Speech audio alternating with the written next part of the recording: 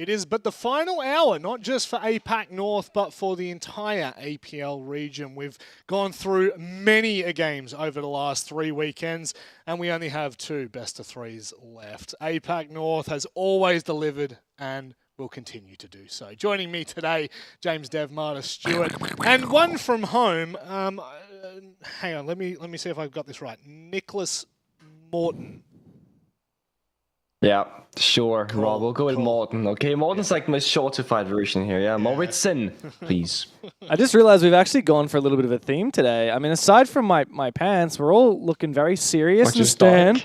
Is this because we're going to the funeral of the death of the import teams here in APL? I think it is. It's unfortunate for them at the moment. For those of you that are playing along at home, APL 2 imports nada. Unfortunately, GG and Elevate have been knocked out in their respective playoffs runs, their campaigns, and as much as the love has been shown to the Asia teams, there's been some conversation online, and we want to clear something up. We hate...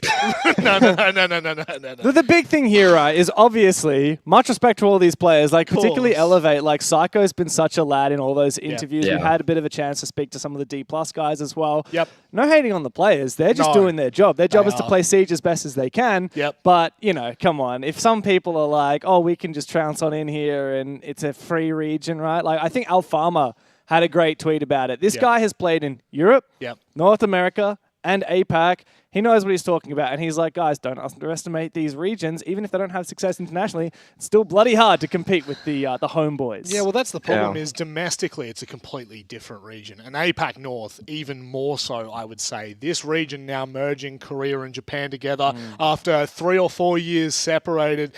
It feels as though, Pengu, that has been 100% the right move for competitive integrity. It feels like it's a lot closer now.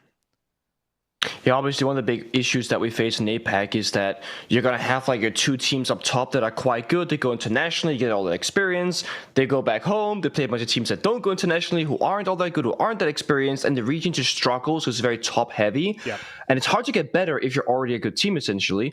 By merging two sub-regions into one, you get all the best teams from each region, and it makes the entire region that much stronger. I mean, this entire stage was extremely close. From the group stage, we had Felix, of course, going, you know, basically undefeated almost, had one loss at 18 points, and then 13, 13, 13, 12, 11, 10. Super close stage. Yeah, it certainly was. And I mean, it's been even closer as well coming into playoffs. Speaking of which, let's have a look at the bracket and help people dissect what has happened over the last 2 weekends, technically now into the third.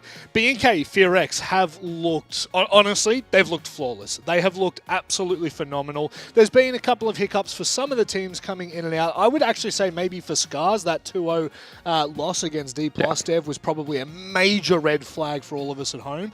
But otherwise, things have started to slowly regain in their control. Yeah, of course. Scars have been a confusing one, right? Very tough win over PSG in their opening game, and then getting absolutely trounced by D+, to, you know, destroying Kino, to then having looking like they were going to lose to PSG, and then scraping through after PSG really struggled in the latter half of that game.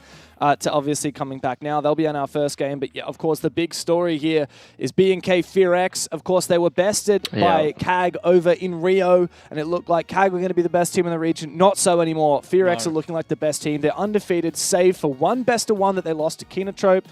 They're now back on top. They even looked convincing against opponents like D+. So obviously, they're the favorites. They're waiting in the upper bracket final, the grand final, I should say, for the winner of our lower bracket final is our first match today. They certainly are, mate. BNK FearX definitely, if every other region has had a bit of a front runner, you know, maybe we could have said Elevate for Asia. We were definitely saying Enterprise for OS. This is, for me, this is probably the clearest advantage I've seen. BNK FearX just feel like a different beast at the moment, Nick. Coming into playoffs, we were already saying that, yes, they were looking good, but I think the question that I would pose to you here is, could D+, Kia, or Scars actually stand up to the might of BNK FearX currently? I always hate having to go negative on a team, but I feel like if there were to be a really good grand finals here and a chance for an upset, it would have to be D+ going up against FearX. Scars, they've just had a very inconsistent stage. They lack the firepower. They lack the adaptation. So right now, FearX are playing at a whole different level. In the upper bracket final, not the grand final, it was FearX versus D+. It was a very close series, 8-7 victory, 7-3 victory, favoring FearX. But there was also with individuals like Woogieman having a ridiculous individual performance, clutching out in 1 versus 2s all the freaking time, and it was still extremely close in the individual rounds. So I feel like if D+ makes the lower bracket run and FearX don't have like a really good day for them, we're looking at third map and potentially even D+ victory.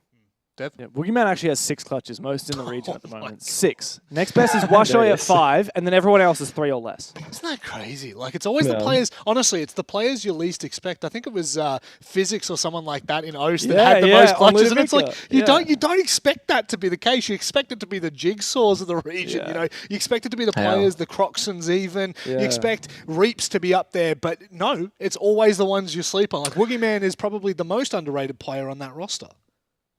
You know why that is? Because they find themselves alive lasting around. The Reaps and Jigsaws of the region are basically getting intro kills. They go in, 2 or 3 kills, boom, boom, boom, they die. And then it's the old guard who shows up at the end to clutch it out.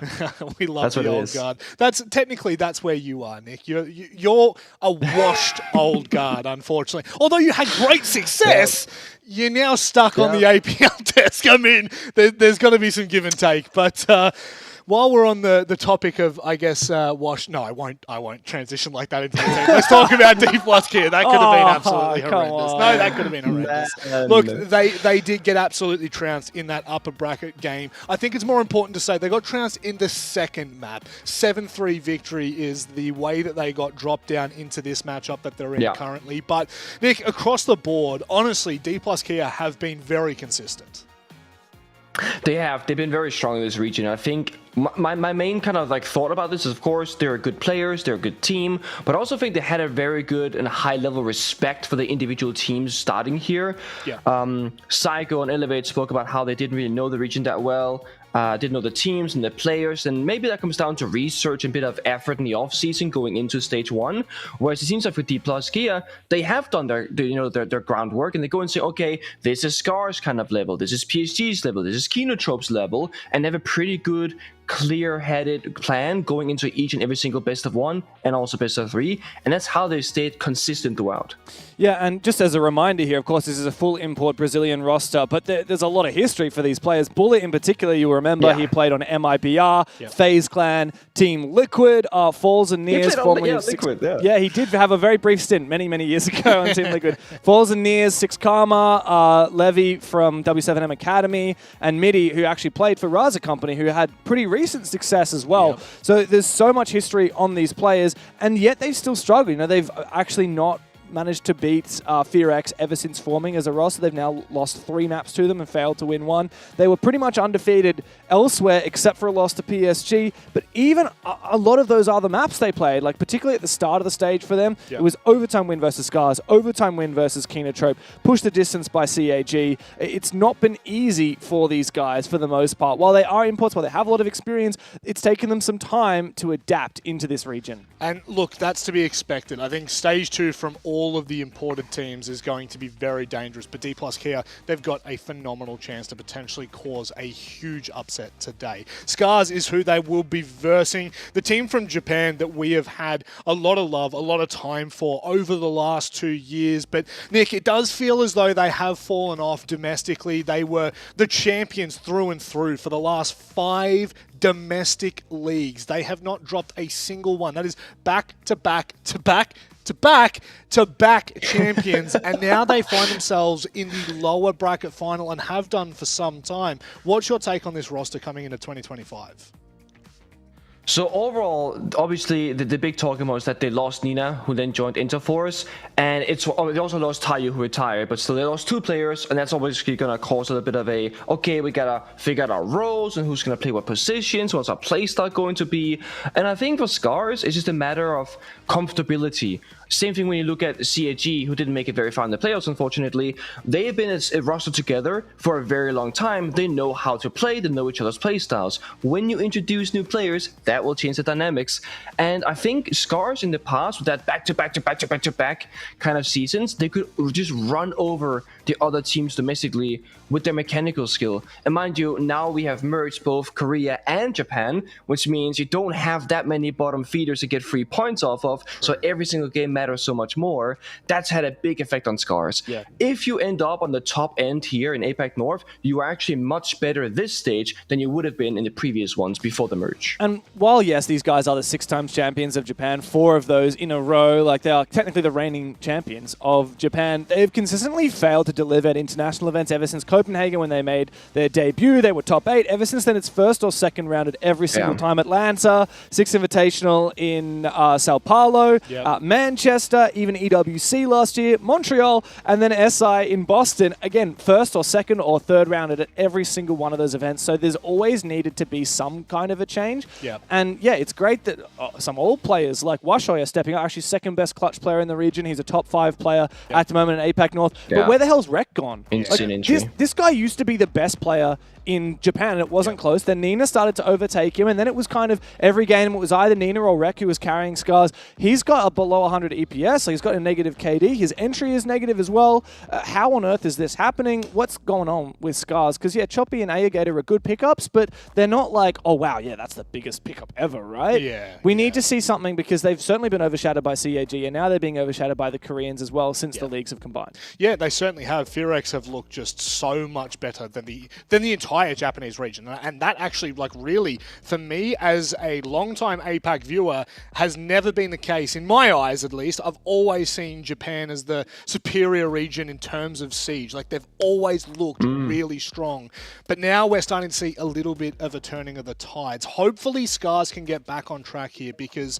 again, like we've been saying, domestically, yes, they may have had bottom feeders in their region, but they've always been consistent over the last 2 years, which has been a fault of every APL team that we have ever seen, has been the consistency factor. So hopefully we can get them back to there. I think that this is a really great overall snapshot as to kind of what to expect for this series. It's incredibly close. People may actually look at Scars as the favoured in this one, but I feel as though D plus Kia coming into it have a massive, I don't want to say advantage, they just have looked better in playoffs for me. The games that they've played have looked more convincing, whereas Scars have stumbled and fallen at certain hurdles that they probably shouldn't have. But I guess we can start to theorycraft a little bit about what maps we might see here, Dev, because look, we've talked about, we've gone around in circles for both of these teams now. We've set the expectations up. Both of them have a lot on the line, a bit of pride from both ends, but ultimately we need somewhere to go. Yeah, for sure. Now, last time these two teams met, it was a 2-0 in favor of D+, and we played Lair and Bank. It was Clubhouse and Skyscraper banned first up here by Scars. This time, they're actually going to ban out Lair first up. Cafe ban, that's been a typical insta-ban. It was what D+ banned first time around as well last time. So no surprises. They also banned Border. So actually from D+, it's actually the exact same bans going into the first couple of picks.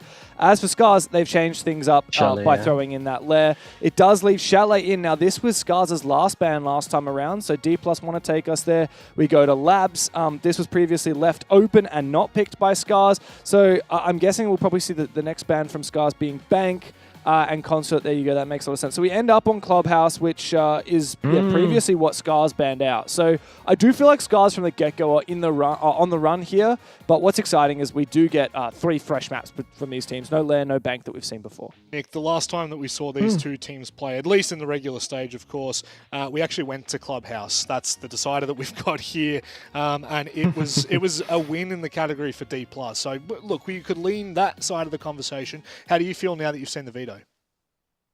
So the big thing that we saw on the comparison of stats between the teams, right? The entry rate from the Scars is ridiculous. 115 to 78. This means they are playing so many rounds in a 5 versus 4 advantageous situation, yet they're in the lower bracket, and we're always saying they're not looking that hot, right? If they can convert opening pick, which they get so frequently, into a round victory, it's going to be like the key for them to actually find their consistent stride. They're playing Chalet, Nighthaven Labs, Clubhouse, all relatively simple, straightforward maps on the entry to build advantages and to execute on. This should actually favor them statistically pretty well with their playstyle. But the issue is, they have not been finding those conversions, and if they keep up that trend, they're gonna falter just like before. So we gotta see them specifically convert the opening into round victory, or they're not going to have a chance on these maps. Yeah, definitely keep your eye on those opening picks. Scars are the best opening kill team in the region right now. D Plus are second best, but it's over 8% difference, right? Wow. So Scars are like far and away the best team, but like you said, they just keep fluffing. Way above. They keep fluffing those those 5v4s, right? Yes. So we need to see, especially on these maps, like you said, just lock in that 5v4. Slow the round down. Yep. Right? Just focus on not getting refragged. Yeah, look, sometimes the difference between a good and a great team comes down to margins, and those are the kind of margins we're talking about in a series like this with everything on the line. This is essentially Japan versus Brazil. Only one team can push through to the upper bracket, or should I just say the grand final. FearX wait the winners of this one. It's time to get underway. We head to Chalet with Jake and Guz. Well, guys, yesterday we did the lower bracket final for Asia, and that was quite an entertaining game. That was the Weibo Souls Heart game, which in the end, Weibo, of course, won that, scraped by, and then dominated in the grand final. That's something that, well, one of these two teams will be hoping to replicate today. FearX awaiting them in the grand final. Winner of this lower bracket final moves on to take on the Foxes. That's 2 import teams down. 1 to go. Will a third falter? Well, I think D+ for me, I would probably have them as the favorites for this series. There are a lot of stats that definitely do go into the Scars camp. I know the boys on the couch were kind of talking about the entry statistic, but when you kind of look at attacker win rate, big gulf. That's where D+ do their best work. Defensively, it's pretty equal, 52 to 50, so there's not a lot separating them then.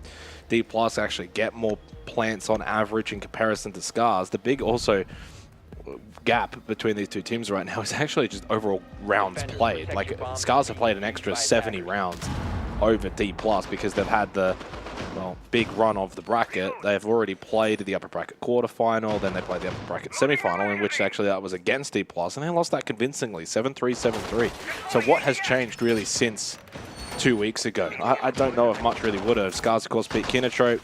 PSG Talent, lower bracket semi-final. I think we covered that one, and that was the one PSG Talent probably should have won 2-0. You think back Cafe, second map, 8-6, after PSG won the first map. They probably should have closed that out. And in true PSG Talent fashion, they kind of bottled it, and Scars got the better of them on bank 7-3. So that puts them in this position of the lower bracket final.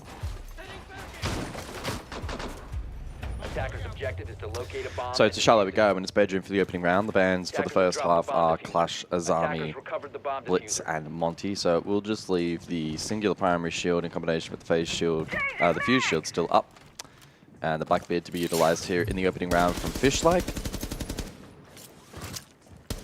Fishlike actually was one of the key players on entry, at least in the best of one during the group stage against D+, and got a couple in that regard. D+ actually started off quite dominantly in that, at least that best of one, casting all their minds back, and then Scars did show resilience, so there is some foresight in that regard. Straight in. Into Office on the Blackbeard, gun up down from Fishlike. Grimbees has actually found 2 players over towards Mezzanine Library. They've got the opening 2 picks as well, and the plant will go down inside of Office. No denial coming through. Choppy does lose his life, but the round is done. Whew.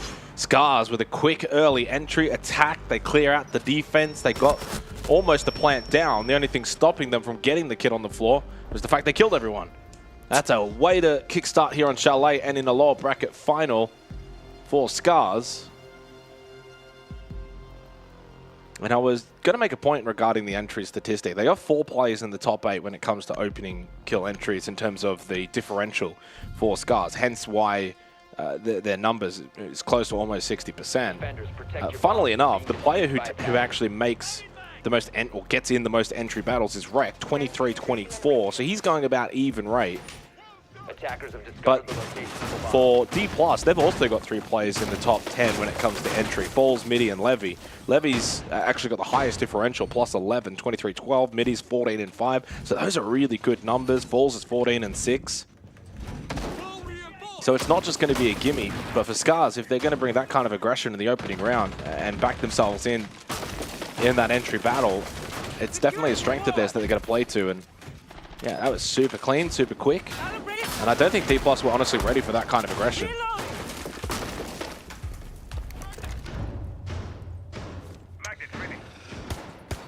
Yeah, steamroll in the opening round there from Scars. That will likely be in the minority of rounds though in this attacking half, expecting good resilience here from D+. Just called out by the tempo in the previous round. That was facilitated largely by Blackbeard and then the flood from the remaining players.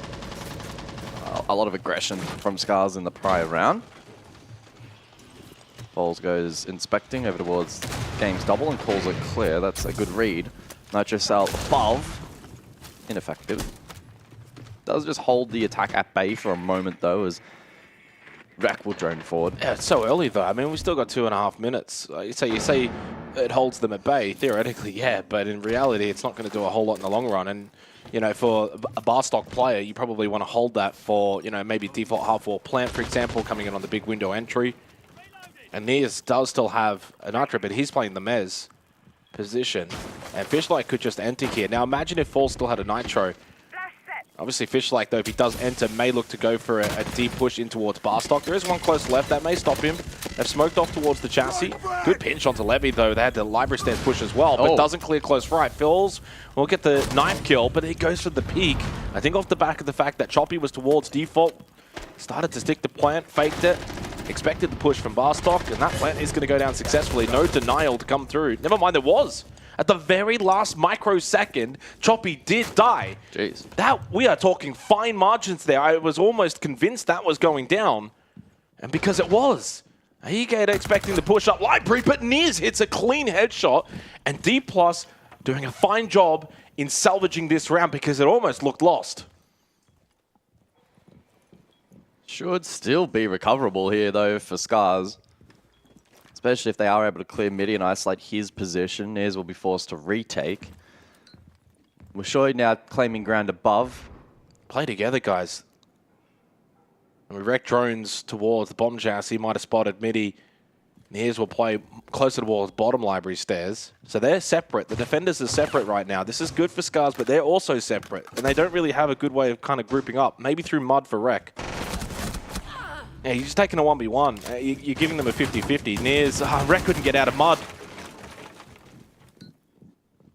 Yeah, that's probably round done unless Rek pulls off a big clutch. And now you can get Nias to rotate over towards Fireplace.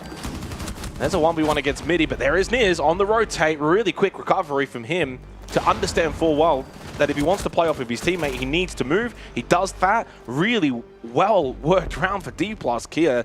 Scars will be kicking themselves. They were so close to getting that plant down towards default. Once that got denied, it became a little bit shambolic and they could never really recover. Yeah, the close-up coverage from Scars was lacking. They had the library flank locked down, but clearly on side itself, it was see how close this compromised. Was. So he taps it here, gets the kill, and then re-sticks it. No, we're not going to see how close it was on that that angle, but it was really, really close.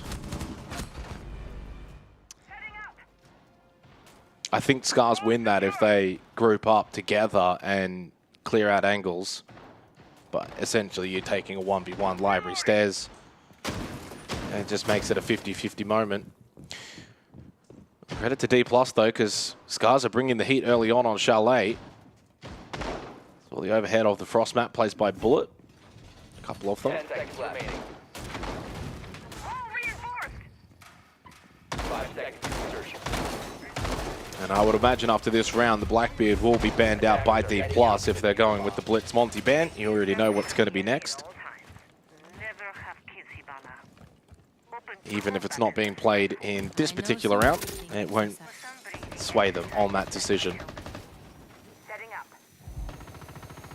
Well, a little bit of Habana work that doesn't get messed up. Although you can't really mess that one up.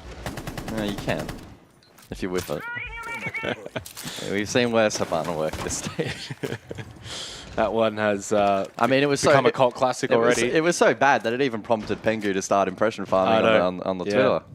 I mean, you have to hop in the server and show everyone how it's done. Of course, that's the old Nicholas. Hang on. Big nitro from Levy. I was sure I was not ready for that. Speaking of Habanas, no more Habana now in the round. Can't mess up any more X-Kairos, and it also means that office will remain closed. Not ideal. Yeah, no secondary heartbreak. Walk through ego wreck. That's a good headshot onto Bullet. Fishlike was able to get Nias elsewhere as well, and then go, the frost mat. Half full. Choppy. Well, he's still got 2 more to get here. mean, to be fair, Fishlike has been able to get himself back up. Choppy loses his life to falls. And a very hindered Fishlike now. Obviously has to try and... He has to hobble around the map. Hobble around the map for the next minute.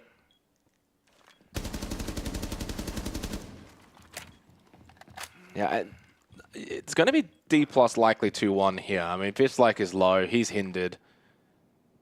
And Scars, though, I don't think are playing necessarily bad. I mean, they're trying to bring some aggression early on, but D+ are matching that aggression. Ooh. Come on, mate. Attackers recovered the bomb diffuser. Yeah, they're bringing a really quick tempo, Scars, which I don't dislike. Maybe a bit more of a conscious effort to try and take advantage of those strong entry numbers that they're finding, and instead of then getting stalled out, they can look to double and then triple that advantage. Just like trying his best here to pluck something on the vert, but easier said than done. The debuff has now expired, and so he can move it with a little bit more freedom. Spots one trophy. This could be isolated.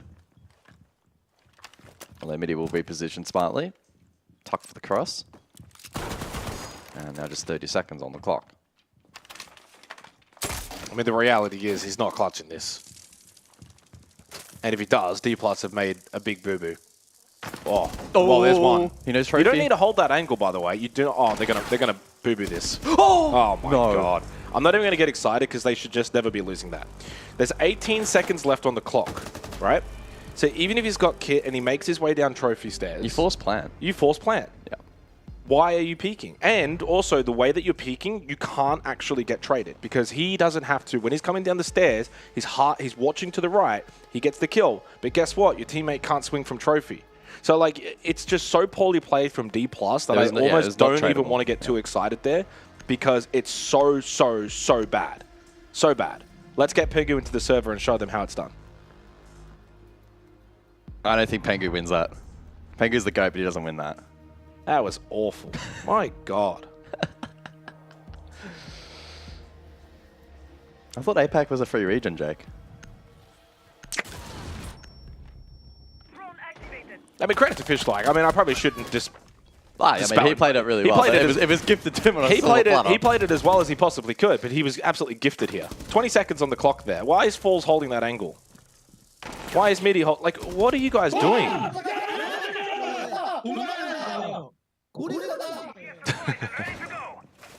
Just so poorly played from D+. That's just basic fundamentals that just got thrown out the window.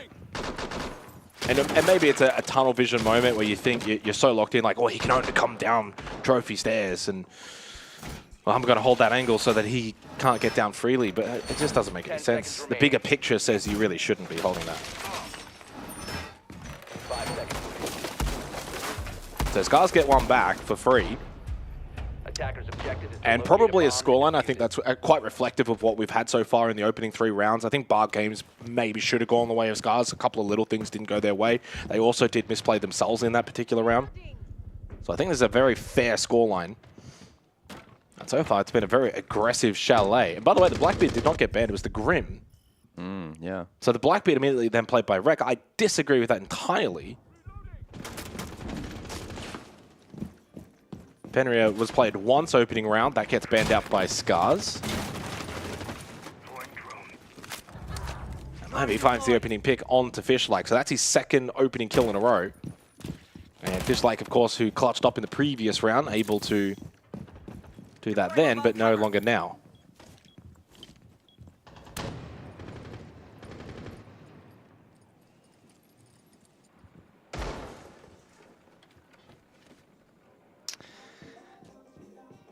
So 2 minutes on the clock then, and Scars, well, the tempo's been slow. No, you're kidding me. That's fine. That's not fine. Did you even just see what happened? No, I didn't really. I'm glad you didn't, because you probably would have exploded. What the flip was that? What the flip? What the freaking heck? Washoy pushes in, out of bathroom, gets one, but traded by Midi. There's no way Scars end up winning it off the back of that. There's a lot of time still left in this round. You can slow things down. Play the Blackbeard, get some information, clear out some corners. Oh my goodness. Yokai could still be a factor later in the round as well for full, so Midi doesn't have to get overly aggressive here if those Yokais are still up. Here you get attacked a little bit, coming up in towards Solar. Midi gets the freebie onto Ayagator, leaves now Rack in a 1v2. Pulls the gun out, he'll get the down onto Midi, gets the yellow ping information onto Falls. And now, with the shield advantage, really, Rack should be winning this. As long as he just plays this right. I mean, it's not a freebie, it's not a given. Gun up, ready, well played. It's another 1v2 for Scars. And D+ are fumbling the bag early here on Chalet.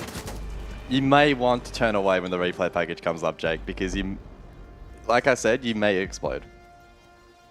But you also missed it, will so I you just kind of like want to watch it. self-combust if I just watch it? Like, do I just... Just wait for it. Ah. Yeah. Right. So not only did he not get the kill, well, but it was then a 4v4 for As free. is always the case in those situations, I think we had a similar situation last night. Was it with Turd coming in through the window? It was, wasn't it? He was clearing Frostman and accidentally I popped can't him in remember the who the head. players were, but yeah, 2 players from Weber. At the end of the day, that's not on Midi. That's absolutely not on Midi. Attackers have discovered the location of Those a bomb. things, yeah, just... But that's now back-to-back incredibly frustrating. It's also back-to-back opening kills, not converted into a round win as well for D+. Yeah, this has been a strange match. A 3K for Fish like in a 1v2. Wreck was... Well, it says here he was in a 1v3. Did he get a kill right as it went down to 1v3? You know, like when it's a 2v3, then your teammate dies, but you get a kill at the same time. Might have been the case. I'm just looking at what's kind of been written down here in the clutch. Definitely a 1v2. And there's another opening pick. Bullet onto Choppy. That's the 3rd opening kill for D+ in a row. Yet they find themselves 3-1 down. Chalet as a map in this region is, by the way, very attacker-sided, 57%. So Scars have been quite fortunate, I guess, in some ways with the way things are going, because it could have been a lot worse than this. Like, D+ are doing a lot right, but they're not seeing it on the scoreboard. They're also doing a lot wrong, which the is why mistakes that they have made have been massive. Heard the Nitrocell rip, so Wishoy is just going to vacate the area. There's 3 Nitros available for D+ Kia. As soon as Bullet pulled that into hand, Wishoy didn't feel safe to push up trophy stairs.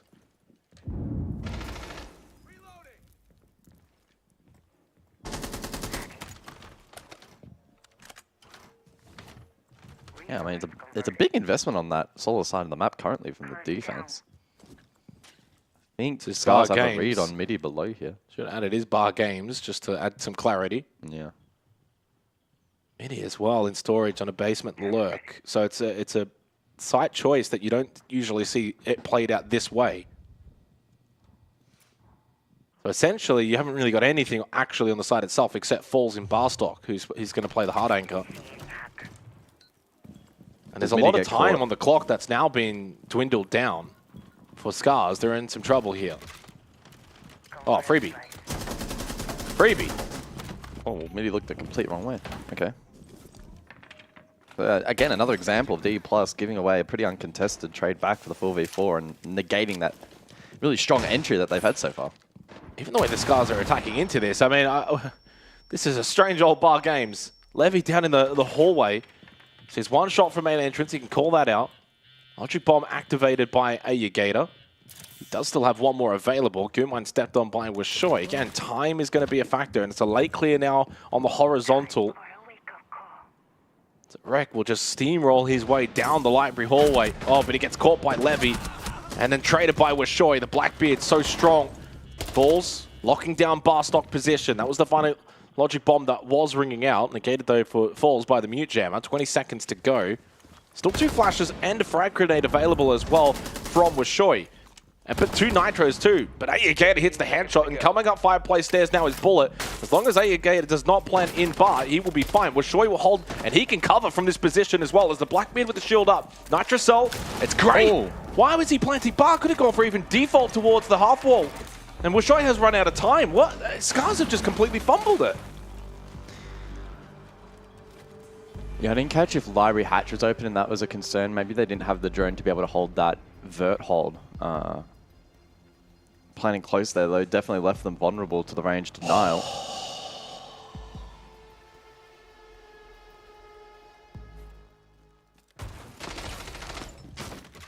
I think both teams are very much waking up and warming up in this series. It almost feels akin to last night where we're watching this game and even Weibo were a little bit, yeah. And thinking, oh, there's no way they end up beating FearX or yesterday being the case of Elevate. And yet Weibo were able to manage it. So yeah, so he wasn't actually obviously in bar, but he's planning on that wall.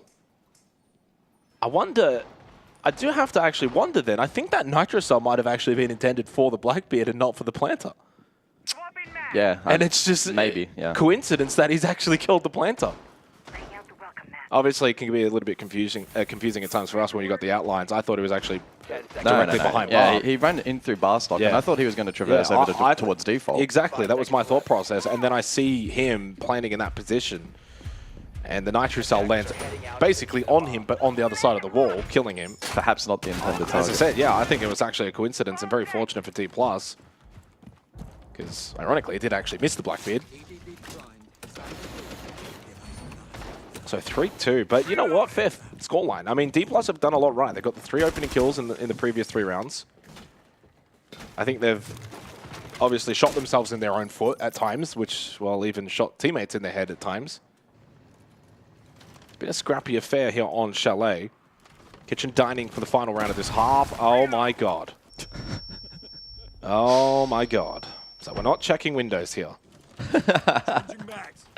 You know what's funny as well? I don't even think he checked for a frost mat. And I also... Yeah. I don't know. There's unexplainable things happening inside of the server right now. That's all I can add.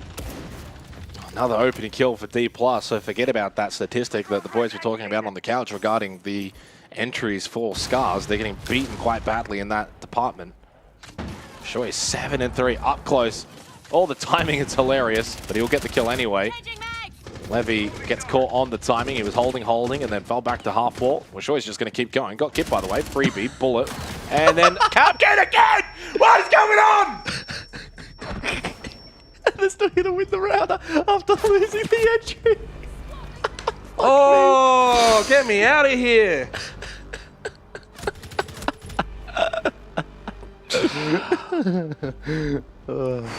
Well, 4-2-1/2, and that's... You know what's funny as well? That's how is it should shape up on they're Chalet. not beating the allegations when people in Twitch chat saying things like, is this ranked? Is this copper? They're not helping. You're not helping, guys. You're not helping. That was a rough half. I hope things improve. Oh, I think things will absolutely improve, and I think the asterisk to that is probably yesterday in that lower bracket final. Like, the first map was quite poor, but then map 2 was like, okay, well, this is better now. Map 3, this is better now. And then obviously, as we saw, that was actually a warm-up that was very helpful for Weibo, because then their performance in the grand final was exquisite. It was like it's so clean, and they just absolutely trounced. So 4-2-1/2, and again, I think this is quite reflective of the overall half. Again, Chalet quite attacker-sided in nature. I mean, even this from Washoy, by the way, I mean, it's just free that he could just walk into office and then just rushes in through piano, into bathroom, and into a cap can. Very chaotic half, and I do wonder how things will change now as we flip sides. So, Blitz banned out, Grim banned out. Potentially does leave some shields on the board. And Azami Fenrir will be the bans from D+ Kia onto Scars. We're showing 9-4 so far. And on the flip side, Nia's having a decent game. 6-5 overall, a rather even performance so far from D+ Kia. And again, the last time these two teams played, it was 7-3, 7-3 to D+. So this is already more competitive in nature, which you would hope for in a lower bracket final. The drone is ready to go. Changing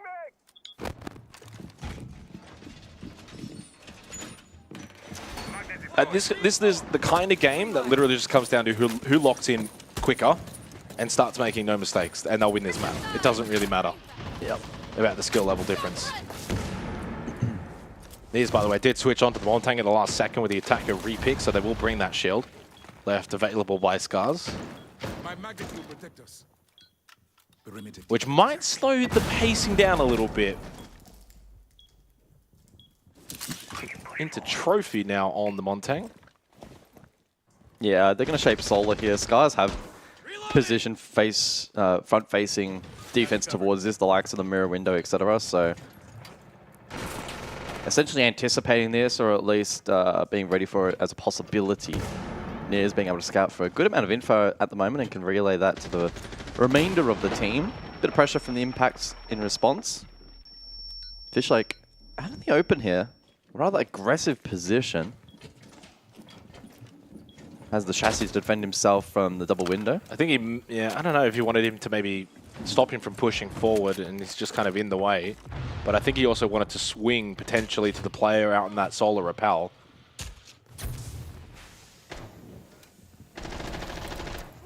Just under a minute and a half remaining. Only the one Nitrocell available for Rek on the mirror. He continues to just posture towards Solar. It's Wishoy that got the opening pick, but Nia's on the Montang, pulls pistol out, free kill onto Fishlake, as we know, has been playing in a more forward position. And costs him his life, and might just open up the door a little bit for D plus Kia to make their way in, but Rek will take this position back.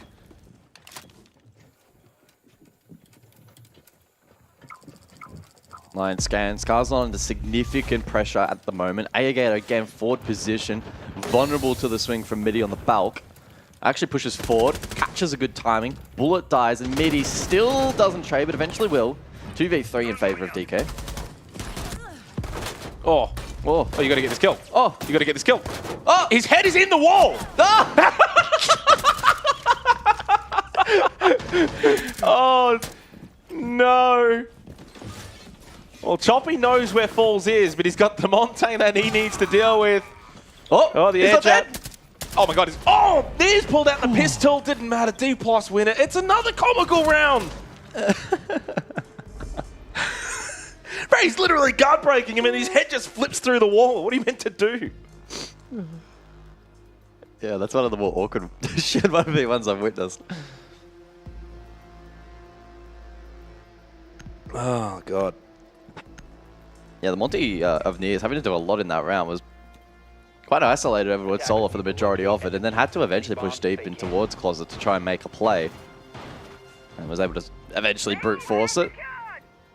So a successful opening attack, and another opening kill not converted. Of the 7 rounds played so far, only 2 have been converted. It was certainly a talking point for Scars on the desk, and I mean, I'm even looking through some of the matches of D+, they've had their issues with conversion as well, so yes.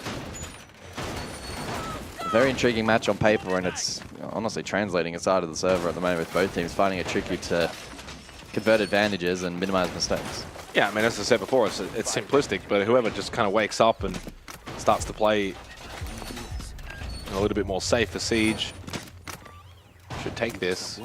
Big round from Nia's, though, by the way, overall. I mean, surviving on the Montang, getting guard break, pushing forward, getting a kill with the pistol, kind of just doing it all. And a lot of things that sometimes Monties don't always get the recognition for how well they technically played in a round, because it's not always reflected in numbers, for instance. Suddenly that scoreboard now, 4-3. Gets a little bit close. Again, attacker-sided map, though, does now put D+ in a good position in this second half. Clash has been brought out by Fishlake. But no Montang this round by D+ Kia. Again, the beauty of the Clash, at least on this particular site, you can play it many different areas. You can stop a big window push in. You can bring it library hallway. You can also just not watch your window. There you Gator. The amount of amount of one-sided firefights we've seen in this match is honestly ridiculous. Yeah. Like, it's getting to a point where it's a little bit ridiculous. Just completely uncontested duels. Well, if he's also in that position, which is a very common position to hold, especially now with the ADSs, being able to catch the Capitao bolts and things like that. Now, of course, you can flash dump, whatever, but you need someone then holding. Rek's position here really shouldn't be allowing that kill. Yeah. Aegator needs to have almost full focus. Double window. And Rek then just slips in, goes prone. What am I watching? Okay, well, Vinny gets the freest 2K of his career, and again, it's another 2 uncontested battles.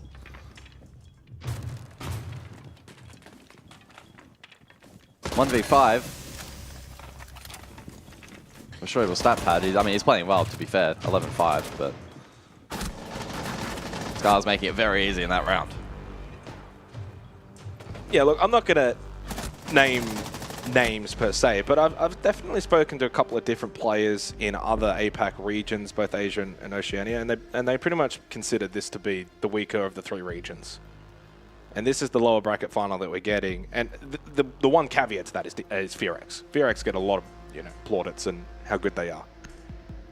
But it's like the drop-off after Fearex is quite stark in comparison to Asia and Oceania. That was back in round number 7, of course, the Monty 1v1.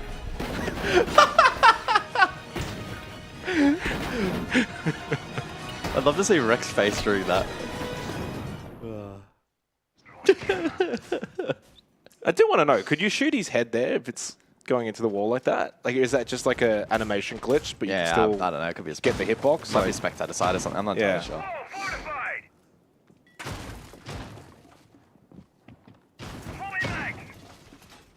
Yeah, this could be a long series. This could be a long series. Well, it could be either really long or really quick, right? Like in the sense that if D+ kind of just wake up a little bit, I think D+ are the team that have a bit more of the potential to do that. I think D+ can become less error prone, capitalize a bit more. They're already doing quite well in the entries. And I mean, the fact they're attacker side now, Chalet scores are tied 4-4, Scars not really showing a lot of defensive prowess. It doesn't really leave me with a lot of hope for Scars. Drone is on the move.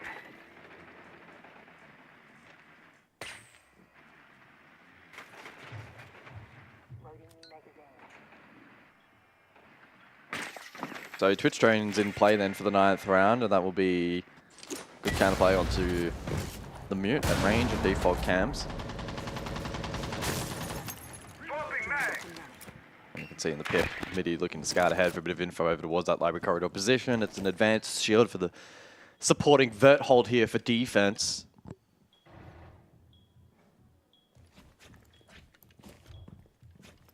Two, 3 split for Scars. A couple above and a few below. Run out from Washoy. And, well, a rare whiff from Washoy.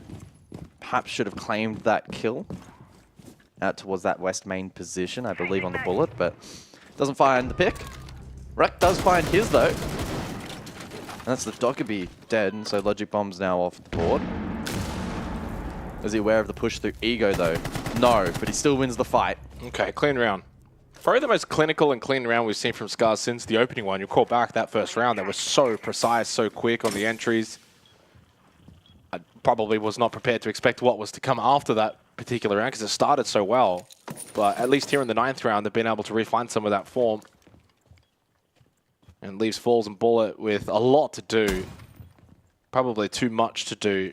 And these are the rounds that are, 95% win rates for the team in the position of Scars. You leave that little 5% chance as, okay, does someone overpeak? To Falls and Bullet find a kill each at the same time. Then it's a 2v3. All of these kind of things need to happen. Choppy should get the freebie. No. I think Choppy just caught on the timing. Knew Falls was there, but changed his gun, and that left him in the animation a little too long. Falls, though, by himself, steps into the goo mine, and he's still over towards Trophy. And it will be 5-4 in favor of Scars. I mean, whoever wins this map is going to feel like they've escaped the abyss.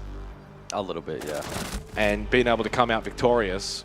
And whoever loses, it's going to feel like, damn, that was really gettable, right? Like, that was a really winnable and gettable map. Either way. So additional bans then, as we prep for round number 10.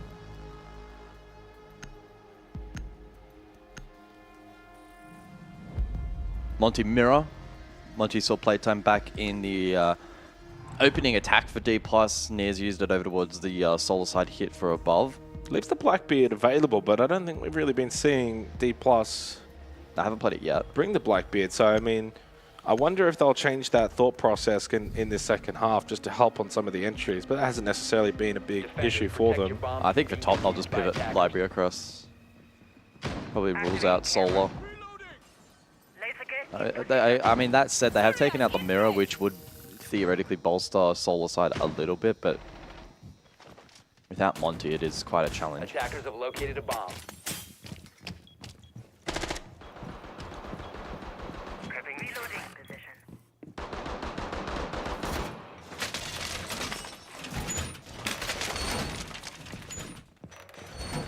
Reloading. Nighthaven Labs after this. You can barely see it, but that little logo is Scars. It is their map pick. Yep. It looks almost like it's part of the map. Like, it's so small.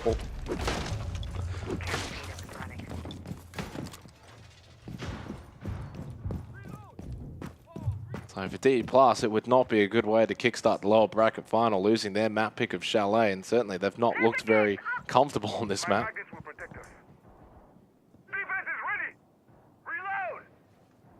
Reload. 14-6 now for Washoy. And that's been the difference, really. I mean, Nias is 11-6 and has been good as well.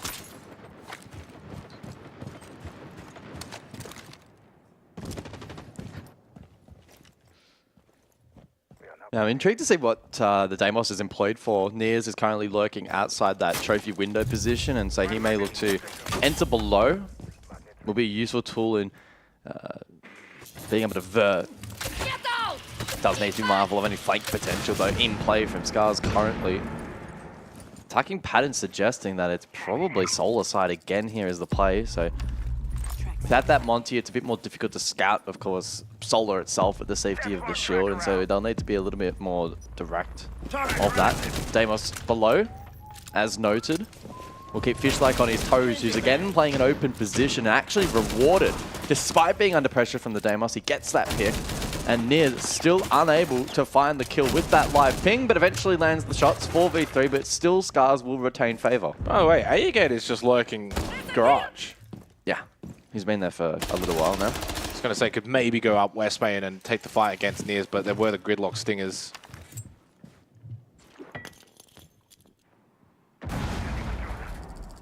Midi and Nias, so Midi and Bullet. Just outside bathroom, Nias towards Trophy. Oh, he spots the angle. So he knows he's trapped in here in bathroom. That's Washoy. Oh, a little bit of help from Ayagator, and see you later, Midi. Gets the down, but he's not out. Nias will go down, though, inside a Trophy, and Midi just killed himself.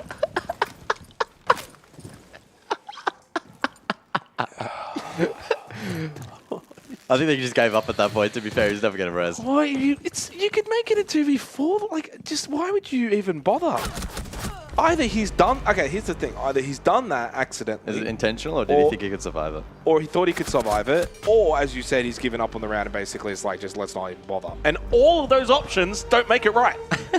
There's nothing there that says, good, yeah, that's the fine. Timeout. I need a timeout. Did you call it? We need to cast the timeout for APAC North. Well, D+, they've got themselves into a bit of a tricky situation now on Chalet. And pop! If I had to guess, he thought it was survivable.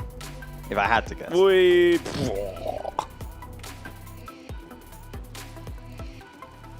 That would have really hurt his bum. So they got 2 rounds to try and force overtime. Yeah, don't forget, like upper bracket semi-final, it was the same 2 teams that played, 7-3, 7-3 to D+. There's still every world D+. Absolutely. This match has been incredibly unpredictable. You could not say that Scars are comfortable right now up 6-4. They have their own timeout still available, so if D+ win this, I think you just call it and go for a chat going into 6-5. We're going to go basement here, Wine and Snow. Snow Wine. Cellar Garage. We have not seen basement once this match, so round 11, the first appearance. I literally saw it there and I was like, wow, I'm pretty sure we haven't seen this yet. It feels like we've been on this map for 3 years and we still are yet to see this site. We're in a capsule. So we're going to see the Valkyrie from Choppy. Are we leaking Valcams right now? Jeez, guys. Jeez. Activating camera. Observers won't make it out alive today. Wow. Camera in position. I know 2 of them are. I think the other thing as well is going into Nighthaven Labs. Let's just say, hypothetically, Scars just win here on Chalet in any fashion. I think D+ will go into that next map and think, you know, look, guys, let's just shape up a little bit, less mistakes. I think they could easily still win on that map and send us to Clubhouse for the decider. I feel like we're almost expecting at some point both these two teams, the quality will rise. At least for one of them, and that's going to be then the difference. But it needs to happen really quickly now for D+. 2 rounds down here on their map pick of Chalet. Lower bracket final. Lose this, and it's only 50 SI points. You brought 5 Brazilians over to the APAC region, and they only walk away with 50 SI points. Damn. They've got to be making grand final minimum. How many kills is Rek getting from here? We haven't seen this tuck yet. Probably none. Well, 1 drone's gone past. I'm going to go with 0. Ooh.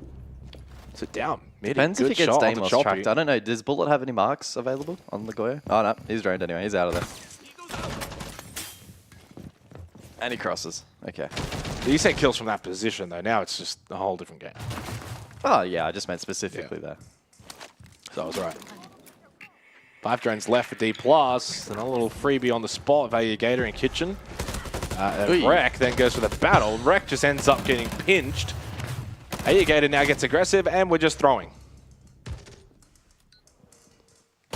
Tack timeout, I would imagine. Yeah, tactical timeout, Scars. That was not a well-played round. I mean, in fairness, you're playing basement Chalet. You're going to play the roam game. It's going to come down to winning your 50-50 battles. But they just could barely win any of them. Fishlike's already made a good clutch today. This would be arguably the best of all time if he could, for him, if he could do it from here. 1 HP, 1v3 after getting the previous 2 kills. And being tracked as well, so that's a free plant for Falls. Knows that he will not get pushed off of that, and D+ will get this to 6-5. Did we see the timeout called? Not yet. Oh, it's getting close. Can we take the timeout for them, admins? I don't think they realized the situation. It is 6-5 match point, and if this goes OT, D+ probably... Okay. What's the cutoff, actually? I wonder, what is the cutoff for calling a timeout? Is it just like if there's 1 second left on the countdown, you can still call it, or 5 seconds? Apparently, I got told it's the speed in which an admin can trigger. Yeah, So it has to be before 0-0. So if you call it with like 2 seconds left on the clock, the admin's probably too slow to... Yep. Depends on the admin. Some might be rapid. Reinforcing wall. Activating jammer. So 6-5, no timeout from Scars. Will that come back to haunt them if they don't close out here?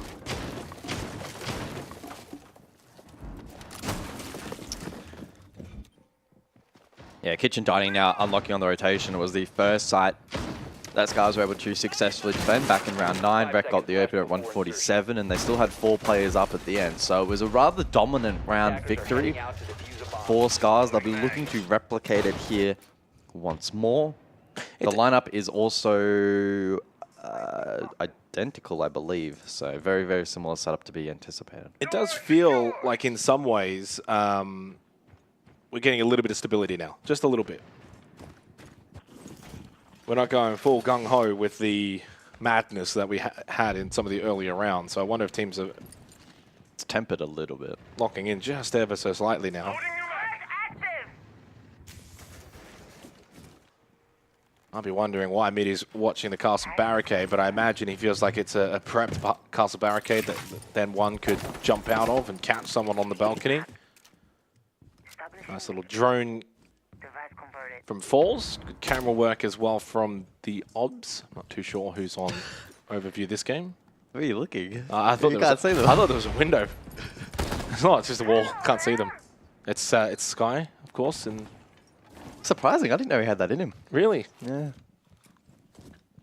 Good on him. Pulled me out of bed this morning. I slept through my alarm.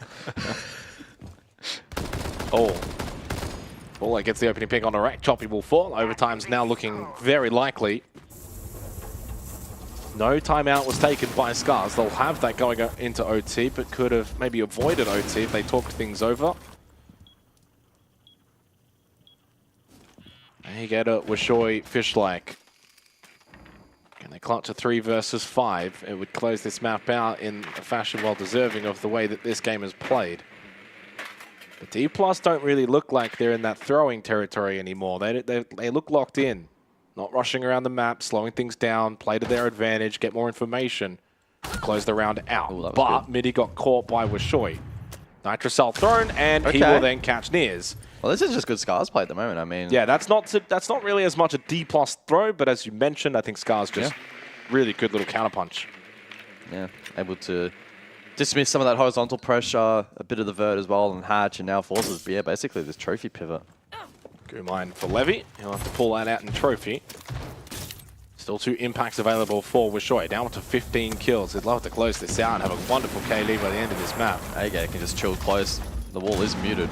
Only 30 seconds as well, so now the time becomes a factor, and it's on the side of Scars. Falls gets tagged up in trophy.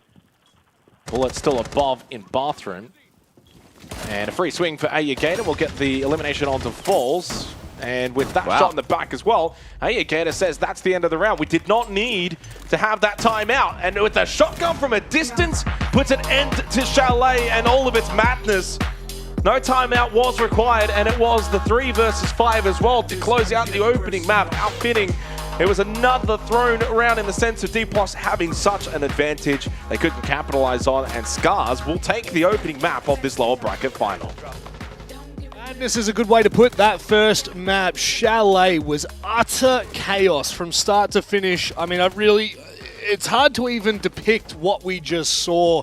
Nick, unfortunate for D+. I think Xenox put it really nicely in 2 separate kind of phrases there. One, it was chaotic. I don't know what we just watched. But 2, the advantages that D+ had in some of these rounds. Like, we're looking at so many opportunities for D+ to close out rounds where they've just faltered either in a massive way like that 5 versus 3 in the end, or just losing the opening pick losing the advantage of the opening pick. It just felt like they never got a proper foothold in this game. It almost felt like the opening kill would get you the round loss rather than the round victory for both teams for quite some time there. And I gotta say, I think this is a game that was more poorly played by D+, than anything else. I really feel like they didn't know when to slow down, they didn't know when to speed up. And I was sitting here watching the final round going, okay, this is gonna go overtime because of how chaotic the game has been. And then it's just like D+ take 1v1 gunfights or get C4 joining in a bad position, etc. And then it just ends 7-5 of Scars all of a sudden. Yeah. Well done to Scars of fighting back and never just getting passive and hiding by the bombs, like getting scared of taking any of those fights. Washaw individually being a menace on the roam every single round, kept Scars really fighting throughout the majority of those. Yeah, and I mean, like, it's always nice to see individual plays. Ayagator, great highlight at the end. A quick little 3-piece to close things out. But to reiterate what you were saying there, Nick, and kind of what we were alluding to, 6 out of the 12 rounds, the opening kill was not converted into a round. Now, that 50% is a very high or low number, depending which way you want to look at it. It's not a good number because generally speaking, it's about a 75% conversion. It's pretty high when you look at the opening kill converted rounds. So the fact that it was anything but that is quite hectic. You also look, 0 of the opening kills were traded as well. Something that is quite uncommon. At least 1 or 2. I get it. Chalet is a little bit spawn peaky. It's a little bit aggressive. It's very different to some of the other maps that we play. But there are a couple of stats here, Dev, that just don't add up. Sure, yeah. Well, that was Chalet. I'm kind of like doing a little bit of research on the side, trying to figure out what the hell to go on for Nighthaven. If we look at Chalet here, of course, damn, Washoy, this guy's continued that insane form. Yeah, I mean, a couple of highlight moments for me. A lot of 1v1s. That team kill early on was a huge red flag for D+. Nice Blackbeard play from Scars. Yeah, it was a close one, but Scars edging it out on D+'s map pick. Bit of a red flag. To be honest, after the former last week from Scars, I was pretty convinced that this was going to be a 2-1 or 2-0 in favor of D+. And now, looking at the fact that, by the way, D+ haven't actually played Nighthaven, which is Scars' map pick, I am seriously concerned for the Brazilians here. They don't like this map. They haven't played it. I can't find the last time they have played it. I don't think they've played it with this roster at all. And as for the flip side of that, obviously we saw Scars play it against PSG just 2 weeks ago and win it. So I think that this is a map that, coming up next, I think D+ are going to be in red hot water if they're not already. Yeah, Nighthaven Labs definitely should be favouring Scars. They've got 3 wins on it in the last 90 days. So they've played it more than close to, actually no, equal amount as any other map that they have played. This is a scary prospect, especially, Nick, considering what we just saw from D+. I mean, look, we'll give credit where credit's due. There were still a lot of close rounds. I mean, you look back and, again, just another stat that just goes absolutely bizarre. There were 5 multi-kills. There were 5 3Ks or more in that game. Again, that's nearly 50% of the rounds that we're seeing individuals just absolutely go there's just mayhem in the server. But we head to Labs. Yeah. I mean, what are your expectations heading into Labs, mainly for D+? Because I think Scars we can somewhat ascertain that they're going to be very comfortable on this map. But as Dev said, we haven't seen D+ play Nighthaven Labs. I mean, does that worry you? It worries me a little bit because on Chalet, a map that they do like and know how to play, they showed very weak fundamentals. And I think the Fish-like 1v2 clutch is the biggest example of this. He's on the very above, right, shooting down on shot destruction, walks down Solarium stairs, finds the 1 kill, second angle, finds a second kill. A professional team like D+ should never allow Fish to get the 1v1 angles 2 separate locations. They should have a crossfire, so when Fish fights the first guy, the second guy's gonna fight back, you get a trade, it's 1v0, you win the round.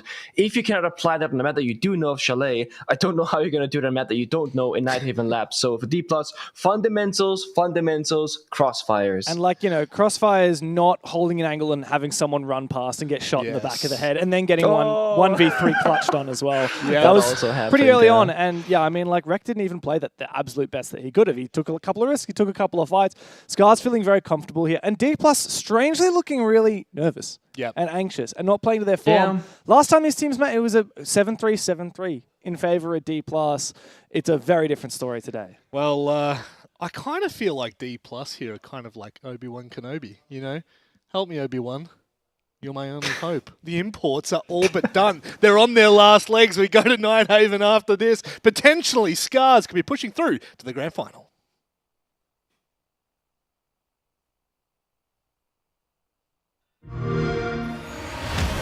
You know how they say, it's not the destination, it's the journey?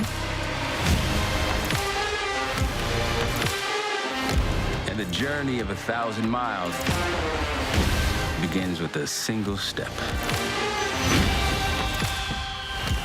And you know what? They're right.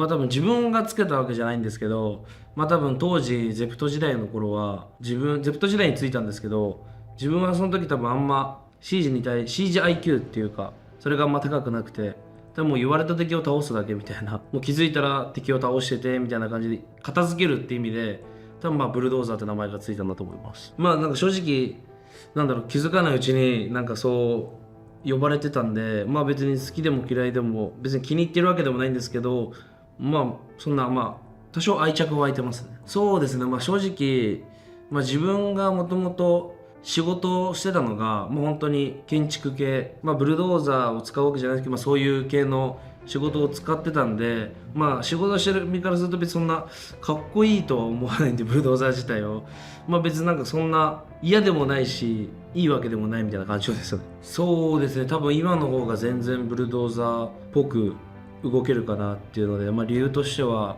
まあなんだろう、多分結構自分の中でも CGIQ が高くなって敵の嫌なとこを一気に片付けるっていう意味で、多分今ブルドーザーっていう名前の方がふさわしいのかなと思います。今は頭のいいブルドーザーみたいな、頭脳型ブルドーザーみたいな感じがします。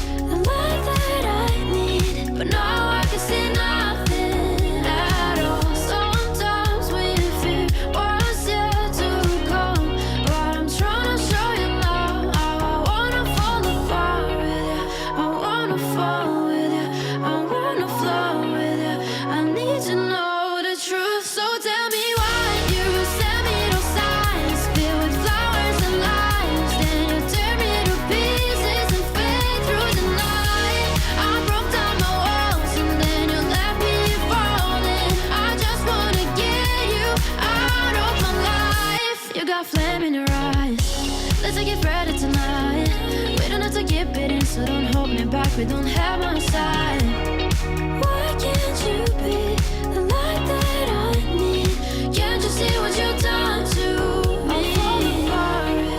I wanna fall with you, I wanna flow with you. I need to know the truth, so tell me why you send me those signs filled with flowers and lies. Then you tear me to pieces and fade through the night. I broke down my walls and then you left me falling. I just wanna get you out of my life. We're born to fall and I give it all just to let you know. Scars leading in the lower bracket final 1-0 after closing out Chalet 7-5 in what was a little micro episode of the Game of Throws. In some ways, it was a fascinating match. We'll see whether or not some of the play styles will remain on at Nighthaven Labs, but I do have the feeling that teams will be a little bit more warmed up, ready to go. D+ now facing elimination for the import team coming over to APAC North, the 5 Brazilians. A third place finish would only leave them with 50 SI points, Gus, and that's not where you want to be in the eventual goal of making the 6 Invitational later at the start of next year. Not only that, but you miss out on a potential chance to be invited to the Esports World Cup. Blackbeard and Blitzbands and Kaid along with the Bandit. Yeah, map number 1 was absolutely fascinating. We saw several very egregious throws from both teams, and And that even flowed into really the last round, although be it that was a bit more of a comeback from the side of Scars, who elected to pocket their tactical timeout, got off to a poor start on the final round of regulation, and they bounced back. It just really was the cherry on top of an incredibly unpredictable Chalet. Will Nighthaven Labs suffer a similar fate? In some respects, it did make for quite the entertaining opening map, and so if it does continue here into map number 2, expect it to be another grueling performance between the two. 10 seconds remaining. Kaid Bandit, Blitz BB off the board. 5 seconds left. We see a lot of shield play from Scars back on that first match. Attackers are moving to defuse a bomb. Looking to Blackbeard. Yeah, they leaned into the Blackbeard. That was the Blitz and Monty Clash as well, I Bandit, think so. on defense saw 1 or 2 rounds. Yeah, we saw one appearance of Clash on defense. Loading full magazine. So with the Monty available, we probably anticipated to see it at some point in time, but not at least for the opening round here for the top floor attack. Deimos though in play, and that so increasing play time as the match continued, at least from D+. We're able to utilize that, particularly for Vert. It's the flank watch though off the board first with Gator falling. Not an ideal start for attack, and on the style of site such as this top floor of Labs, the trade-out game is absolutely critical for attack. So starting out on the back foot is going to be relying on an individual finding their moment and probably a heads-up opportunity to find the multi.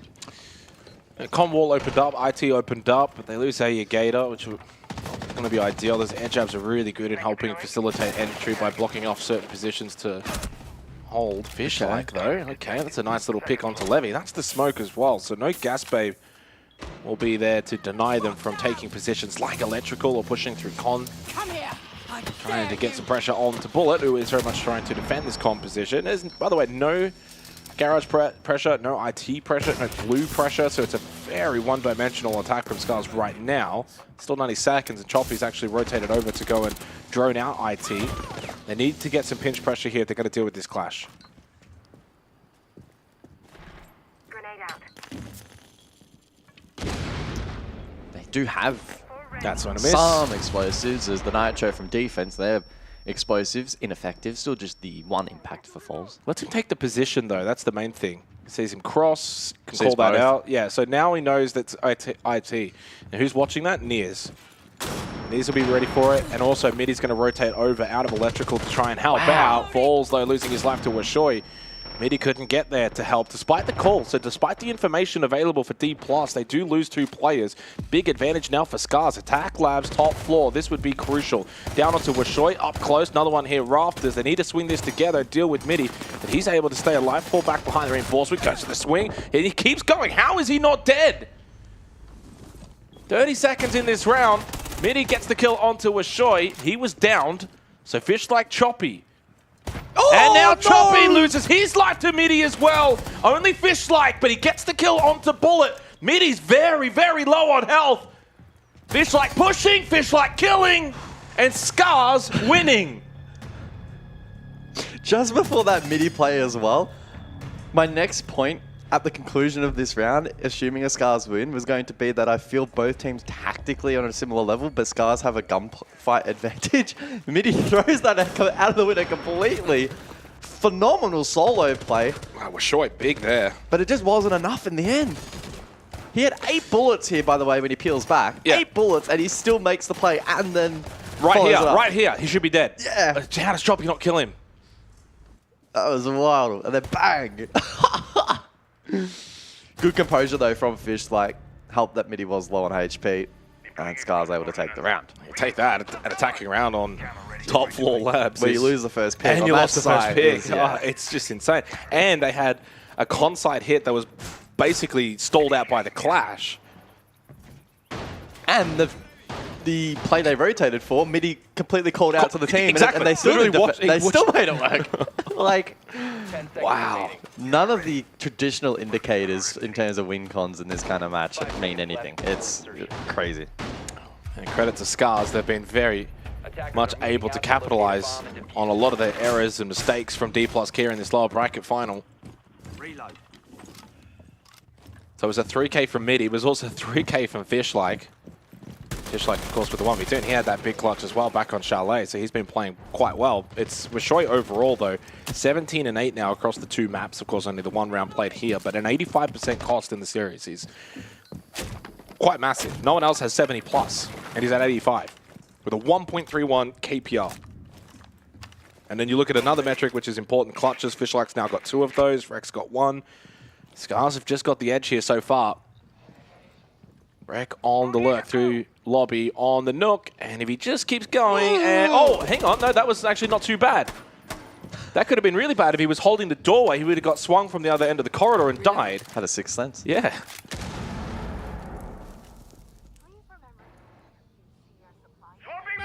Obviously, your reaction was thinking he was going to not clear that door and miss out on a potential kill. He does swing anyway and gets the headshot onto Rek. Another opening kill for D+ here. So they're winning that battle so far throughout Chalet and Nighthaven Labs. I think it's about roughly 9-5 in favor of D+ Kia. Scar's working third at the moment. The Buck and the Ram combining. Midi, though, eager to flank. There is a hold over towards Electrical, but there is the rotate here through Con. This could crack open this attack significantly if Midi sneaks past, and he does. Yeah, Midi's playing well. And he's not traded. There we go. Okay, a little delay, but it's there. Midi's been doing so far so well. He's got 5 of their 6 kills. Now, Dad leaves the rest up to the remaining teammates for D+ Kia. This has been the strength of Scars in this lower bracket final. Their ability to bring rounds back despite man disadvantages has been very, very good.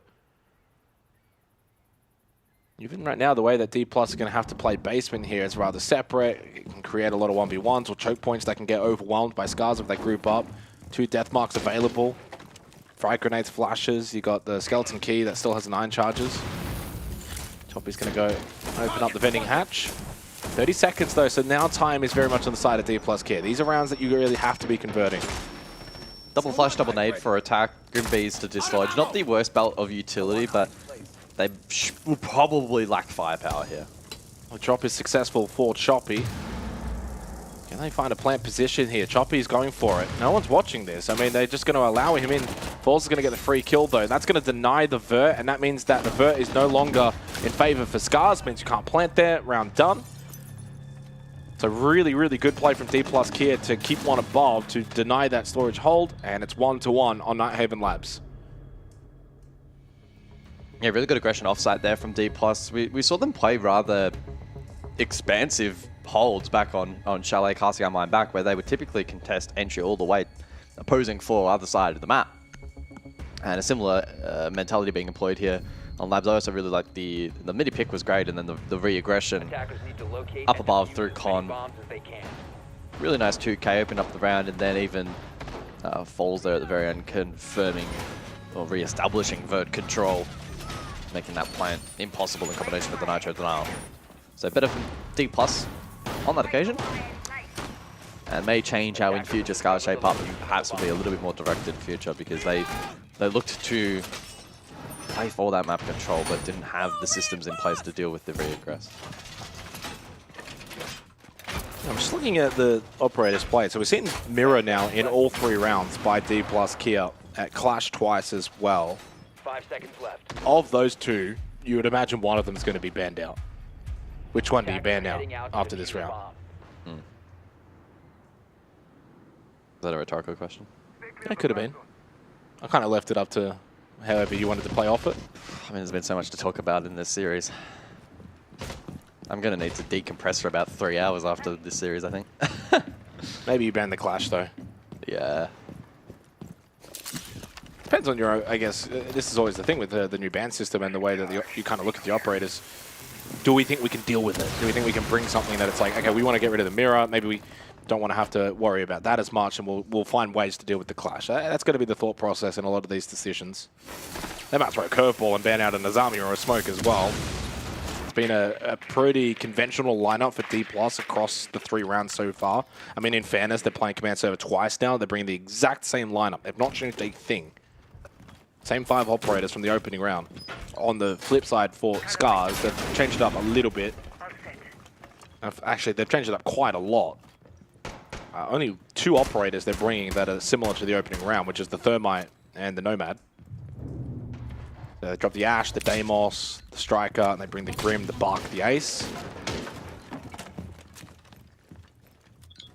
So it is a change-up for Scars, and you can see also in the way they're playing this round now. So you don't have to necessarily go for that con-side stack, get Wishoy down in Lounge, open up the floorboards, and it's a better way to deal with the Clash as well. Yeah, a lot of pressure currently from Wishoy down below, keeping Bullet on his toes on the Clash, and if he's able to claim this kill, Wishoy, it really opens up the round for his team. But even just the pressure will help supplement the push elsewhere from others. Ball's looking to support, tucked in the corner. Azami barrier below to help protect from Bird as well. Big investment for both teams into this play. Ball's looking to hold on for as long as he can. Can Wishoy find the angle? Wishoy's camera's on about 5 FPS right now. Luckily his game isn't. He's been playing so well. Oh, they saw him in the doorway. Yeah, free kill on the Fish Lake. Falls does get traded. Choppy falls as well. 2v3 now in favor for D plus Kia. I think the res is realistic here. It's a bit of an awkward position though, the cross. Rek has taken the possession of Lounge after losing Wishoy on the Buck. Under 40 seconds though, so now time is relevant. Fish Lake still hasn't gotten brought back up, but the kit is on his body. So that is a position you need to retake and get him back up. Ooh, this lurk. Oh, beautiful headshot found, but not expecting one close right. So Nears will get the trade. Fish Lake will get brought back up. That'll be the kit acquired as well. But down to the final 15 seconds, and he's still got this Clash alive. Shield goes down from Bullet. He wants to go gun up, and he hits the headshot immediately onto Gator. Fish Lake so low on health. Surely wouldn't be capable of clutching this one. Well played from D plus Kia. They go 2-1 up here on Nighthaven Labs. And they've won all 3 opening engagements in these rounds as well. That's got to be a concern for Scars. Yeah, the only win con there is Rek hits the successful backstab. Scars having to push into both a deployed Clash Shield and the mirror window. You're just asking for trouble. It's incredibly low percentage. So very, very rough there for Scars at the death. But to the credit of D+, they had to work pretty hard to maintain that control. The pressure below from Wishoy, the eventual rotation as well from the Nomad. They had to be really, really careful in retaining position. The keep a barrier, so good round from D+. I mean, the Clash and the Monty ban. I mean, the Monty ban is pretty much just there because it's like, oh, they're going to ban the Clash. So we then don't want them to be able to abuse the Monty later. Even though they've not necessarily been playing the Monty, it's more of a forward thinking from D plus Kia, because you take that Clash off the board and then you bring the Monty. That's a big reversal in power. So you kind of just ban both out. Okay, no longer have the Clash, but they also now can't bring the Monty. But for Scars, that's probably a win, because they haven't been bringing the Monty anyway. So no longer have to deal with that Clash. And hello, Nears is on a Kavera. Hiding in basement. Wow, lower bracket final, we bring the Cav out. Not sure how many Cavs we've seen selected throughout this stage. Attackers have located a bomb. Scars have not played it at all, and D+ have played it 0 times as well. I'm not going to go through the other 6 teams, but I assume it's very much a niche selection. Well, I mean, but Cav is always going to be that operator that needs to essentially be a niche to make it work. It needs to be that surprise pick. It needs to be like, hey, we weren't ready for this. And I don't think they're going to be ready for this if he stays anywhere close by. He's just ready to shoot straight away. Okay. Smart. Oh, it hasn't been droned yet, though. I mean, Nears could just push out this and get the kill. Might not have heard him jump on drone, though. I don't know. He's going to get a free kill, though. Aegator does not live here because he never... Oh, no, he doesn't drone it. No. Wait, Nears is falling back. There's no way. Oh, this is... Well, Aegator should still... I mean, well, to be fair, he runs away enough. Oh, my God. He's actually switched on. Oh! Aegator wins it. Good night. He would have got jump scared. Cav is very difficult to play with the new sound system to note as well. I think Aegator probably heard it at the last second. Well, they got a trade elsewhere onto Choppy, who has started 0-4. The Thermite, it has been eliminated, and they've got no more hard breach for the round.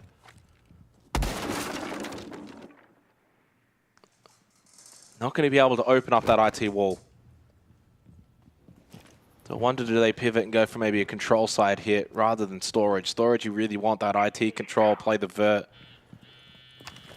Logic bomb called out by Rek. Oh, Washoy, got to get that kill, and he does convert. He's been so good in this series so far, Washoy, really leading as the fragger for Scars. Mini doesn't make the cross. Good logic bomb, so good teamwork from Scars. Definitely feel like the quality of play has risen a little bit on Nighthaven Labs. Yeah, logic bomb and 2 death marks here for Scars. They shouldn't have too many problems in at least isolating one more player. Yellow ping and hunting, and Rek is about to surely get this kill. No, Levy was switched on and hit the headshot onto Rek. Well played from Levy. Sensing the pressure off the back of that logic bomb, and elsewhere 2 more fall for Scars, and that 4v3 advantage has evaporated very quickly, and the round is done.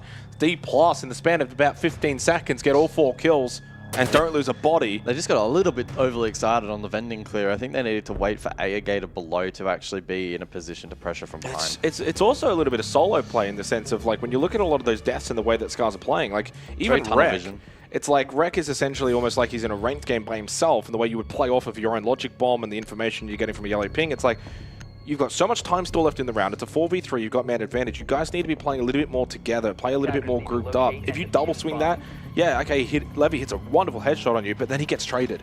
Like, it's the little things that are costing Scars in some of these rounds. Now, admittedly, it's Nighthaven Labs, and defense usually does quite well on this map. Over in the APAC North region, though, that doesn't hold true. This is the 5th time we're seeing Labs in APAC North. It's actually the most attacker win rate map at 66%. The most attacker-sided win rate. Okay. At 66, across all maps is what I'm saying. I don't know how, why, where you're getting I'm getting these numbers from, but 66.7% from 42 rounds in APAC North. Now, again, you could dive in and probably find the reasons as to, you know, sometimes you get a really good team plays a really bad team, they start attack. That can skew numbers, but obviously, I think you've got access to the global statistics, and as we that's know, what I want to reference. Labs really should be more closer to defender-sided. Your mate Derry's updated it. Oh, it's looking very nice. Oh, yeah, it's got a new interface. Oh, now. is that pictures as well for the maps? Oh, wow, Yeah, it's pretty clean. Attack win rate 48.3, which puts it 2nd in the pool behind Bank at 49.3. So it actually is a rather attacker-sided map currently. Which is intriguing, considering its lifespan is a little bit well, I think command server has always been that tricky objective, but maybe with the new ban system, that's when it's really flipped a little bit. Yeah, maybe. Anyway, this is a big stack for Scars. Also has the highest plant percent at 26. So the Fuse Shield leads the entry from Fishlike. Gator will die anyway. Scars are trying to bring the pressure really quickly. They cannot get storage control, and this is a plant that needs to be secured, and Choppy will be able to. The smoke was able to obscure the cover. In the end, the Glass didn't find the pick anyway, but it does not matter. So 3v4, Midi with a big kill on to Fishlike. 30 seconds left in the post plant. No smokes, though, remaining for Rek to really nail home the advantage of the Glass. You have a drone. Nitro's thrown. Ooh. Misses, but they swing off it. Really well played. Choppy can't get more than just the one. It's a retake that is successful for D+ Kia. They will go 4-1 up here on Nighthaven Labs defense, which apparently in this day and age is pretty darn good. Yeah, good successful retake there. I mean, the plant pattern and execute from Scars was relatively clean, but in the post like that, with a belt of util still standing and one player pinned in the corner towards breach, it really limits options there for Scars and makes it very difficult against the eventual flood, which was well timed by DK. They didn't feed ones. They again played off that utility that was available as well. And so now, as we prepare for the final round of the half, D+, who look far more switched on than Chalet, haven't made near as many, if not any, egregious mistakes so far. I mean, you cast your mind back to the first half of Chalet, there were almost countless mistakes made by them. This time they look really switched on, which is funny considering it's not their map pick. It is quite comical, Michael. Very, very comical. Yeah, no, look, they've been really switched on. And I think that was the talking point from us back on Chalet was that you kind of look at the example from last night where a team like Weibo even looked a little bit shaky in that lower bracket final. And then as the night progressed and as they were playing more games, and even said by Reeps himself, this is just a warm-up. And it was. And they got warmed up and eventually they would bring their best form. And I think for D+ Kia and Scars to a degree, because even Scars themselves have probably been less error-prone. They're just kind of getting beaten. Definitely both teams look more switched on here on Nighthaven Labs compared to Chalet.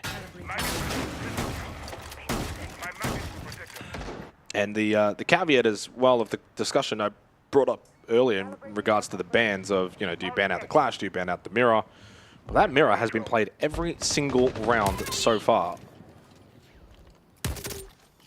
All 6 rounds, the Mirror has been involved. Of course, the Clash was played twice before the ban. And that's how you open up IT with the Hibana trick from Choppy.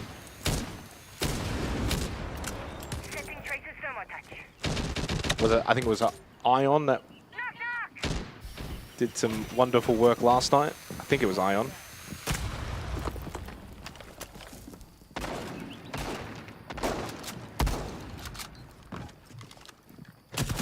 Angle found from Rek outside of Con. Swapping mags. Grenade out. Midi down, but brought back up. Helping hand from Bullet. One and only Nitroself D+ Kia. Scars really need this second round if Nighthaven Labs is to remain competitive going into the second half. The concern is then if D+ run away with this map, they will be in form going into Clubhouse.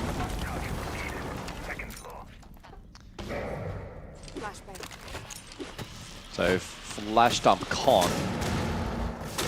It's Falls again contesting this position, and whilst he was flashed out, a relatively comfortable reposition for him. Also has Midi down the line at this pillar position behind him. The window has been smashed though, and does just compromise his position a little bit, but Falls happy to tuck, and again we saw that last time from him. Negator gives an absolute freebie. Not synced up with any kind of comm pressure either. I feel like that's been a real issue for Scars on their attack here on Labs, and even in some cases back on Chalet as well, is just the entries just look so basic, not clearing out properly in terms of cap can traps and frost mats and droning. Is there people close by? They just enter and it's like, oh, well, if I live, I live, or if I die, I die. And Agator had the kit as well. Luckily, Mashoy's was able to nab that.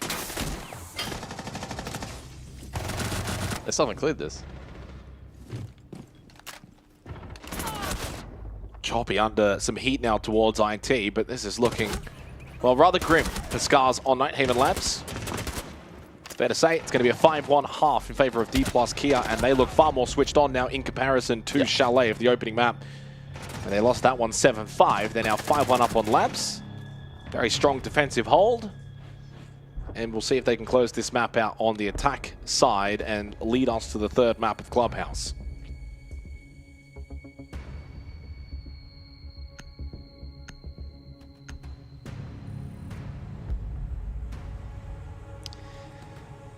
Yeah, Scars have unfortunately switched off a little bit here, map 2. I think as you were alluding to, their entry was just on multiple occasions incredibly questionable, only winning out on one occasion in the half. And that was the fish-like clutch. Yeah. It was a 1v2 and a 3K. Otherwise, it was a 6-0 half. For all money, it was a 6-0 half for D+. It's just the fish-like clutch in the opening round was the difference. They got 5 of the 6 opening kills. Midi with 2 3Ks, Levy with a 3K. And you look at plays alive, 4-3, 3-2, 4 in the 5 rounds that they won. Very lopsided. Very dominant half from D+ Kia. Never really under a lot of threat, never really looked like losing rounds, outside of maybe round 5 for Basement when the plant got put down at just under 2 minutes. And even in that post-plant retake, it was pretty comfortable for D+. So, yeah, all metrics, all numbers suggesting just total dominance on this map. You know, on the flip side, with Chalet being a 7-5, close, hotly contested, you could find avenues for both sides. Things were a little bit more even. Both teams had clutches. Both teams had multi-kills. That first half, there was just nothing from Scars. 5 seconds left before insertion. The Clash hidden here for round 7, and I assume that tool will be either used to posture over towards top blue or in response to Con, such as the versatility of Clash at the moment, the ability to place that shield down pretty promptly. DK bringing the Maverick on this occasion. Reloading. No hard breach banned out, but they opt to go for that tool, interestingly enough. Just the, the singular primary hard breach. IT's just left soft anyway. Yeah, okay.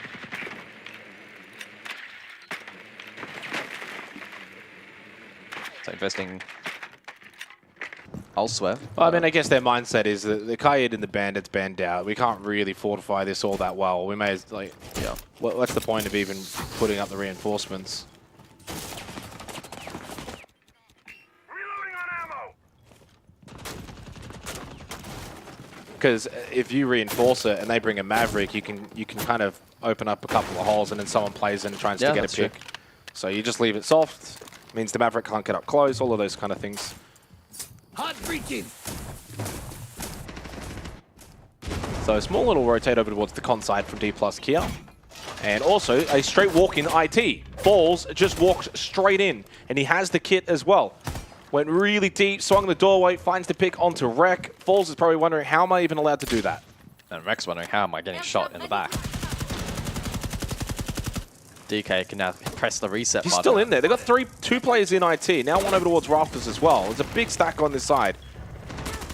Wishoy does help out. Got the kill onto Falls. Bullet will fall. Now, Aegate fish like Wishoy are all very low on health here. Is this still winnable for both teams? Oh, Midi, that was awkward. Though now after losing Levy, finds himself in the 1v3. Bullet, by the way, is not going to get brought back up. He's in con. Midi's in Rafters, so he's a long way away. Close ankle swing from Aegator. I couldn't tell you how Scars got away with that round. Losing the opening pick the way they did. And then there was a really elongated, awkward battle over towards Con for that retake control. And Fish like almost messed up the timing by going too soon on the clash. They eventually made that pinch work and ultimately it dismantled the attack. But yeah, they certainly got away with one there. They had a big hole in that defense. I mean, they very much made that conscious effort. Let's keep IT open to counter the Mav. Well, then you've got to be conscious of the perceived work that can happen after that and the pressure. And by the way, there was another round in which D+, because he got the opening kill, falls through IT. That puts them from 6 to 7 rounds. 6 out of 7 rounds, I should say. But they do lose that one.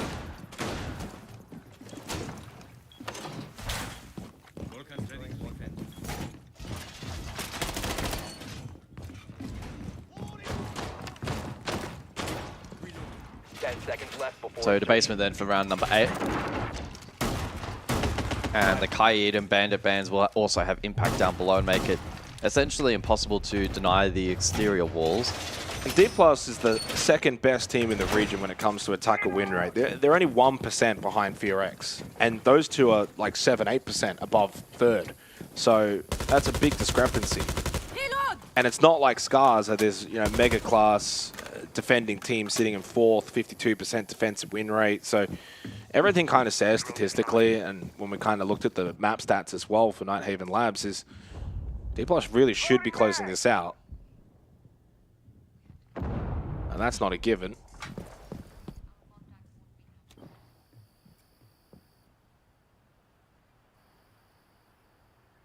Bring the Blitz this round, which is going to be the first time we get to see Blitz here on Nighthaven Labs.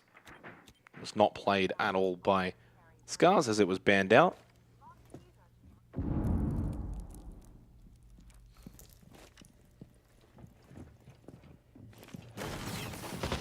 Makes the entry in through Kitchen. Bullet with another opening kill for D+ Kia. They are just dominating that statistic. And a good pinch as well. Playing off the Blitz incredibly well was Levy to get that kill through the soft wall. And this roam from Scars has been easily dealt with by D+ Kia. But 3v5s were won back on Chalet for Scars. We'll need to now do it here on Labs. Oh, he knows he's close. Yep, you hear him. Oh.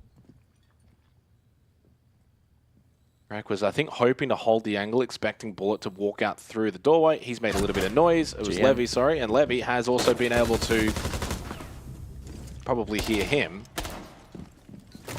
And This round's done. It'll be 6-2 to D+ here.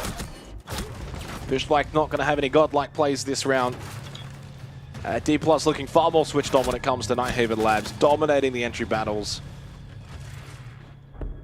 Really should have won the previous round as well after that entry through IT. That's really their only blemish here on Labs, is probably that prior round where they allowed and the they probably should have won the first round as well. Yep. So really, it should be like 7-0. That's how dominant this map has been for D+ Kill across the board. You look at the scoreboard and you might be thinking, okay, Scars are on defense, they could maybe bring this back. Like, there is nothing to suggest this map has been close. Attackers need to locate. It should be 7-0 D+. And they won't care if they close this out 7-2, 7-3, 7. It doesn't really matter, but they need to be at least winning a map that they should have won 7-0. Bullet with a 3K that round as well. And again, players alive for 4, 3, 3, 2, 4, 4, D+ Kia. Like, they are just dominating these rounds. Not a single player for Scars is going positive in any statistic. Anything. KD, entry, cost, KPI. No one is going positive. AEK to Rec, they both died every single round. They don't have a 0% survival rate. This is an absolute beatdown.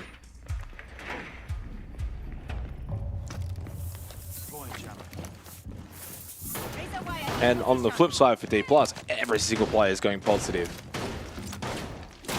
Yeah, Levy's done really well, especially more in that supportive role. Played the majority of the first half on the smoke, 88% cost.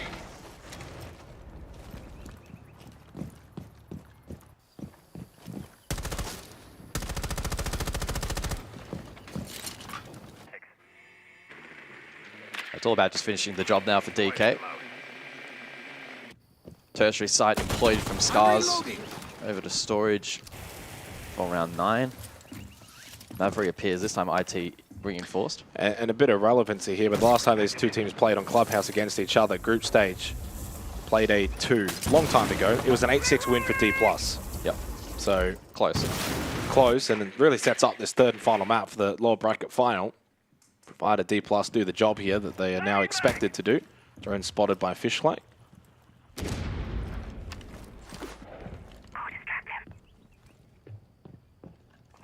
On hit across here from DK. They don't have dedicated vert tools, but still wanting this map control. Fishlake with the opening pick on to Nears. Finally they get an open. Yeah, finally indeed. Last time they got an opening pick was back in round 4. That was the only other one they got. That was Aegator, and they didn't even convert the round. And they do so here. Retro thrown out by Aegator. Rek will sit the Clash Shield down in IT. Aegator contesting electrical, but he's feeling a bit of pressure. Washoy taking very low on Lounge as well on the first floor. Aegator found his kill, so did Choppy. And it seems like we will extend things a little longer on Nighthaven Labs. Certainly better from Scars. But it also feels like D+ kind of just walked into the front line and just lost some battles. And round not done just yet. I'm sure he's very low. But needed to do way too much there in a 1v3. So we go 6-3 on the scoreboard. And again, every single statistic is saying Scars really shouldn't be able to now go and win 3 rounds in a row. Force OT shouldn't really be a possibility.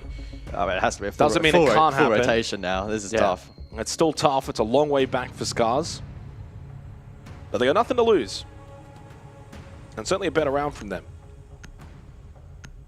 But yeah, all of these rounds have been really, really close. Only 2 rounds have had players alive for the winning team under 3, which was round 3 and round 1, where it was the, of course, the clutch 1v2 for Fishlike back in the opening round. And in round 3, there were 2 players left alive for D+ in their round win. Everything else, 3 to 4 players alive. So the rounds themselves have actually been very one-sided. But that is 2 rounds now won defensively for Scars in this half. Can't forget they were 5-1 down after the first half. It was very defender-sided for D+ Kill. Still every will in which Scars could replicate that, not an impossibility. We go back to command and server now for the 10th round. You win this at 6-4.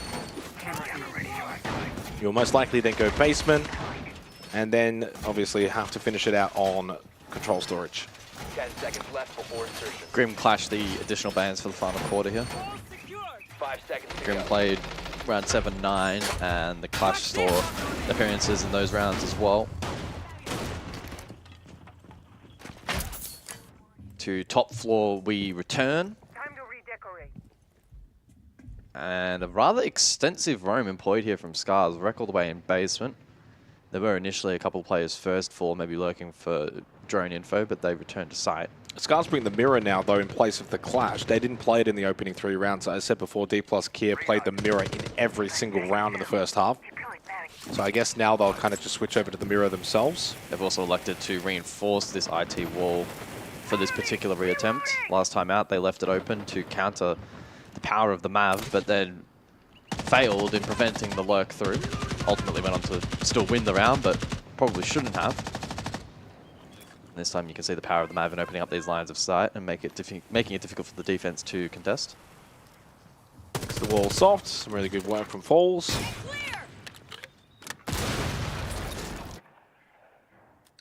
Nears with a nice little drone. Activating shock drone. Here's the aggression of Washoy. Not so much aggression, but just on this Rafters position, he's holding it out rather than in. They've allowed the lurk again. Oh, but Fishlike's ready for midi. Really clean headshot. Yeah, Washoy's just kind of continuing to slip in between Command and Rafters. Now he's back in towards Command, so now he's more so in rather than out. Conside hit now as well for D+ Kia, so they've got pressure on both sides. 2 over towards the IT side, 2 over towards the con side. That's going to be the pinch that Scars need to deal with. Big kill again for Fishlike, and it seems like that mirror switch up has been successful for them. Flash thrown in to clear out electrical, but the Nitrocell from AEgator will hit successfully, and Scars are making a good stand now on Nighthaven Labs, and suddenly this lower bracket final goes from comical to quite serious.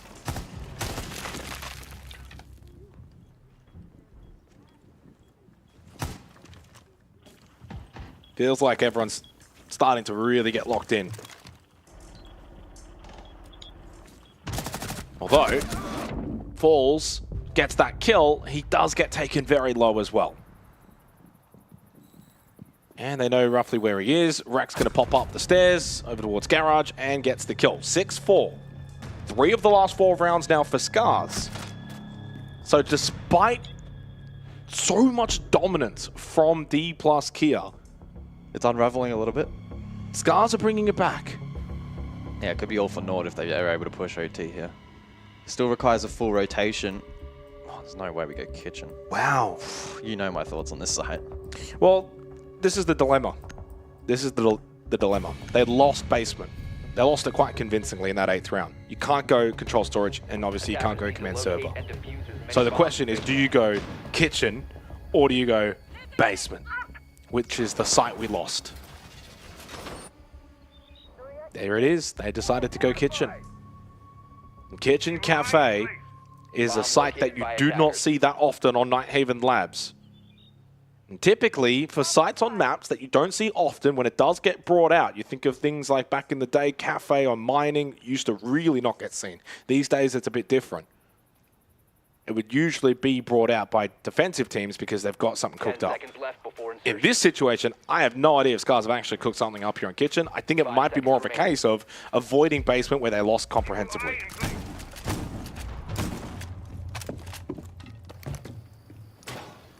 And I know that you're going to go and check the stats to see how often we see this particular site. It's a regular, which skews the numbers. Well, we know it's a regular. I think it actually is skewing more towards defense. In fact, I'm pretty sure it's almost defender-sided side. 56.3 equal with storage. Again, it's like 16 plays. But it comes back to the nature of if you don't see it often, you don't play it often, the team that then picks it, obviously being on defense, is going to be more prepared for this. There's just so many pitfalls on this objective. It's very difficult to hold control above, and that vert is able to pressure a lot of the objective. That's why DK bring the ram. Pretty easy in obtaining that vert. I don't mind the execute counter util here from defense to probably negate that. They have both the Warden and the Maestro in play. The Azami as well may make a couple more positions in towards the side a little bit more defensible as well. It's going to be quite the intriguing round. Top 4 control essentially has been forfeited, as expected. Logic Bomb goes out from Nears. Changing mags. So fully on the first floor now for Scars.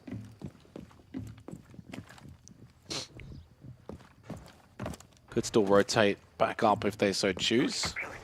Get some re-aggression later on in the round. Boogie Auto Breacher does get blown up. Still 2 more available though for Biddy. And this is the issue as well with Kitchen Cafe. You want to play sight to stop the immediate jump in, but then if they've got vert control, you can't play sight. This is going to get really messy. And I'm not talking about the floorboard, I'm talking about this round. 5 versus 5 with a minute left on Kitchen Cafe. This is going to get really spicy. One spotted from Fishlike, but it's Nears that gets the opening pick onto Choppy. Fishlike, by shooting, gives up his position. He got taken very low. They don't have the warden anymore. And this flash dump now can be very, very strong. Up close on these armies with Shoy. Makes the cross, gets out of that right side corner. Well, Shoy's currently the only player on the objective. There you get it. Gets caught in storage. Big pick from Bullet. It's falling apart now for Scars, and their decision to come to the regular site on Nighthaven Labs looks like it's backfiring. Another 3v5 would be required to keep this alive. Keep a barrier thrown to block that window, but Rek lost his battle as well. It's only Washoy and a very low Fishlike who eventually falls as well, and so will Washoy, the star for Scars. Can't clutch up, and with D+ Kia taking Nighthaven Labs, a third map is required for this lower bracket final. Clubhouse coming up very soon, guys. Far more clinical from D+, and whilst they got a little sketch towards the tail end, Rob, they were able to lock in and get the job done. They look comfortable for the vast majority of it. There were still moments that we saw that kind of linked back to a little bit of Chalet, but ultimately cool, calm, and composed in the end, Pengu. A much better showing from D+, but it's got to be said, that was Scar's map pick. Yeah, I'm still not convinced, honestly, in this best of 3 or what team is actually showing up the strongest right now. And I will say I've never seen a more difficult Nighthaven Labs on the attacking side. This is typically a map where we say, attacking's pretty comfortable if you do the 1-2-3s, the basic steps, etc. But I think this has been kind of the story for this entire series so far. It's not been a regular game of Rainbow Six Siege, and I don't know if it's because both teams are playing this different kind of aggressive style, or if it's D+ actually struggling to make the right adaptations, but it's been extremely chaotic all the way through. It has. I don't want to say the word disappointing. I think it's been more confusing for me, Tiff. Yeah, I like what you said, attacks. What was going on there? Yeah. And it's funny because yesterday we were struggling with attacks on Nighthaven Labs, but it was because we couldn't trick with Hibana. No, it wasn't Hard Breach that was the problem. It was those mid rounds. I think second or third last round there, what happened with, I think Midi was the only player just swinging into the objective. Like, no one else is pushing. We're not hard clearing these mirror windows strategically. We're not even timing our executes. We're not looking for weaknesses. So yeah, it was a bit messy, to be honest. But of course, if we see enough times, D+ would go through and have a messy attack. Eventually, maybe it will work. First half, though, big red flags for Scars. That's my main concern out of this game. 5-1. 1-5 is not good enough at all. All you need is 2 attacks, and you're beating in the second half if you're D+. So, yeah. Big concerns for Scars. Of course, that's map 2 in the books. I feel like map 1 was probably a better showing out of both teams, maybe even. That's terrifying. Which is a strange thing. Like we said, Nighthaven, not a map that we would have expected to see out of D+. Scars picking into it. We thought it would have been their favored. Like you said, Rob, when we were off air, did we get the maps the wrong way around? It feels like it. Why is it that Scars are so much better on Chalet and D+ so much better on Nighthaven? Right. Yeah, both of them just look very unsure. Like that, it's an unconvincing performance. Now, granted, that's not to take anything away from, I guess, what can happen in playoffs. You look to a game like yesterday where Weibo, we were sitting there like, what on God's earth did we just see in the lower bracket final? All of a sudden, they get to the grand final and they just absolutely dominate. So don't take away from the fact that just because this series is messy, that the next series could potentially have the same implication. But I think one thing does concern me a little bit here, Nick, and that's we've seen Nighthaven Labs, a game where, fundamentals are very important, We go to Clubhouse next, which arguably is the single most important map for your fundamentals. I mean, are you worried? I'm very worried for that exact same reasoning. If you cannot get the job done on Nighthaven Labs, which is a simpler version of Clubhouse in a lot of ways on the attacking side especially, and you're going to Clubhouse, it's like either you're going to have the most honest heart-to-heart right now between map 2 and map 3, and you're just gonna figure it out, or you're gonna go into Clubhouse being like, all right guys, let's start with plan C, and if plan C doesn't work, let's go with plan D, because A and B are cooked and we can't do them. Yeah. Like, what are you gonna do? If we're talking about an honest hard chat, someone's got to have one with Choppy today. Yeah, it's funny because Choppy, I feel like, has been a highlight player, especially I think he was the highest rated player on the team over the stage so far. Was sure he was, but I think Choppy was next. He was next. coming in second. Yeah. Yeah, and like you said, Clubhouse is a map which comes down to fundamentals. Of course, yeah, you need an individual player popping, but I'm just looking back over the stats. The last time these teams played Clubhouse against each other, which was, of course, in the regular stage, it was 8-6. In favor of D+. And guess what? It was actually an attacker-sided Clubhouse. 4-2 splits, right? Attack for both teams. And D+ started with 4 in a row as well. Also notable, looking back on the stats from that game, like there wasn't a lot of multi-kills. There weren't a lot of clutches. There was 1 clutch from Nears, 2 multi-kills from other D+ players. But for the most part, it came down to fundamentals, and yet they're still winning their attacks. They're banning out shields. They're playing good hard breach. We're seeing a bit of Glaz. We're seeing a variety of different strats. We're seeing teams looking pretty confident on the attacking side, which is not at all the story in Nighthaven. So, of course, moving into that third map, it's going to be a big focus for me. Not just hero players, not just can Choppy pop off and get his stats looking a bit better, but are we going to win as a team? Yes. Yeah, well, right now it's a very heavily individual-based game in this series. 10 out of the whatever amount of rounds we've played have been multi-kills. That's a very significant stat, especially when you consider the caliber of both of these two teams. We're not talking about a Kinotrope that is still trying to find their feet in a very competitive league. We're talking about the top 2 out of maybe the top 3 teams in this region. It's getting very feisty. There's only one map to go. Only one team can go through. This is both regions' last chance. Really only Brazil's only chance, but Japan, it's scars that stand in the way of utter dominance. It's time for us to go to a break. On the other side, Clubhouse.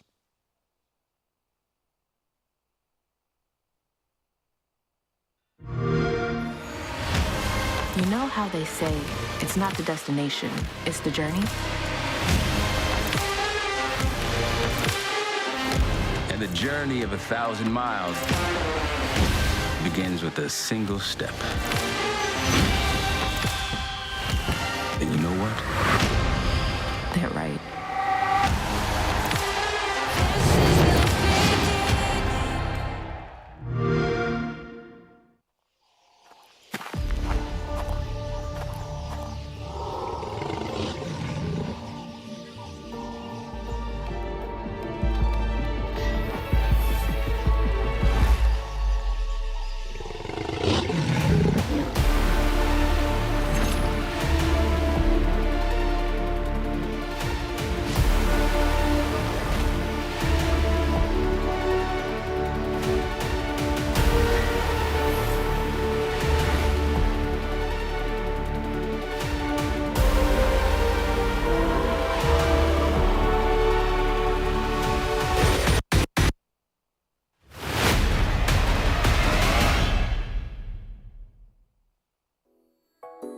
처음 본 순간부터 눈을 뗄 수가 없었어. 이 세상 하나뿐인 너 처음 봤으니까 빠졌으니까 Then you got me sinking low.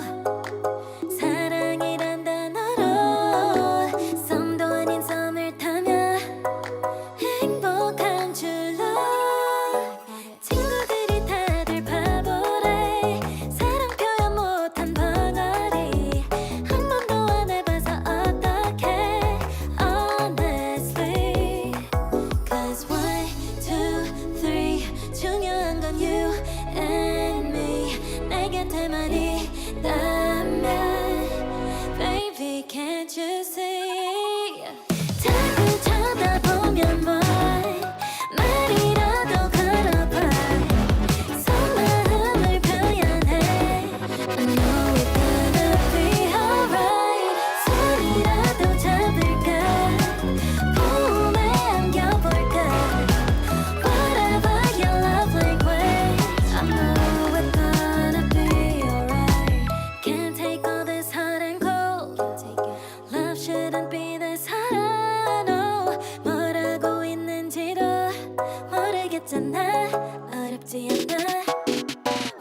생각한지도 정말 진심인지도 Guess like I've never guessed before 나 좋아하는 건 맞아 친구들이 다들 바보래 사랑 표현 못한 벙어리 한 번도 안 해봐서 어떡해 Honestly Cause 1, 2, 3 중요한 건 you and me 내 곁에만 있다면 Baby can't you see 자꾸 쳐다보면 말이라도 걸어봐 속마음을 표현해 I know we're gonna be alright 손이라도 잡을까 품에 안겨볼까 Whatever your love language I know we're gonna be alright I know we're gonna be alright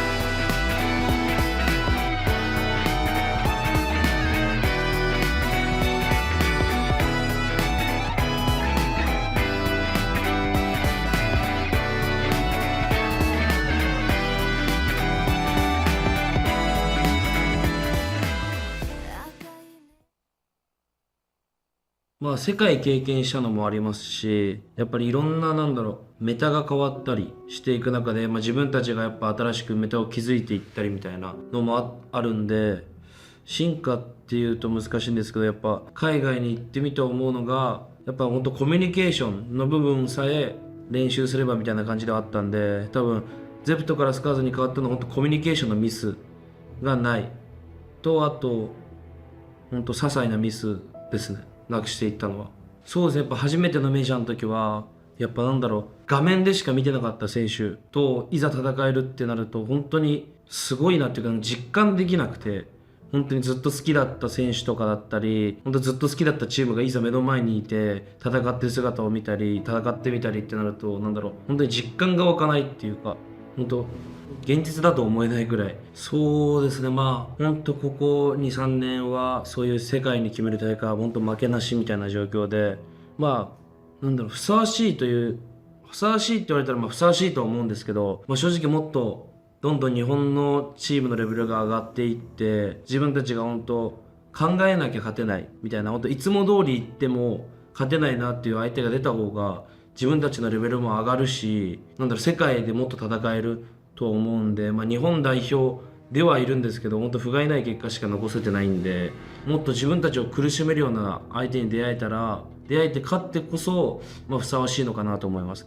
そうですね、やっぱ日本チームというかAPAC チーム自体が、結構舐められてると言ったらあれですけど、結果が出ないチームで結構下に見られてることがあると思うんですけど、正直やっぱ悔しいというか、しょうがないなっていう結果ではあるんですけど、今年はちゃんと結果残してAPAC 強いんだなって思わせれるような成績を残したいと思います。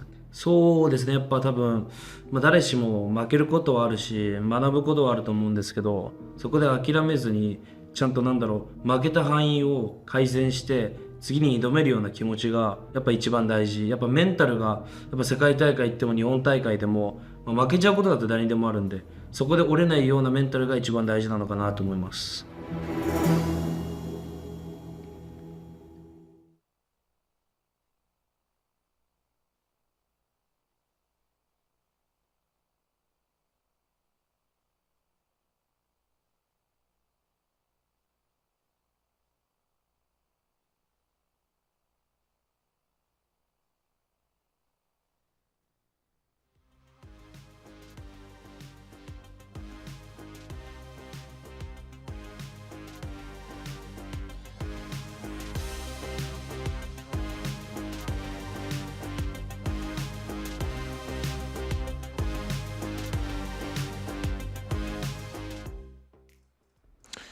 Well, as we just heard from Rek, they want to prove that APAC is strong this year. No better opportunity than right here, right now. Lower bracket final, map 3. Win, you're into the grand final against Fear X. Lose, and it means that Brazilian imports will take down the best Japanese team at the minute, and only 50 SI points. A lot on the line when it comes to this clubhouse.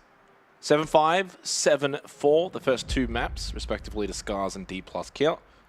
Monty, Blackbeard band, followed by the Kaid and the Mirror. And we get underway in a do or die 3rd map, best of 1. Monty, BB, Kaid, Mirror. Just said it. Unless you wanted to add extra. Are you gonna let me finish my point? Okay, no, sorry. Go. Pick's not standing out as being particularly unusual here on Club. Did you say that too? Okay. No.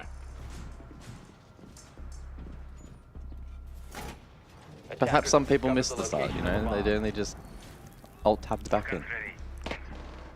Who's your pick? Who have you got? I think you picked D+ before, right? We all did except Rob. Okay. No, today I went with D+ in this and Fear X in the grand final, which I think was probably going to be a common selection. 5 seconds to go. In terms of now that we've kind of played through the first 2 maps and we head into Clubhouse where I sit, it's really difficult to get a grasp because Chalet was just so chaotic. Nighthaven Labs was far more clinical from D+, but even towards the end, Scars started to get going a little bit, but just left themselves no real room for error. Well, the big thing for me is definitely going to be this entry statistic, which over the course of the first 2 maps now is heavily in favor of D+. And don't forget, Scars statistically coming into today the best entry team in the region for APAC North. Well, there's a pick right there available, and Levy will get the kill onto Rek. Well, I mentioned it. It follows through. D+ start off Clubhouse in the similar fashion where they keep finding these entry engagements constantly in a 5v4. That adds up over the course of a best-of-3 series. And weakens this defensive hold down for Scars. And was Shoy taken very low towards main. Ooh, this is quite the peak. Nice. Oh, one tap with the SMG-11 from Fishlike. And that just also slows D+ down a little bit too, because they've got the blitz. They could have gone pretty quick. 5-on-4 was Shoy low, got some good map control. But now the kit's stranded towards Jacuzzi. So you got to kind of navigate, go pick that back up. That just naturally slows you down. And they haven't cleared out Choppy as well towards Strip. Throws out the Nitrocell in anticipation of the blitz. And the blitz is hunting. So D+ now playing into this roam clear on Choppy. Shoy, who got taken low, was top floor, but rotated back down main. And he's now playing in towards Church. Choppy, shotgun. And Nears just beats him out right with the pistol. Yeah, good discipline from Nears. They're able to close distance and then catch Choppy off guard, give his team now the advantage. And with Washoy low on HP, D+ are posturing quite nicely. Yeah, but they're going to still get this kit, so the blitz is not in a position just yet. Yeah, I mean, plenty of time there. It's not really an issue. As long as they don't allow re-aggress, which now shouldn't really be permitted. And here's straight down bot main. And it's been barricaded off. Now there's 3 gas babes available, but Fishlike's playing dirt, so a little bit more difficult to kind of get these over towards the bot main entry, as you can find an angle.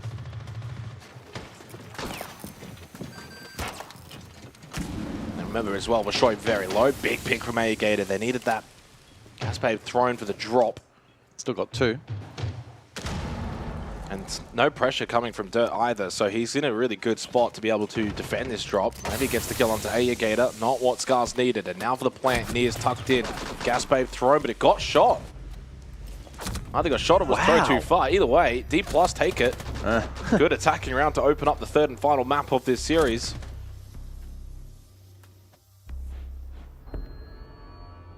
Yeah, I thought he got it right into the corner, but I think you might have actually thrown it a little too deep. Gym Bedroom, we go for the 2nd round. Good start for D+ Kia. And I think now that we've kind of entered the 3rd map, you kind of look at the body of work across all the rounds that we've kind of looked at. And the thing that stands out the most for me is that. Just constantly D+, starting these rounds better. The shield play as well has also been better from D+. 15 seconds left. Oh, he did shoot it. No, he's pretty clinical there in the end for D+, identifying that he had shot was indeed the strongest win con for them. Good isolation as well with the choppy roam earlier on from Nears. Gym bedroom round 2. D+ just continuing to mount pressure. 5 seconds to insertion. Jammer ready. Yeah, Levy with a 3K. He had a 3K as well back on Nighthaven Labs. Attackers will drop the bomb diffuser. Look at the overall KD numbers and who's performing. It's Nears at 21-16. Another $12 of ad revenue. The biggest issue here is not so much who's top fragging. In terms of top fraggers, like you look at Nears and Midi, 21-20, they're matched. Wishoy's got 21, Fishlike's got 20. Levy's got 18, How You Get has got 18, Bullet's got 15, Rex got 15, but where's the outlier? Falls has 15 and 15, Choppy 8 and 20. Yeah. That's the difference maker right now. Choppy is 8 for 20, 0 for 3 entry, 42% cost at a 0.33 KPR, 17% survival rate, 62 EPS. He is having an atrocious series. He is one that if you wanted to look to an individual for Scars that needs to elevate their game here on Clubhouse, it's Choppy. Quiet as a mouse. Setting up a breaching sequence. Which is TYP for unfamiliar viewers of the APAC North region. Exterior comm proving to be a little bit more challenging to open up than DK first expected, but the mid jambar has now been cleared with the Lance. Mav again in the hands of Foles, similarly to what we saw back on Labs. And much like Labs, he makes quick work of that, and Nears immediately follows up through the skeleton key breach. 2 quick kills, catches Scars on their heels, and Falls now looking to plant. Well, I mean, this is clinical from D+ Kia. They'll win this round now because Force is going to get the plant down, no denial, and there's no clash to help with the retake. Only Wishoy left. And when you're someone like Wishoy and you're playing around that like logistic con side of the map, you're thinking, guys, what has happened? How have you allowed this? And they're just not switched on. Like, we're talking about map 3 of a lower bracket final, the difference between 50 SI points and essentially a stage where you haven't really gained a lot, or at minimum, grand final, 150 SI points, a chance to fight for first, which essentially, if you're finishing top 2, or more importantly, if you're finishing second, you can still take something from this stage. 150 SI points goes a long way when everyone else is getting 50 or nothing. It adds up. Defenders, protect your I really like that play. Like, it's a great play, but like Scars need to be more switched on to contest that. Yeah, that's the it's kind not of totally uncommon to rush the Jacuzzi breach. Through a Mav trick, though, it is more uncommon. That's the kind of Brazilian flair that you're not seeing in Apex scrims. No, and it's a point that Mentalist brought up the other night, right? That the scrim quality in this region needs an improvement. You are not seeing that in a scrim, and that's why Scars are just not ready for it, and they probably have just never seen it. So full credit to the attack. 10 seconds left. Giving up 2 attacking rounds on Clubhouse is really not what you want to be doing 5 seconds to go. to kickstart the final map. Again, opening kills both the way of D+ in the opening 2 rounds. Clubhouse heavily defender-sided as well in the APAC North region, closing in on nearly 60% defensive win rate. They're abusing this blitz while they still can. But Fish, like, that's a huge pick onto Levy. So no hard breach except for the 2 tin cans of Falls on the Grim. Already towards top, and guess what? Spotted as well. And Nears just walks through the flames to hunt down his target. Nitro thrown in desperation from Choppy, maybe to at least just open up the hatch and make the drop, but he cannot escape Nears. He's 5-1 and abusing this blitz perfectly. 3 versus 3 with over well and truly 2.5 minutes in this round. D+ are bringing pace and aggression here on Clubhouse, and Scars just cannot handle it.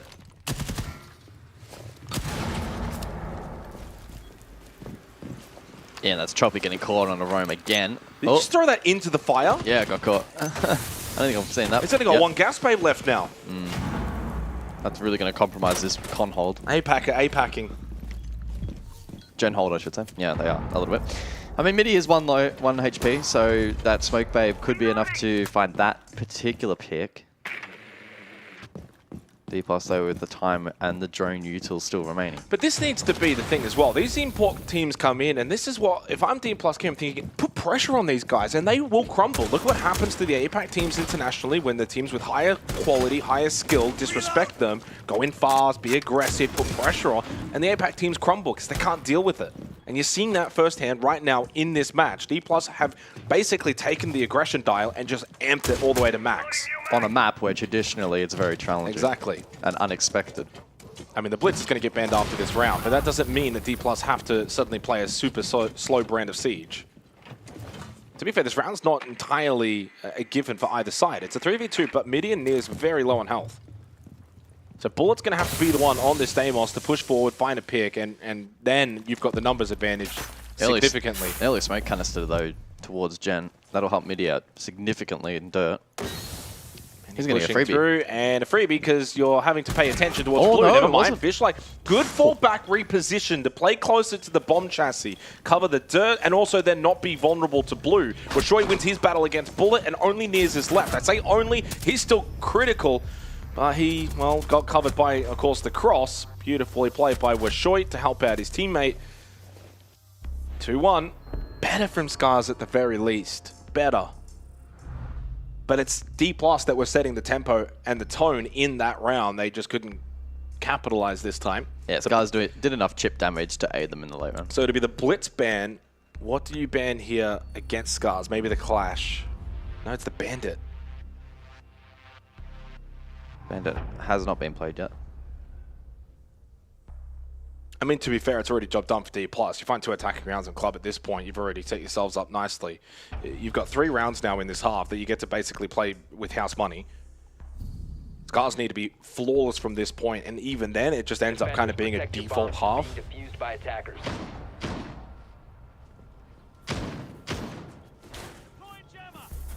does leave the Clash available. Not chosen this round for Scars. Well, last time out, this site was aggressively pushed by D+. The Mavtrick, Jacuzzi, and the immediate follow-up through the breach after the Skeleton Key opened it up. It was immediate of a snappy, and it resulted in a 2K against Scars as they were completely caught off guard. You would anticipate that that kind of set play is not one that can be replicated, and so this one may lean itself into being a little bit more centric on the map clear from CC Cash across, and so we'll see how Scars respond to that. D+ didn't bring the Blitz on their last attempt of this site, and so the loss of the Blitz here shouldn't be as impactful.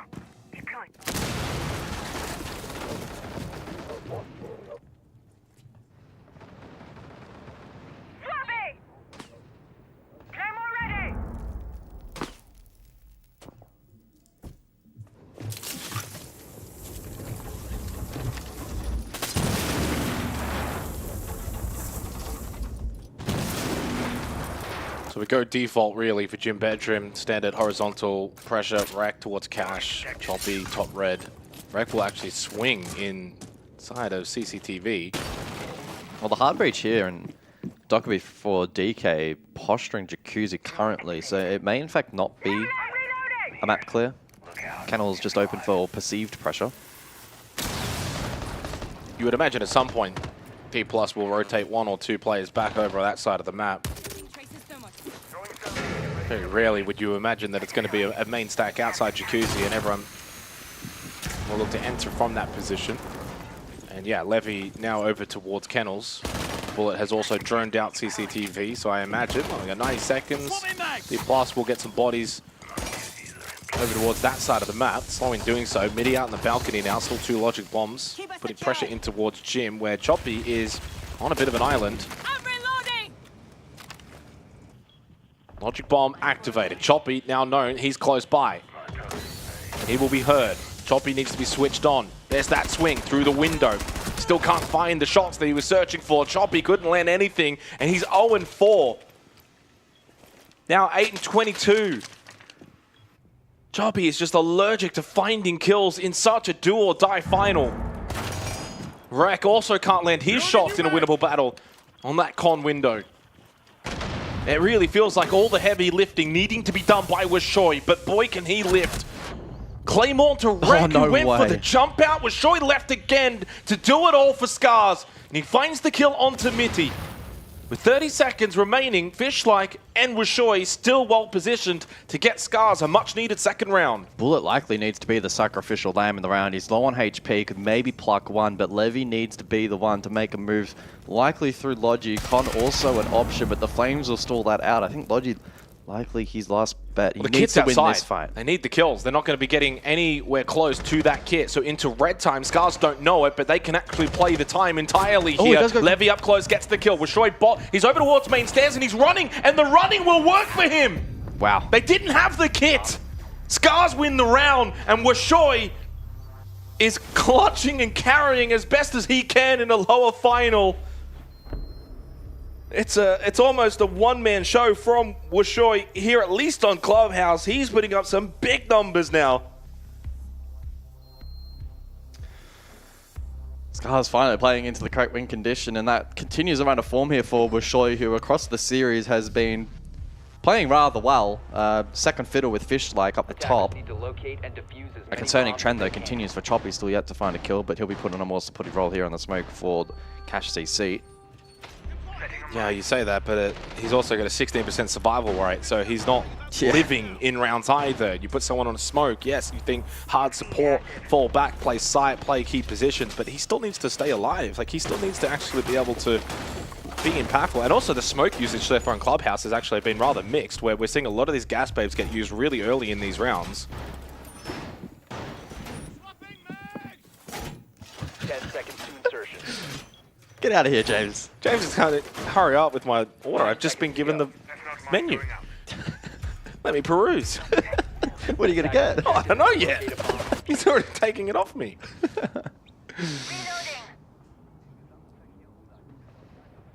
So D+, at least statistically, is somewhat playing here on house money, but an additional round, preferably two, would set themselves up very, very nicely to book a date in that grand final with FearX. And perhaps this warm-up will be... We'll see them well served. Bullet already in lounge. So an uncontested entry down below. Scars have somewhat of a roam presence, but it's all the way over bedroom. They have a triple stack on that side of the map. No presence below currently, except for Rek, who is repositioning stage. He's going to get caught. There is no way Rek checks hard left. Dead. Another opening pick for D+ Kia. That'll be their third now on Clubhouse, and a big loss on Rek, who's now 1-5 on Club. He too has been underperforming a little bit in this series, unfortunately. We saw his interview earlier, which was a really good chat with him. But as much as he said he wanted to show that APAC should not be underestimated. Well, he's talking at an international level. And if they lose this, they are not going to EWC. It is kind of an international game, though, to some in theory. extent, yeah, I know. Fishlike. Oh, though, traded. just in. Balls has taken CCTV. Wishoy, though, big Nitro and a big map so far from him. Single-handedly keeping Scars alive in a do-or-die final map. Gas Babe, a little bit of damage onto Balls, forces him out of position. Fishlike needs to stay alive. Unfortunately, it's a little bit toxic, but Choppy's probably not to be trusted right now. He could change that. This could be his moment to be impactful. Falls on 1 HP, sticking the plant. No denial to come through. They've got no utility left, so that plant will be secured. Nears with a good headshot, and Choppy again losing his life, going for the peak. Wishoy's great. He's been absolutely immense, but surely this is a task even beyond him. I mean, he's parting this round as well, being far from optimal. He never got in a position to contest the plan. He was flailing on the other side of the map. So now needs to step up. 25 seconds on the clock, looking to push forward, Fall still close, player out on breach, and Nears finds Fishlike. It's a 1v3, 2 more to find, 10 seconds until he needs to get on that kit, but no shot. Bullet down below on the lurk, able to regress back up freely. And it gives the advantage now over to D+ Kia. 3-2 up, leading once again.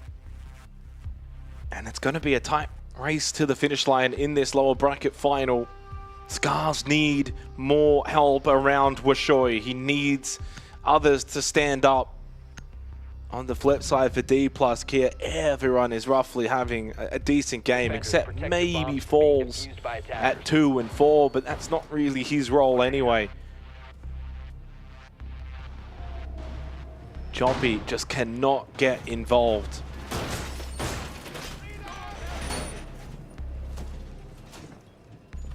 He has a 0% cost through 5 rounds.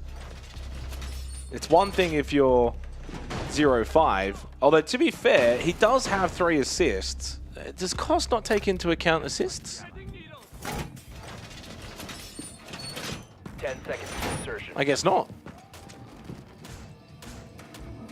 I love the fact that you just shrug your shoulders and you just offer nothing. I'm looking at other numbers here, mate. Okay.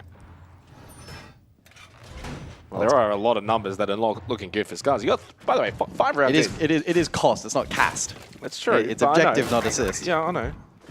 I just feel like it's a decent little. He also has what 0. He'd have to have a 0% survival rate. He does. Yeah. He's not the only one. Aegator and Rek have also got a 0% survival rate. You've got 3 players on a team 5 rounds in that have not been able to survive any round. Kill objective survival trait, by the way. I'm aware of what cost is, but I'm just yeah. Swapping mag. Well, I just figured maybe we should have the assist in there. Maybe it could be Costa.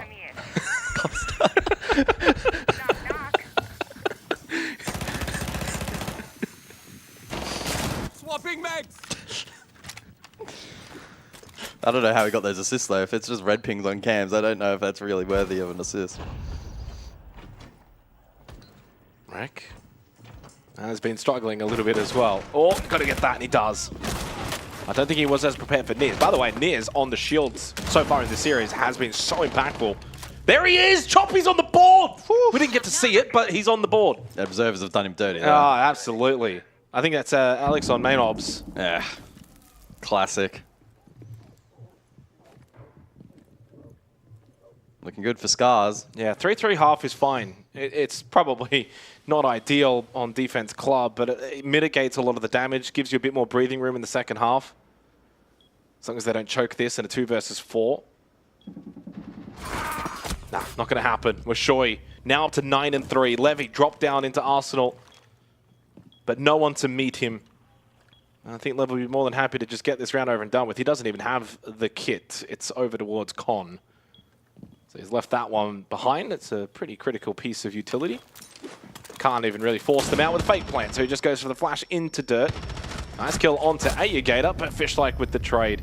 So a 3-3 half. Couldn't be any closer in this lower bracket final. We've not had overtime. So it could be closer. But on this map it is... Well, I mean, right now, it's a 3. You can't be closer than 3-3. Thanks, guys. No, I can't disagree with you there. I'm concerned about Scars on attack, though. I'm concerned. Happy to be proven wrong, though. Yeah, statistically, not they're a 51% attacker win rate team, but in fairness, D+ are only a 50% defensive team. The D+ are actually far better at attacking than they are defending. You know, it's actually kind of interesting when you look at the numbers between D+ FearX, like their attacker win rates are almost identical, and then there's a whopping 13% difference in defense. So FearX have the same kind of attacking prowess as D+, but are significantly better on defense.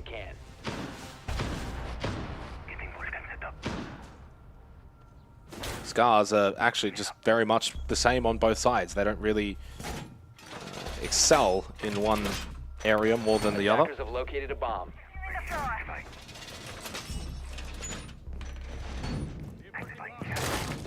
Scars have played Clubhouse 4 times this year.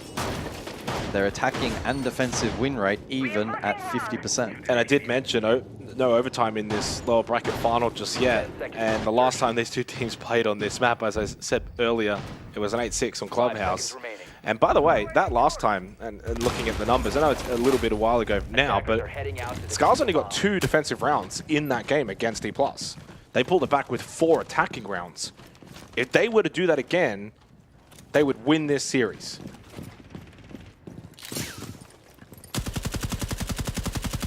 So a little bit of context. Oh my god. Another opening kill for D+ Kia. It's remarkable how one of Scar's biggest strengths and what's arguably pulled him into this position in the first place has just not been really a factor at all in this match. Despite that, they remain competitive. Got to get this kill. Freebie. Yellow ping intel. Midi wasn't ready for Fishlight to be so close. They do get the trade. By the way, 6 rounds played, of course, coming into this 7th. 100% conversion on the opening kill. Yep. I think, though, that in this round, though, trading out the souls as quickly as they did will essentially make it an even trade. That being said, like-for-like strength, Blackbeard very, very powerful at the moment, and that will be a significant loss. Oh, this is a good angle. Just needs him to come back a little bit more to the left. Mears will die. Jeez. Nicely done for Fishlike, and he's turning out to be the partner in crime for Washoy. Oh, speaking of Washoy, a little drive-by with the Vendetta.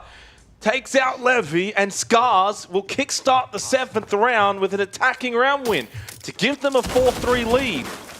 Bit of a statement piece then here from... It's game on. The attack. D+ elected to go for an aggressive, I would honestly label it as a bit of a disrespectful roam. Some of the setups they went for were rather extraordinary. Was it not too similar, though, to maybe Scars in the opening round, where they went for that aggressive roam and D+ just obliterated them on the attack? There's a striking similarity.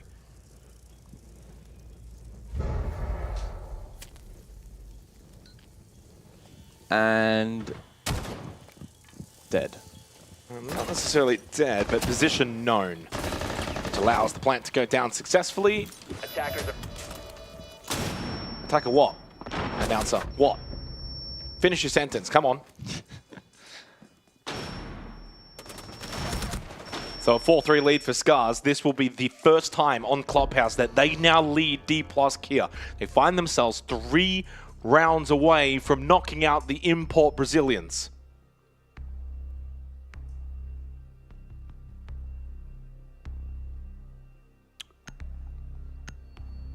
Still don't know who to call from here. It's way too difficult. Who do you think wins between Elevate and D+?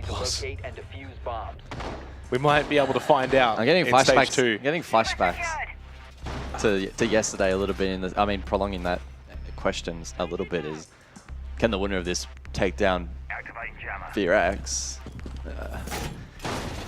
Striking similarities to yesterday, where Weibo played at 80% and then warmed into the series and demolished Elevate. Is there a world in which one of these two teams can warm into the grand final? I don't know. I will say, there has been a gradual improvement across the series. Chalet feels like a lifetime ago, and both teams made so many mistakes. It was a ranked game, plain and simple, and I'm sure both would admit they did not play particularly well. But Labs, it improved, and I think so far here on Club, maybe a map which is a little bit more comfort-based with how long-standing it is in the pool, that they've both really locked in. They've experimented at times, don't get me wrong, but execution has been far better. That was also the first round that the opening kill was not converted. So D+ find themselves now behind for the first time on Clubhouse. Levy trying to find an angle here. We did see a kill from Fishlike in that position in the first half. One tap SMG. Washoy is putting on an absolute clinic on Clubhouse though, but now he's also got a little bit of help from Fishlike. Actracell from Midi finds nothing. 2 more still available for D+. The Blackbeard to make the entry in through CCTV. Is Gym Bedroom for this 8th round. Drone blocked by the Mozzie Pest. Mirror windows to deal with later on, plus the Clash is a very fortified site. And on top of that, you got to deal with a Mozzie that's going to be playing off-site. So D+ is set up very nicely in this round. Yeah, the late round stall out from D+ should be rather strong, and the Nitro threat remains as well. That one for the entry through Logi, pre-placed down below in Kitchen. And that will be a really powerful tool in countering APL, presuming that the Blackbeard wants to play the front line for that push later on and is still... Well, let them funnel then. You let them funnel into Logi. You bring the... why is the clash in logistics? You can bring the clash then over towards the con doorway into bedroom. You want them into Logi. Maybe trying to attract attention from Midi. I don't know if Midi's playing a tuck here and trying to hide. He's thinking about making this entry. Midi, as you mentioned, tucked into logistics. They bring a large stack now defensively for D+, over towards that gym bathroom side. Washoy opening pick onto Midi, so he gets dealt with. Oh, team kill from Rek onto APL. Takes down his Blackbeard, falls. He's been finished off by Choppy, who found the kill onto Bullet. And suddenly this defense for D+ has just been picked apart. It's only Nears. He gets the down onto Fishlike. And with the HP numbers of Choppy, Rek, and Washoy, it's doable! But Choppy of all people! That's his moment that he makes his! It hasn't been his series, but that's his moment. 5-3, Scars 2 rounds away from that prize of taking on FearX in the grand final. Yeah, that's a really sharp shot as well. Scars elected to go for the flood there, going for the kill as the correct win con. They just had to be able to keep up with the trades and find the pick back, which they ultimately did. Defenders, protect your bomb. And that was despite an earlier TK onto the Blackbeard of all players. The clear Logi though prior to that was really nice. Right here, good shot. Time started to dwindle a little bit. Foles played a very awkward position, and then that compromised Bullet as well. He's almost with an opportunity to clutch, but Choppy with a sharp trade. Scars with a 2-round lead. So far, D+ have not been able to find a defensive round on Clubhouse. I'm kind of glad I looked back actually the last time these two teams played on this very map, guys, because of the fact that it did kind of insinuate that Scars can attack on this map. And so far, they're doing it here in a match that matters far more than a Playdate 2 group stage match. 5-3 up. The other thing as well is you kind of look at the maps that we played. Like on Chalet, Scars got out to a lead, they maintained it, they hold it, they win it. D+ get out to a lead, they maintain it, they hold it, they win it. So Clubhouse, Scars, you know, can they get out to the lead? Yes. Can they maintain it? We'll see. Yeah, so far so good. They're so close. What can D+ Kid now do to get themselves back into this? Because typically in the course of this series, I think a lot of the strength has come when they've gotten aggressive. Yeah, some of their unpredictability and their... I would describe it as controlled aggression has been one of their big strengths, but... been restricted a little bit here quite nicely by Scars, and they're finding these playmaking opportunities in far more narrow windows. Scars posturing bedroom side currently. Kennel's open prior, so there is perceived pressure breach. I like this angle for Washoy. Bullet went investigating there from rafters, but will taper back after the Kali shot rains out. Yeah, I think Bullet is probably thinking this is not going to be a garage. What a peek from Nears. Scars, can they follow up here? No one below. So unfortunate. Nears is low, but they get the opening pick onto Rek. The question will be how impactful the Kali can be later in the round. How is Scars going to deal with the clash shield? The explosives are so limited. I think they're cooked in this round. Yeah, they're done. Never done with Washoy in the server, even in a 1v5, but he's playing Kali outside towards the Kennel side of the map. At this point, you could take an impromptu timeout. You've got a whole minute here. You're not winning the 1v5. So that's going to be 5-4. It's a very good round for D+ Kid to win this so convincingly. Throws the smoke, gets aggressive, and falls. Will confirm the flawless round for D+ Kia. And I get to bring out the Xenox fun fact of the day, guys. That is our first flawless round of the entire lower bracket final. Yeah. Surprising considering a large majority of the rounds have been 3-4 players alive, yeah, right? A lot of 4 players alive, a lot of, especially 3. Yeah.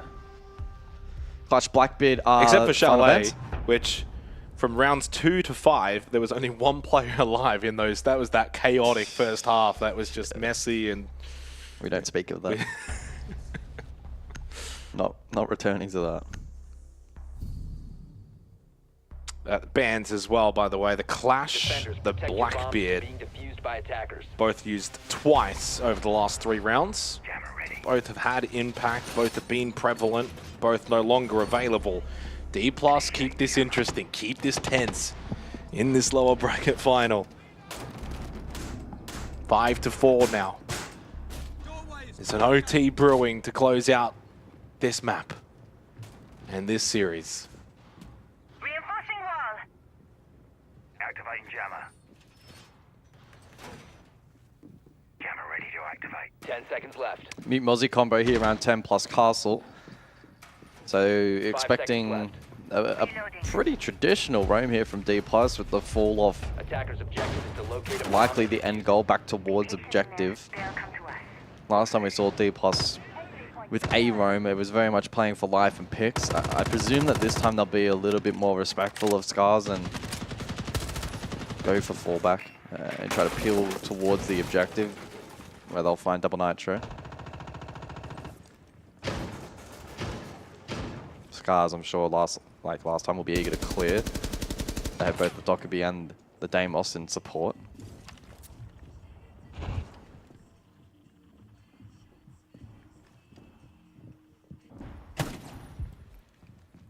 Four drones down. Scars make their way over towards Jacuzzi to open this up and facilitating the roam clear. DK will escape. They sense that enough time in util has been wasted. I love the way they're checking this, because they have, I imagine they had no control, obviously, bot main. They thought maybe there's a chance someone could have actually snuck down. The way they're kind of like walking back down to site was almost as if they figured maybe someone could be down here. Which in theory is, they're not incorrect. But it also would have been very fascinating. And it's actually a really good vision to see that the pro levels are always prepared and always switched on, that even a minuscule chance that someone has snuck down bot main, we're going to be ready. Time to make a new door. Knock, knock. Just over a minute. Now it becomes bunker defense. Basement here in the 10th round. No more roam. Reload. Doom, doom.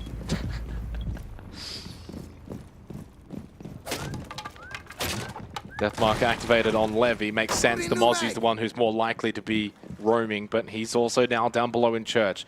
2 nitros available, 2 impacts available, 3 gas babes to keep a barrier. D+ are set up nicely. Yeah, Scars with limited vert as well. That's allowing the likes of Bullet to play aggressive Arsenal. We're sure you're reverting to frag grenades.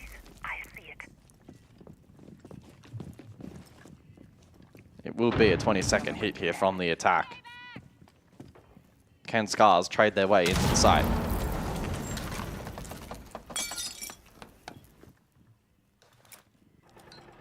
So Logic Bomb and the old 20-second meta. Good ping information. Ayagata had a small chance to maybe find a headshot there onto Levy. In the end, he does do so, but not as quickly as he would have liked. Remember, we're into red time. Now in church, Fishlike's going to be getting that diffuser down. Falls, making the move through the hallway, but he makes contact with Ayagator and he protects his planter nicely. Bullet gets the kill onto Ayagator, and this becomes a straight 1v1 in round 10 at 5-4, and Bullet hits a wonderful headshot. D+ clutch up defensively in the 10th round, and they will tie things 5-5. Fishlike just had that moment of hesitation, looked to the hallway, when in fact Bullet was still behind the box. And you can see how amped up that got D+. And for Scars, there's probably that doubt now back in their minds. 5-3 up. They won the first 2 attacking rounds of the half. They looked clean, clinical, players alive, quick rounds, well-executed rounds, and suddenly D+ just go bang, bang, and it's tied at 5-5. You win this round right here, right now in the 11th, you will have match point. and at minimum, OT secure. This becomes so critical for both teams. Gym, bedroom, we go. This site was not defended successfully for D+ Kia back in the 8th round. Yeah, they got shredded. It was the 2 players up, but that was a pretty futile clutch attempt. In theory, it did come down to a 1v1, and Choppy was able to hit his shot. Yeah, I guess to some extent, sure. But you're right in the sense before that. It was still a very low percentage before that clutch attempt, is my point. The early to mid round, the map control obtained, the lack of pressure on that portion of the map. Logi was also relatively taken with ease. A lot went right for Scar's last attempt.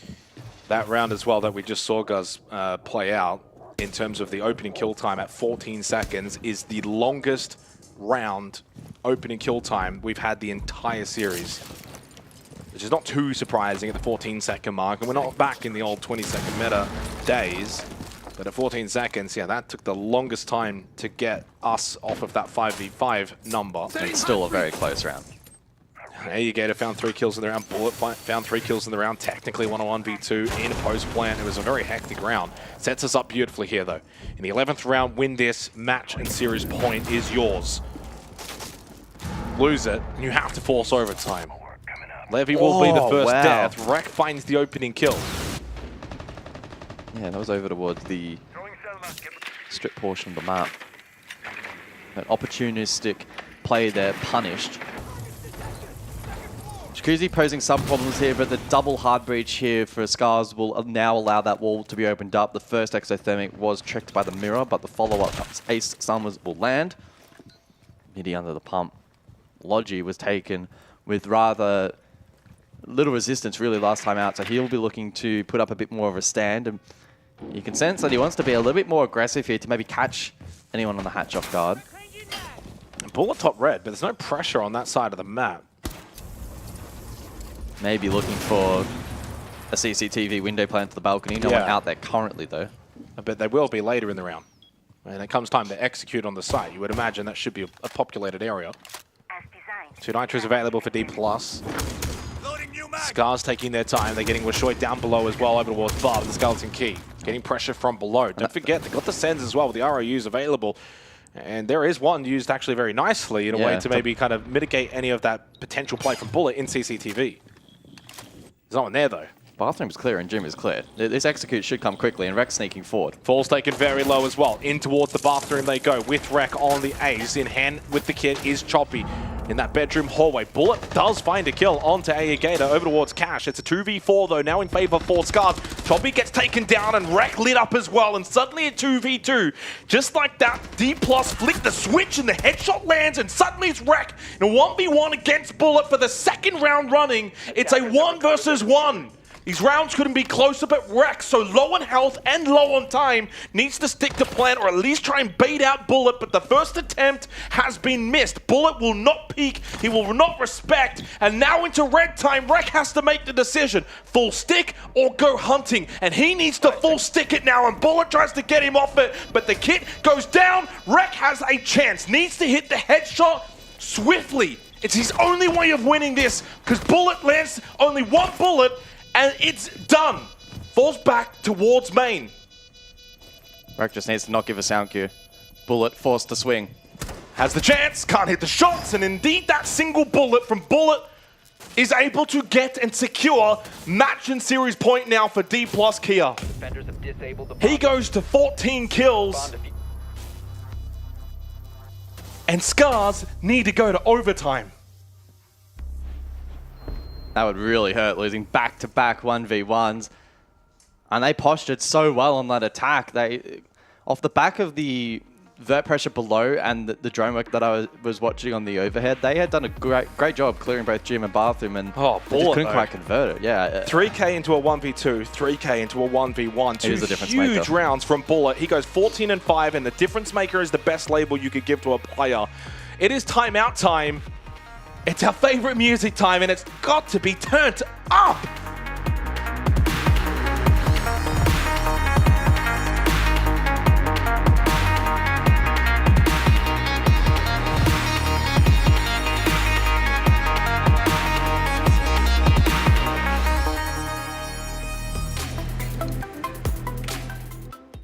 6-0 on entry as well for Bullet in the series. He's been absolutely insane tonight,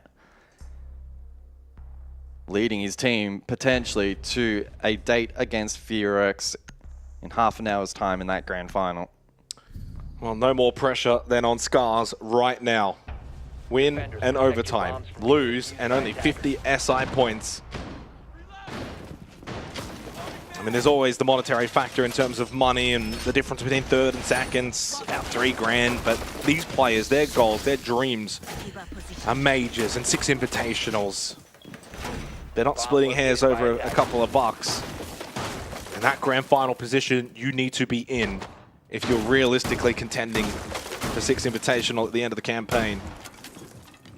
It's a whopping difference in terms of SI points. And you were 5-3 up, and they were looking good. They were looking sharp. Even Choppy got involved on the action with a 3K clutch. And since then, D+ have responded out of sight, out of mind. And by the way, when they went 5-3 up, guys, they had won 5 of the previous 6 rounds. Like, Scars had all of the momentum. But credit to D+ for bringing this back and now getting themselves into a position where they themselves can secure a grand final position against Fearx later tonight and get that rematch of the upper bracket final. Castle employed and the Kali to counter. Seen this once before, back in round number 9. Loading mag! Where Cash CC was successfully defended. That time out though, they did have the clash that time, which was rather impactful. The Cash defense facing over towards Con. Scars banned it out though. And Washoy was playing kennels essentially and wasn't really as active. This time they're getting him more active on the Kali. But it's an incredible decision considering how frag heavy he's been. The Kali itself, not really a frag kind of operator, but certainly useful. Mirror dealt with in terms of the window being cracked, but the mirror in Nia's still in bathroom. 14 and 8. Bullet is 14 and 5. The other 3 have been largely irrelevant for D+ Kier. It's been a 2-man show. 90 seconds, that clock has already ticked down for Scars. They really cannot waste a lot more time. And A-Gate on the Deimos will go tracking, but he's low on health. Actually, I think he ended up cancelling that death mark. I don't like the clock management so far from Scars. And remember, there's just Cash and CCTV, by the way, and they've got nothing in terms of map control. DK have not peeled off this roam at all. And even this pressure from below could well be countered by Levy. A-Gator is low. Levy, a little bit of damage. Ball slips back into Jim. Scars, are you going to leave yourself enough time here? Nitrocell thrown out. Headshot from Rek is massive. Levy hasn't moved a muscle just yet. Fall stuck in Jim. Takes out Rek, and the headshot as well lands on the breach. 3v3 with 40 seconds. Oh, traded, but Levy below finds a pick that will not be. And now they've lost Fishlike's in the 1v3. And Fishlike now needs to clutch a 1v3. Has Kit, but needs to rotate to the other side of the map. They know exactly where he is off the F-Nod as well. He's in a lot of strife. Scars wanted to highlight that the APAC region is not to be underestimated, but it's the Brazilians that have infiltrated this region and looking to make sure that they don't get to contend in that grand final Fish-like position. No, shots do land onto Levy, but there's one to his left, and that's Midi to close it all out. The Brazilians will be heading to the grand final against Fearx. That rematch of the upper bracket final has been confirmed for Scars. A decent effort, a decent showing. So close, but as always with APAC so far.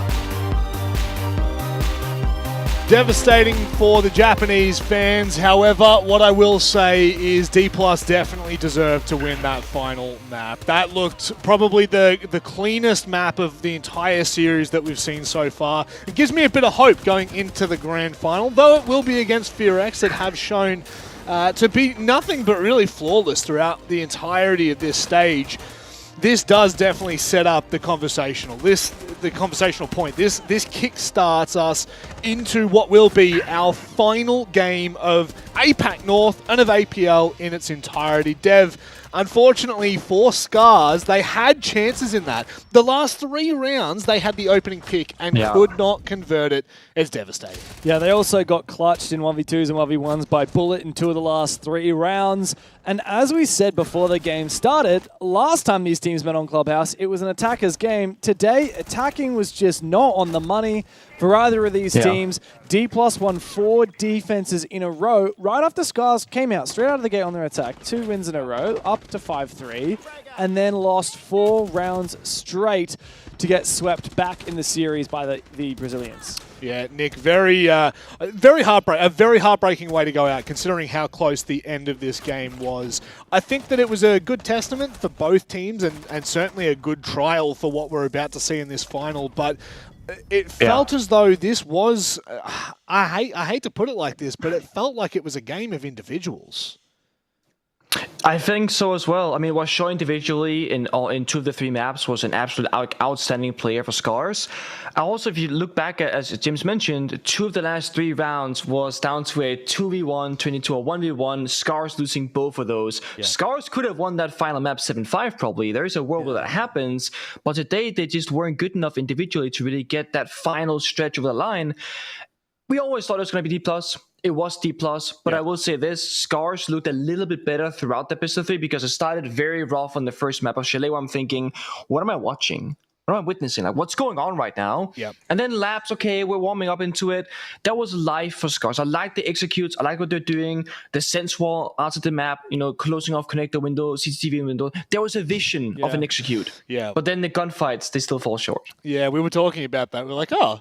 Never thought to use Sense to cover CC wall. But since you can't even pick it with wood anymore, it's just genius. So Sense is so much more multifaceted than people realize. It's only for executes. No, you can use that all the time. I think for so long, people just looked at it and saw failed strats that they just stopped bothering. And now, obviously, with the rework since Siege X, it's kind of changed the trajectory, potentially of the operator. But, I mean, changing trajectory of the conversation a little with Scars. Unfortunately, they are now done and dusted in the playoffs. They're done and dusted for Stage 1. I think looking at this series, just in particular, it is a little disappointing for their individuals. New pickup with I know what you're going to point out. But Choppy was just so underwhelming. And I don't... He did have a clutch, though. He did. But, Nick, that was... He had 4 kills. Maybe, let me just double check this. Yeah, 4 kills for the entire map. And one of them was 3 kills in 1 round. It was a clutch, so it still kept them in it. And you can still give him props for that. But it's for me, it's not the map per se as it is the entire series. Yeah. Across the whole series, Choppy got 12 kills, 28 deaths, so -16. Cost down at 43%. He was the opening death 3 times, never got an opening kill. Survival rate 20%. Not a good look for him. It was a real struggle of a series, which is strange because as we were talking about before, behind Washoe, he's actually the top-rated player on the team from the stage. So I don't know what's going on. Maybe it was the pressure of coming up against D+. Again, sometimes just specific teams have a read on your playstyle. Yeah. It could be that he was a bit rattled by the nature of what was at stake for this game, of course, qualifying for the grand final. Could have been all sorts of things, but unfortunately not quite good enough from one of the newest members of this team. Yeah. And Scars, not just in the hands of Choppy, but suffered in a lot of those rounds at dealing with that last round, for example, the CC attack, clear jacuzzi. There's a guy in gym getting a 2 or 3K.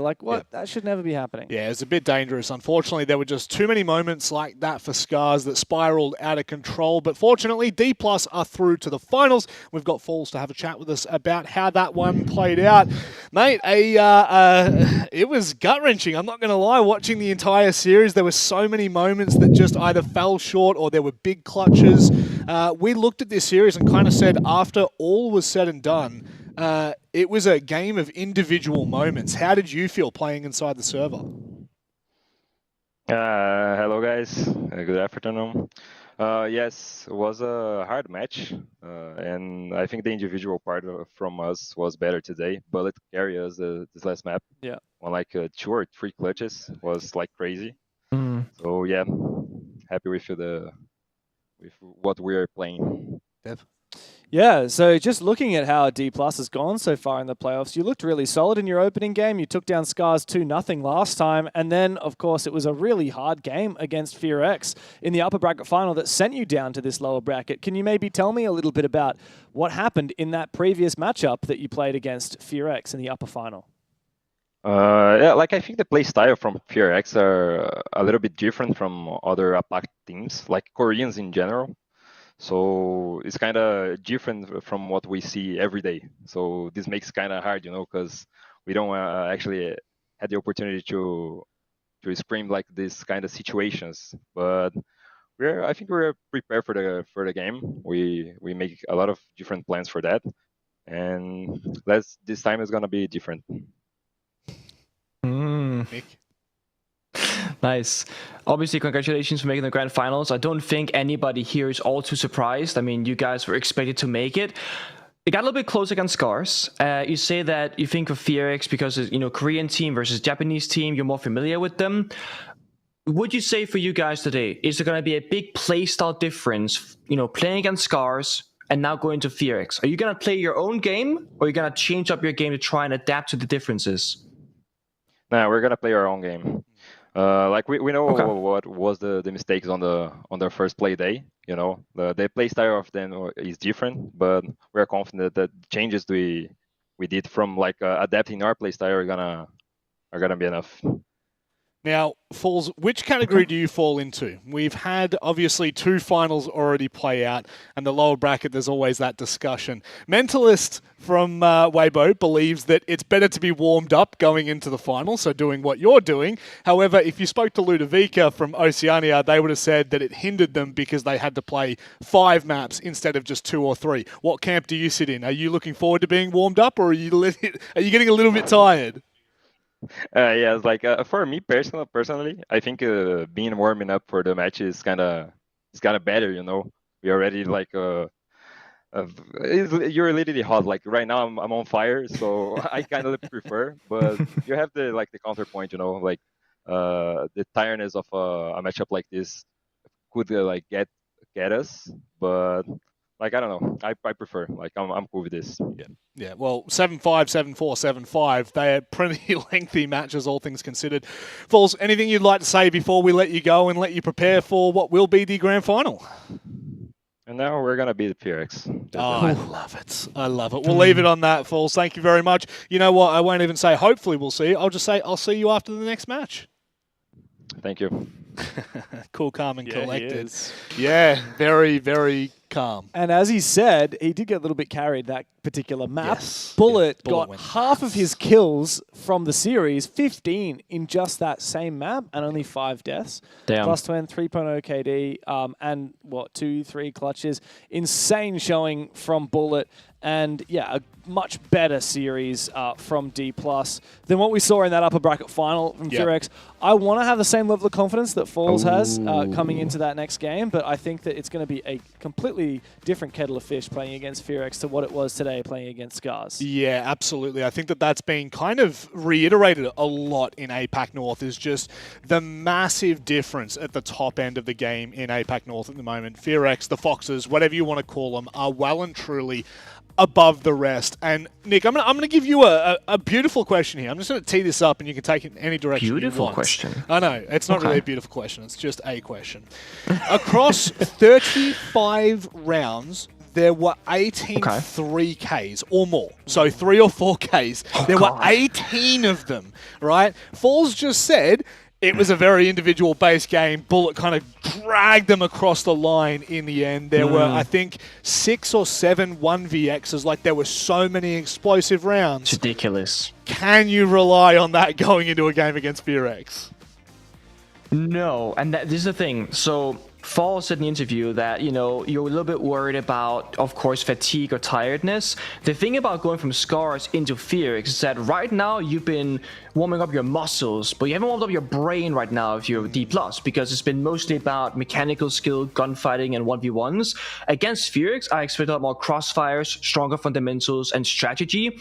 We've seen FearX when they start losing, they call it tactical timeout, and they're going to start playing stuff like 2-bro, Kai. They're going to lock down the bomb site and just make you struggle on getting, open those first walls. Yep. So I don't think it's gonna go that same way. I don't think you can have the same win conditions if you're D+, but Falls also said very confidently they have their game plan, they're prepared, and they are more used to Phoenix's playstyle, so they should have a good matchup against them. Yeah, I have a feeling that we will see just as many clutches, but the reason is because we have the best clutch player in the league playing in our next game. Woogieman, the boogeyman, he is coming for D+, and while they are making that run through the lower bracket, it's going to be a harder match than they have played all stage long coming up against the Foxes. Well, don't forget this as well. For FearX, there's a couple of added bonuses to this match. D+ dropped 2 of their players that FearX picked up. This is also a grudge match. This is also trying to maintain the discipline, the performance that we've seen from the 8-pack teams over the last 2 play days. Currently, Imports 0, APL 2. We'll have to find out whether it's 3 or 2-1. It's coming up after this short break, the grand final. We're looking forward to it.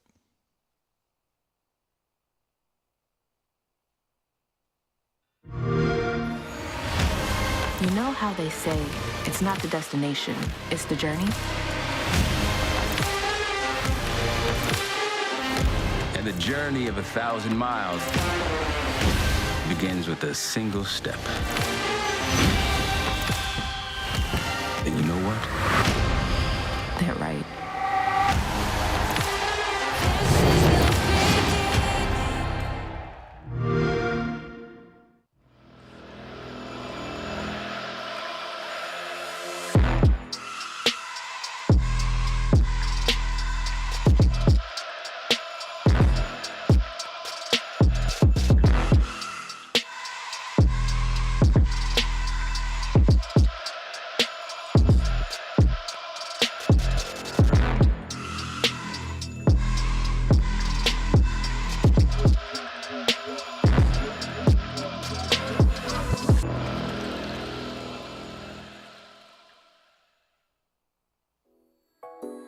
처음 본 순간부터 눈을 뗄 수가 없었어.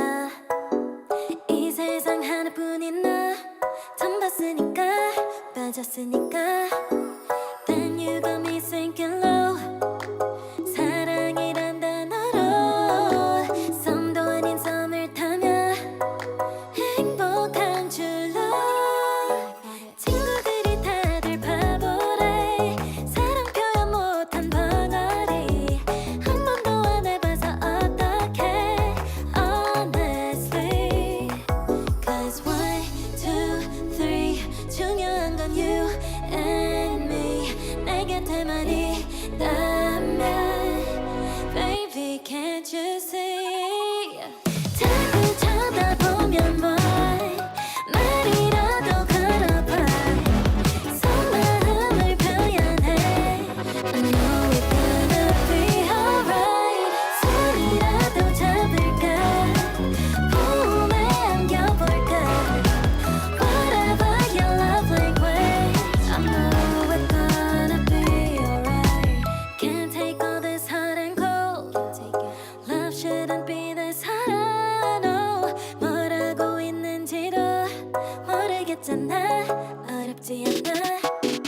무슨 생각한지도 정말 진심인지도 Guess like I've never guessed before. 나 좋아하는 건 맞아. 친구들이 다들 바보래.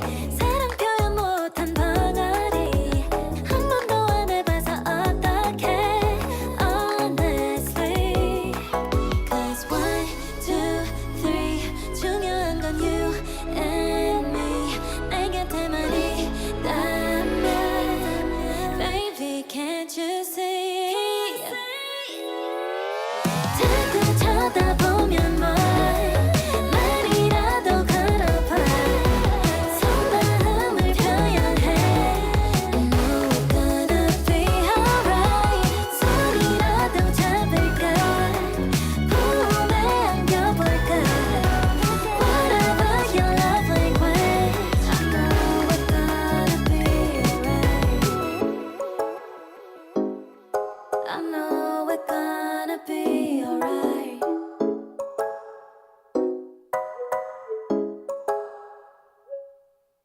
When I hear it coming up like that, I just know that things are gonna end bad.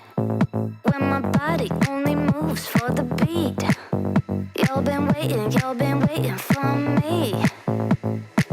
I'll just keep dropping it, like there's no stopping it. Then walk with it, la la la la la. I'll just keep dropping it, like there's no stopping it. Then walk with it, la la la la la. I'll just keep dropping it, like there's no stopping it. Then walk with it, la la la la la. I'll just keep dropping it, like there's no stopping it. Then walk with it, la la la la la.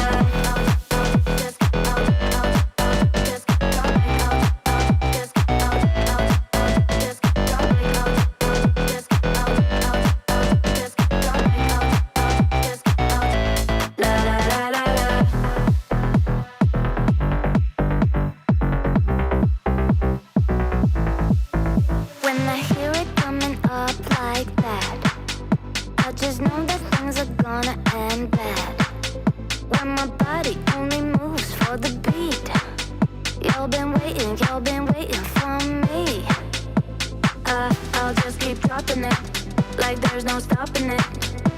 Then walk with it, la la la la la. I'll just keep dropping it, like there's no stopping it. Then walk with it, la la la la la. I'll just drop like I'll just la la la la la. I'll just drop like I'll just la la la la la. I'll just keep dropping it, like there's no stopping it. Then walk with it, la la la la la. I'll just keep dropping it, like there's no stopping it. Then walk with it, la la la la la.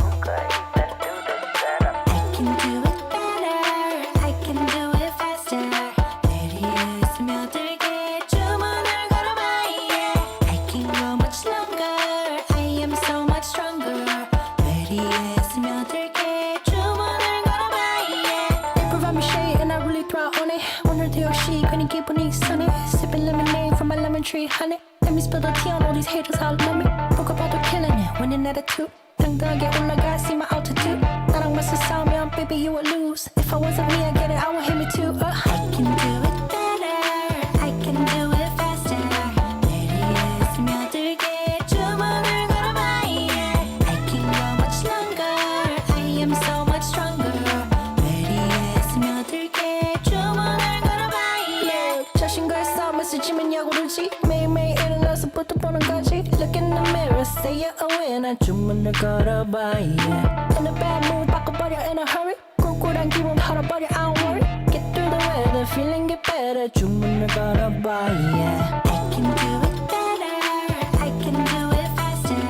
내리에 스며들게 주문을 걸어봐, yeah. I can go much longer, I am so much stronger. 내리에 스며들게 주문을 걸어봐, yeah. Banger after banger, tell 'em Tina, me not do it better. Banger after banger, tell me who could even do that better. Banger after banger.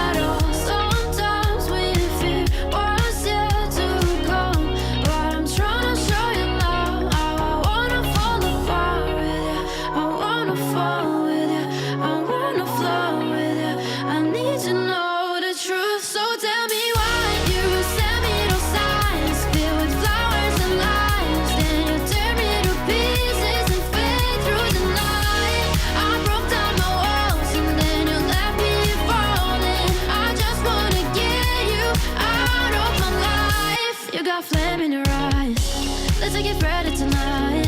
We don't have to get bitten, so don't hold me back. We don't have my side. Why can't you be the light that I need? Can't you see what you've done to me? I wanna fall with you. I wanna flow with you.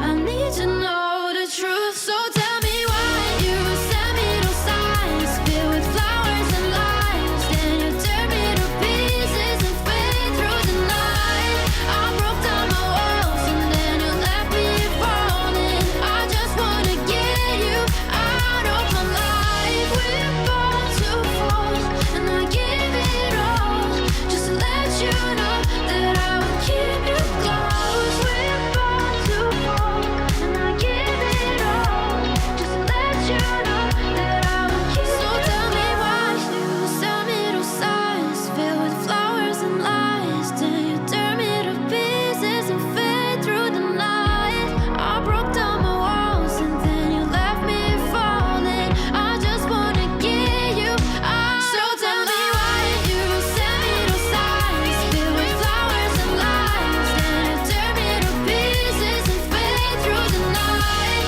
I broke down my walls and then you left me falling. I just wanna get you out of my life.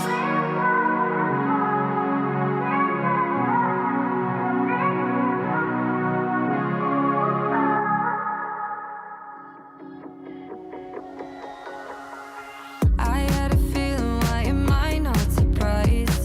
Shattered the ceiling, the glass in my eyes. I'm turning gold, why you so cold to me? Some of the words get harder to find. Swallow my feelings, they don't sit quite right. I'm like, what's the point? You disappoint me. Only showing up when it's convenient. Why is no one here to save me? Moving pieces across the board like it's a game. Oh, what a way to frame me. I know I shouldn't care, but I'm over being you. And maybe it's all in my head, 'cause it's time for something new. I'm not even famous, but all you blaming on some lame excuse. And maybe it's all in my head, 'cause it's time for something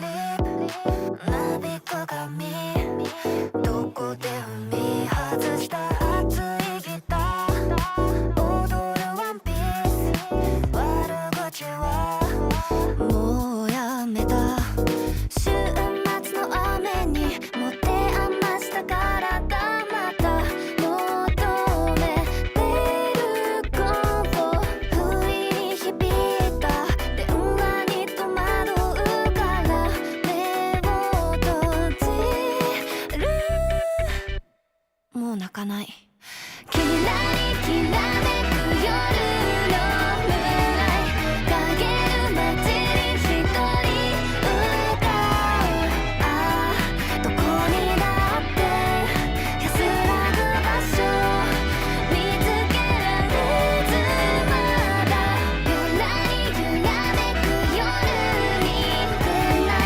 セピア色に映る私そう目が覚めたら孤独の中差し込んだ光寂しさで許したから後の愛もう弱さも涙も私は必要ないの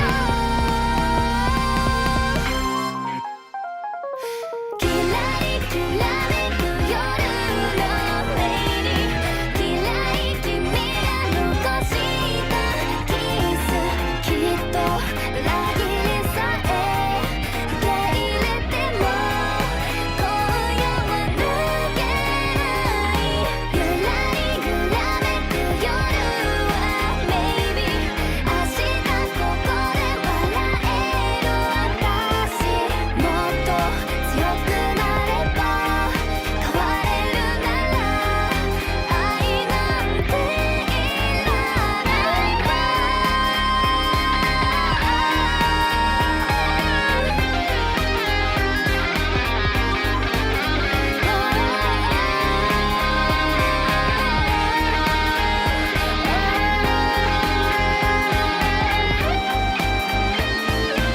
Sugar sweet, you got what I need.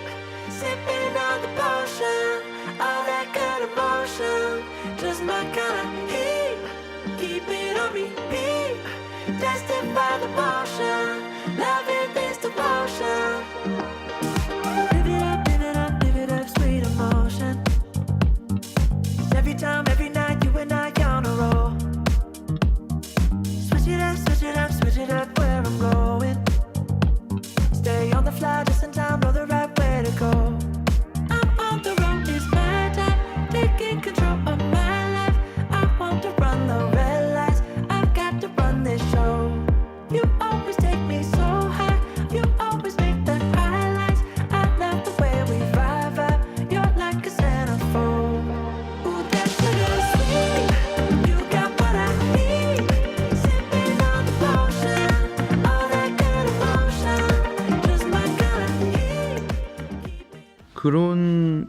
그런 쪽으로 압박이 있었다기보다는 그냥 하다 보니까 계속 그냥 국제대회 가면 미끄러지고 그래서 그냥 저 무조건 우승한다는 마인드로 하다 보니까 좀 열심히 했던 것 같아요. 일단 개인적으로 저한테 제일 기억 남았던 거 저 22년 인비 그 옥시전이랑 빌라 했던 거에 5대 6대 제가 클러치 한 거 있는데 그게 아직도 기억에 나요. 일단 세계대회 갔을 때 제일 어려웠던 건 일단 음식에 적응하는 게 좀 많이 어려웠고 그래서 한식이 좀 많이 그리웠어요. 그래서 제일 기억 남는 게 스웨덴 메이저고 스웨덴 음식이 좀 그냥 요리 자체는 다 맛있는데 다른 거는 막 먹기 좀 힘들었어요. 제가 갔던 곳 중에 가장 기억 남는 곳은 사우디고 왜냐면 호텔 뭐 음식 뭐 대회 운영이라던가 그런 거 다 좋았고 일단 특히 샤이코랑 저지 수업해서 가장 기억에 남아요. 일단 한국인이라서 일단 한국 음식이 입에 맞는 것도 있는 것 같고 한 재료 써도 좀 맛이 다양하게 있는 것 같아서 그냥 그런 다양함이 좋은 것 같아요. 밥은 웬만하면 항상 같이 먹고 같이 자주 먹는 음식은 롯데리아?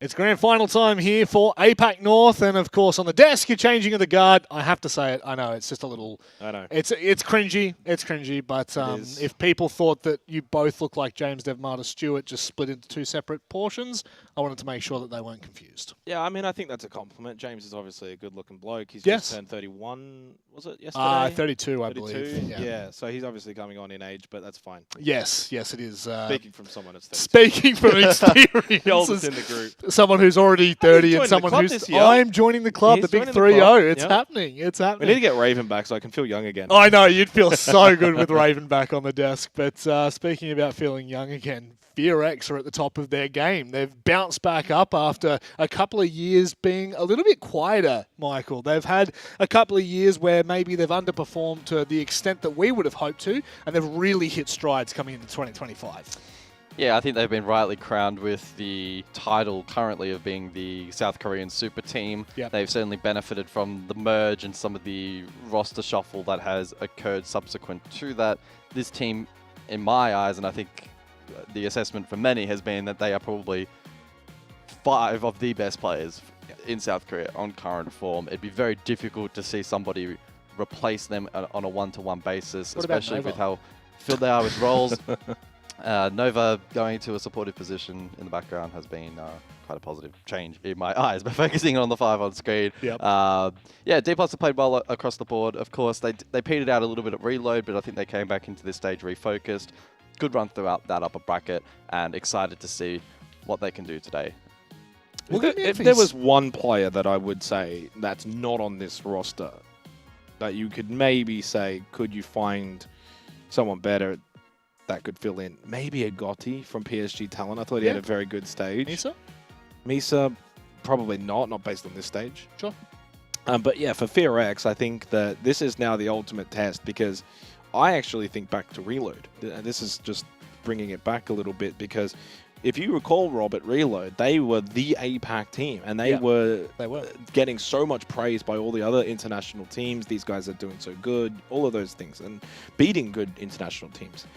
And then they lose to CAG. Yep, first game. In the first game. And so then it was sort of like, oh, okay, well, you've done a really good job getting to this point, but now you didn't actually do the job you were expected to do. Yep. And now I mentioned that because is this not a little bit similar? It is. You've done the job, you've gotten to this point, you've gotten the respect, the plaudits, but now you got to do the job. Yep. So now the grand final itself against the D+ team, who's warmed up, and we saw what happened yesterday with Weibo. They took a little bit of time as well. They struggled in the first map. D+ struggled in the first map. Certainly did. Weibo then end up winning. D+ end up winning. Could we see a repeat? So VRX need to be on their game from the get-go. Yeah. And if they are absolutely the better of the two teams. Yeah, I think one of the massive talking points coming into this stage, especially into playoffs, maybe not this stage, guys, but definitely playoffs, has been Rin and his performance. We feel at times he's been missing in the server. There's been elements to his game that has unfortunately let VRX down, much to the success of the entire roster. But one thing that definitely stands out is that entry stat is, if that is right, that is very 11-22 is what I've got. So there it's you go. pretty So close. it's very close. Regardless of how correct it is on our end or this end, it's just, to be quite frank, not good enough from the best team in the region. Yeah, Rin's performances have been very, very mixed. Another metric that probably supports that is his cost rating. Again, the lowest on the team, high 50s. So that's below par in terms of the league as well. I think we've kind of set the expectation that if you want to be considered one of the top players in your league, 60 plus is the benchmark. So he needs to find some form today because Rin at his very best is he could top frag in this match in this server. Like there's absolutely no doubt about that. It's about finding that comfortability. It's probably just a case of getting, you know, accustomed to the team as well, and maybe he's not as well adjusted as the others. So for sure. Maybe over the last week, the preparation that they've been able to put forward, only having to hone in on this one singular matchup, will suit him. And he'll be able to get off to a good start. Yeah, what I will say is, just to complement that, out of 40 players, he's in the bottom 10 the Wow. costs. So I think that goes to double down on the actual point for Rin that there is something severely lacking. And to close, I guess, for FearX as well, Woogie Man is an intriguing character. We call him Woogie the Boogeyman for a reason. Yeah. Overall, KD numbers are absolutely insane. Yeah. By the way, I didn't time this with production, so this has They just worked knew out you were well. going to. They knew where I was going. Now, in terms of his entries, I know it says here 11-11. It's actually 11-17. Oh. So he's been mixed bags in that result. Sure. Overall, obviously, his KD numbers are great, so it's not the be end all of his play. Yep. He gets plants down, 65% cost, puts him at around either the slightly higher than average position. His strength, though, Rob, 1vx's. Crazy. Number one. He's got 6 of them. The only one that comes close is Washoy with 5. Washoy's not a threat anymore with Scars losing in that lower bracket final. So that's going to be someone to look to in the grand final. We're talking about close rounds. Every grand final usually has those fine margins. Yep. Woogie, if he's in that position, he'll clutch up. And what's crazy is when you actually see them in person, Woogie considers himself just the support player. His screen is tilted so that everyone else can watch him clutch. I'm not going to do that. Devin had already done that joke. But his screen is literally tilted so everyone can see what's going on his screen. He's playing the shield ops. He's giving them opportunities. He's playing the anchors on site, and yet he's still performing at such a high level. And I think that the transition away from D plus Kia now onto B&K Fear X has been phenomenal for him. And let's hope that it continues because they are coming up against the devastating powerhouse of D+, a roster that realistically at this point have proven their worth in and out of the server. They are currently the only remaining import team in the entirety of the APL that could potentially finish first in their region, which is kind of crazy to consider. But if a team is going to, they are on a very good trajectory. We'll just maybe eliminate the first 2 maps of that last series out of our minds so that we can move forward. Into the vetoes, let's have a look and start to dissect how this one will play out in a wider scope. I think that for many, both of these two teams, as far as I'm concerned, have played 7 out of the 9 maps available. I think maybe 8 for D+. Well, we get the bans here first up. So Lab, Skyscraper, Border, Consulate. And immediately my first note is then the 2 maps that were actually played in the upper bracket final, Michael, are actually available in Cafe and Chalet. Yeah, how comfortable will FearX be in wanting to go to one of those maps? Well, we'll get the answer with both Cafe there you go. The Cafe comes and through. Lair Up. Cafe was the 7th preference map. They won at 7-3. Yeah, I'm just basically going... I mean, the preference is calculated based on ban rates as well. I mean, throughout the year, I'm looking at taking a step back and look at the entire year. They have an 8-7 ban record on that particular map, so it has been mixed in that regard, but one that they've been able to clearly improve upon. In the last 2 series for FearX, so that's against CAG upper bracket semi-final, D+ upper bracket final. Labs was actually a hard ban for them. That continues here as well. And I think that when you kind of have certain teams that have to have a big map pool, you are allowed 1 hard ban. But it does then leave you a little bit more vulnerable to something like a Lair that now comes through for D+ to kind of showcase and show off a little bit in the grand final. That's a concern for me when it comes to FearX, is what is their Lair going to be like? Haven't played it in the playoffs.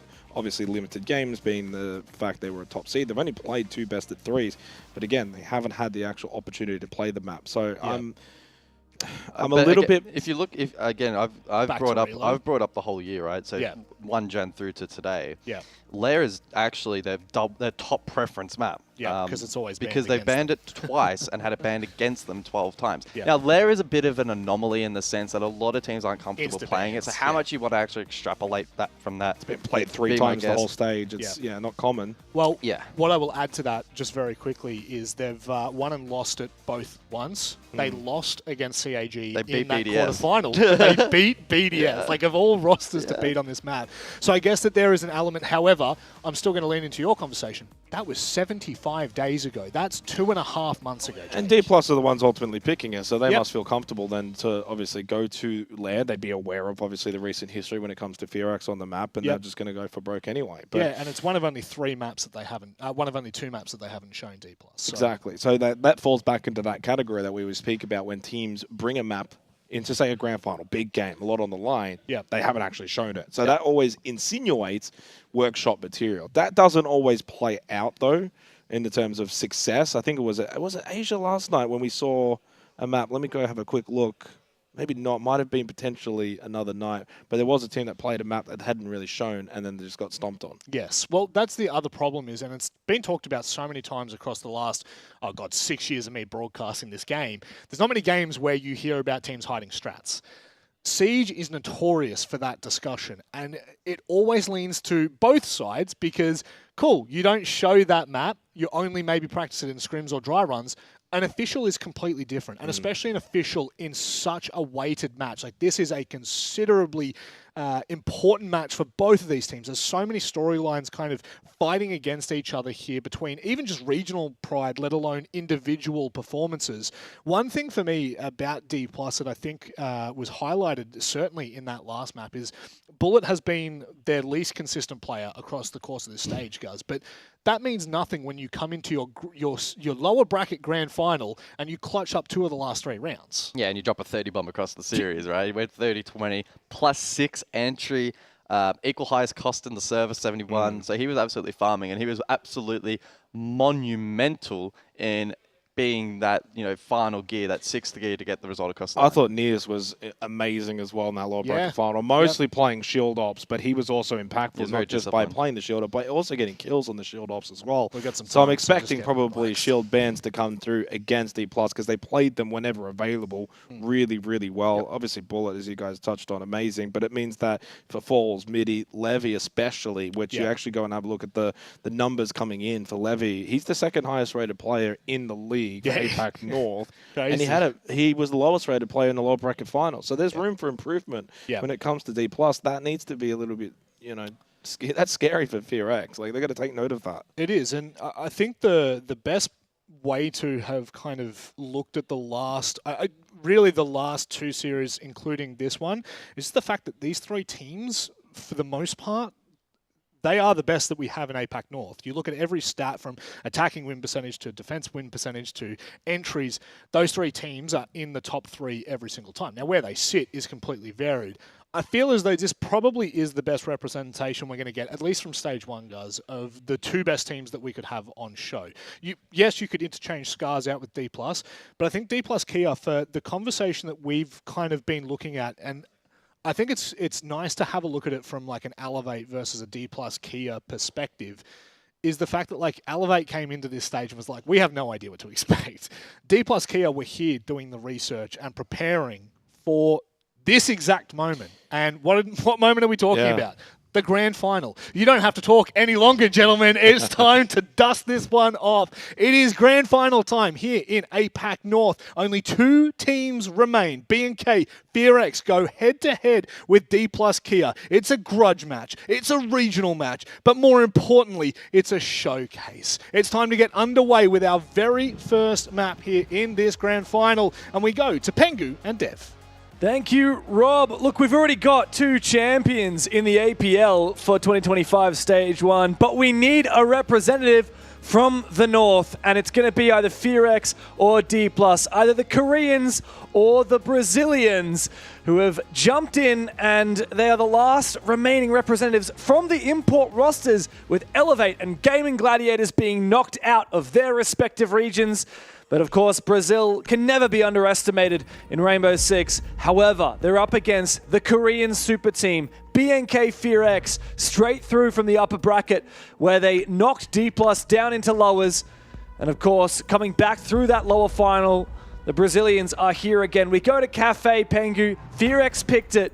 And you can see why. They destroyed D+ last time they played. 7-3 on this very map. D+ need to hope that there's no dust. They need to hope that they're coming in hot after that big 3-mapper against Scars earlier today.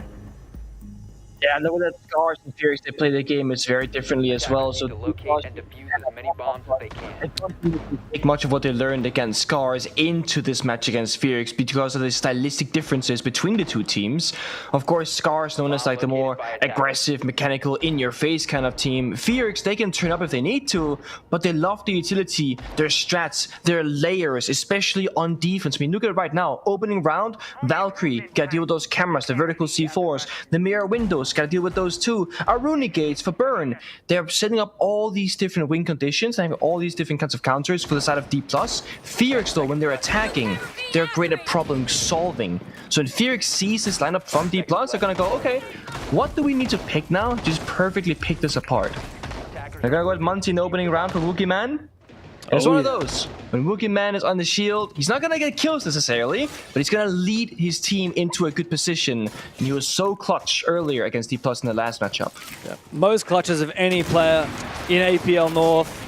He's a top 5 player by EPS in the region, and Wookie Man loves these shields. His top operator is Blackbeard, and the Monty comes in at a close 3rd place as well. No shield bans from the D+ side, getting rid of the Dockerby and the Grim instead. The Dockerby giving them a little bit more flexibility when it comes to using obs tool operators like that Valkyrie, Maestro or Echo if they want to use it. Also makes it much easier to roam. Fearx on the flip side, they get rid of the shield counter in the clash, and they get rid of one of those critical architect operators in the castle. It means that there's a lot more lines of sight open for Fearx to capitalize upon. It's a very small map here on Cafe.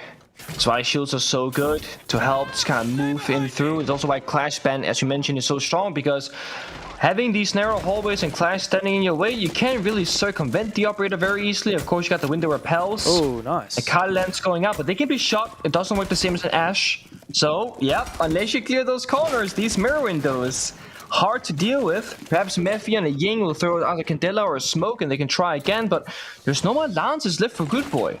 So Fearx kind of failed the first step right now. It's not very like them, but again, D+, they said they're prepared, and that seems like a counter strat. Yeah, it's good, clever. Not a lot of teams do shoot off those Kali Lances, so credit to D+, and they found the opening kill as well. Good Boy, best player in the region, goes down. Mephi with a knife on the rappel as he finishes off Falls. Warden, no more. With that Ying's Candela still at large, the Monty has to get aggressive. Rin's fallen as well, so just Woogie and Mephi now. Oh, big shots there with the pistol, but it's not enough. Mephi the last one. And Fearx struggling to get into Cafe. In the opening round, D+ have taken control. I mean, you fail to destroy the mirror windows, the entire attack just has to pivot and try and find something else, and then we see D+ perfect timing on the aggression, jumping out the windows, getting 2 picks. And just kind of stopping Fearx once more from trying to execute. It comes down to Fearx thinking, oh, we'll just use our gadget for this mirror window. And it goes, oh, wait, that doesn't work. There is a world where you could have just walked up with Wookie Man on the Monty, punch the mirror window, shatter it. If you have people on the repels covering both the pixel swing from the white hallway door or from the mirror window itself, of course. But they didn't think they needed it. This is one of those tactical timeouts right now. I think Fearx is just discussing what went wrong, what they gotta change, or perhaps that, hey, D+, they actually have pretty good counter setups. We need to not just play our default strategies, but feel out what's happening in the server, and then make a choice. Because a lot of attacking round strategies are preemptively made, right? Oh, the top 4 attack guys just do the Monty piano take. And then you just kind of default into that. Whereas it might be a case of, all right, guys, let's do the Monty attack, like just play the Monty, but let's see what the setup is, and then choose if we go piano, if we go cocktail, if we go up the staircases, and then take it from there. Now, last time D+ defended on Cafe when these teams met, they did play that mirror setup on the top floor. It was a very similar setup. In fact, both teams actually banned the same operators. It was Fearx getting rid of the castle and the clash, and D+ getting rid of the Grim and the Dockerby. So it's not, like, in theory, any surprises. No great big counter strats. I mean, last time Fearx didn't even bring the Kali. I think maybe they saw that the mirror was picked last time. They decided to bring the Kali. But D+ was a step ahead with that counter. Of course, like you said, Ash would have worked just fine. But, I mean, you could even potentially bait for a kill. You shoot the lance on the wall. You have someone watching for the player to run out of that mirror window, and you find that kill against them. But regardless, that's one round on the board. You can't understate how impactful that is for D+ to get a confident one in the books at the start of this map. Ooh, speaking of confidence, that's a very ambitious drone from Code. It's very hard to get drones in the map on Cafe because you can, as a defending lineup in the prep phase, isolate those staircases. So that's a big advantage for Coded. I just realized something. I've been struggling with understanding why D+ are defending when Wookie Man is attacking. It's because Wookie Man used to play for D+, right? Yes. Like, my brain hasn't fully gotten used to it. Because in the very opening, I was like, oh yeah, D+ are so good when they play defense. I'm like, wait, Mitzi, Bullet, wait, they're defending. Oh, wait, they are D+. Oh, it's confusing, hard, right? man. Because for the longest time, Wookie Man and Coded were the core of this roster. Since D+ entered Rainbow Six Siege, they picked up the old Busan Spear roster. And, of course, that was Woogie Man and Good Boy and Woogie Man, Coded, and Rin's team back in the day. So it's such a big moment for the organization, the Korean organization, to finally drop their last Korean players and move to a full Brazilian roster. And that's, as we said, why this is such a grudge match for Coded and Woogie. Gonna go for a rush here. Blackbeard in, Amaro hook, and of course the Incandelas. They're gonna go fast. Oh, might find the player very close by. He's in the corner. But the Yin Candela just comes through a little bit too late, and it is gonna allow Falls to have the angle and be completely unblinded, able to see that player and take him down easily. I mean, what a disappointing execute there for Furex. That said, they did get their 2 kills and traded back for 2, so I guess it's not the end of the world. They have most of the top floor. Yeah, of course Buck is dead, so lack of verticality, but they can do some with the Demo secondary pistol with the Vendetta, some grenades on the floor perhaps. But I think Furex very slow to set up, and D+ is kind of sitting around being like, okay guys, they're not piano, they haven't dropped the hatches, they're not really on the skylight, like they gotta be doing some sort of cheeky rush somewhere on the map. D+ have good players in the right positions, and that's why they can even score to a 3-3, which I think favors defenders more often than not, especially as I said, because the Buck is dead. Furex, they have top floor control, can't do that much with it. I think it's down to Mephi now on Blackbeard and the Demos trackers combined. Try and find an isolated kill, or just start progressing this map horizontally on the first floor. Mephi is doing just that with BB, checking downstairs, going into mining. 45 seconds left, not all that much time remaining. Mining control, but of course this ain't the bomb site. I think they thought it was for a brief second, tried to plant. This is reading in Fireplace, guys, and so they have to get on through. C4. Wow, an absolute nuke from Midi.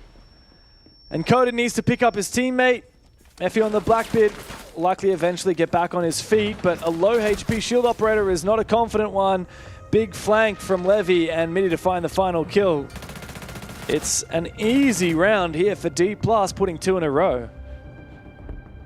I mean, again, the perfect read. Round 1, Kali Lancers, how do you deal with them? Play aggressive in piano, shoot them off the mirrors, and then play the round of utility. Second round, a perfectly placed C4 downstairs off the Valcam information. Getting down to the 3-3, just playing passive. Again, D+ are showing a very different style of play than they did against Scars. Against Scars, they're willingly fighting them, and there's kills happening so early in the rounds, and it's D+ often looking for those kills themselves. Now against Furex, they're just waiting for things to happen, and then they have the perfect reaction and just counter. And it just goes to show, playing a strategical team in Furex is much more logical if you're D+.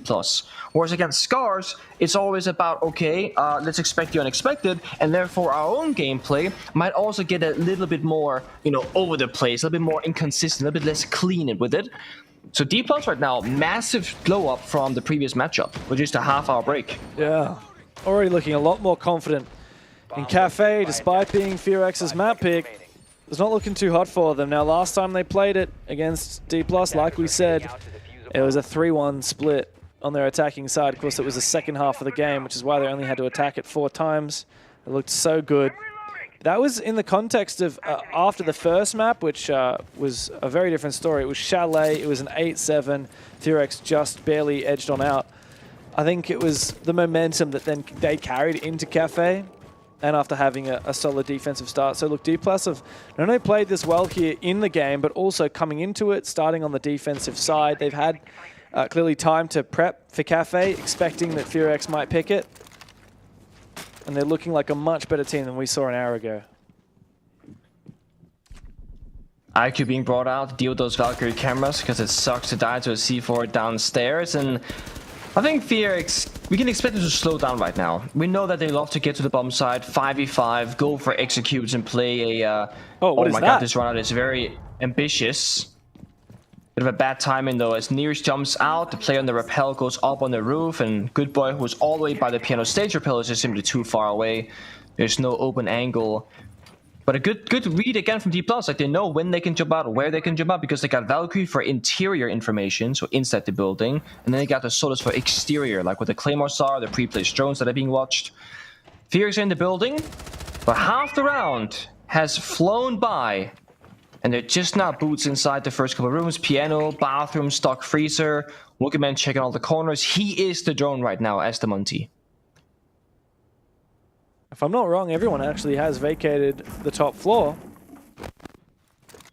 So that is ground given up now to Fearx. Need a verticality to start coming through. That's on the Ram.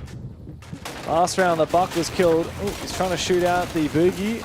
Will eventually get a hatch open. And that's the hatch that splits these sites in two. Fireplace and mining. Now completely locked out. Nobody playing in train as well as BNK Fearx have dominated the verticality over that. Question is, when it comes to that late round, we've got 2 C4s and a Solus. How are you going for a plant when you've got those players down below? There is concrete positions inside of mining, but you can still get C4 through the beams in the ground if you angle it correctly. And again, time is very low for Fearx. They have only 3 drones, limited flank watch, and with CT+, they do have downstairs presence. Again, Fearx forced on a last-second effort here, and they're just dead. Wookieman was in the side trying to plant in the middle of nowhere, no coverage. Yeah, this is just not good enough from Fearx, is it? They've been read like a book. D+ are just continuing to peel back. They're not looking to get aggressive. They're just waiting. Look, we've got the Nitro cells. We've got the Solus. We can hold on. The only way that Fearx win this is by flooding the site. It's going to be difficult to do that with the Banshees at large. They found some big kills. We need to see the plant come through, but the C4 clutches up the round for D+. The timer did whittle on down for Fearx and D+. They were so cool and calm. And now it's up to Fearx to collect themselves with a tactical timeout.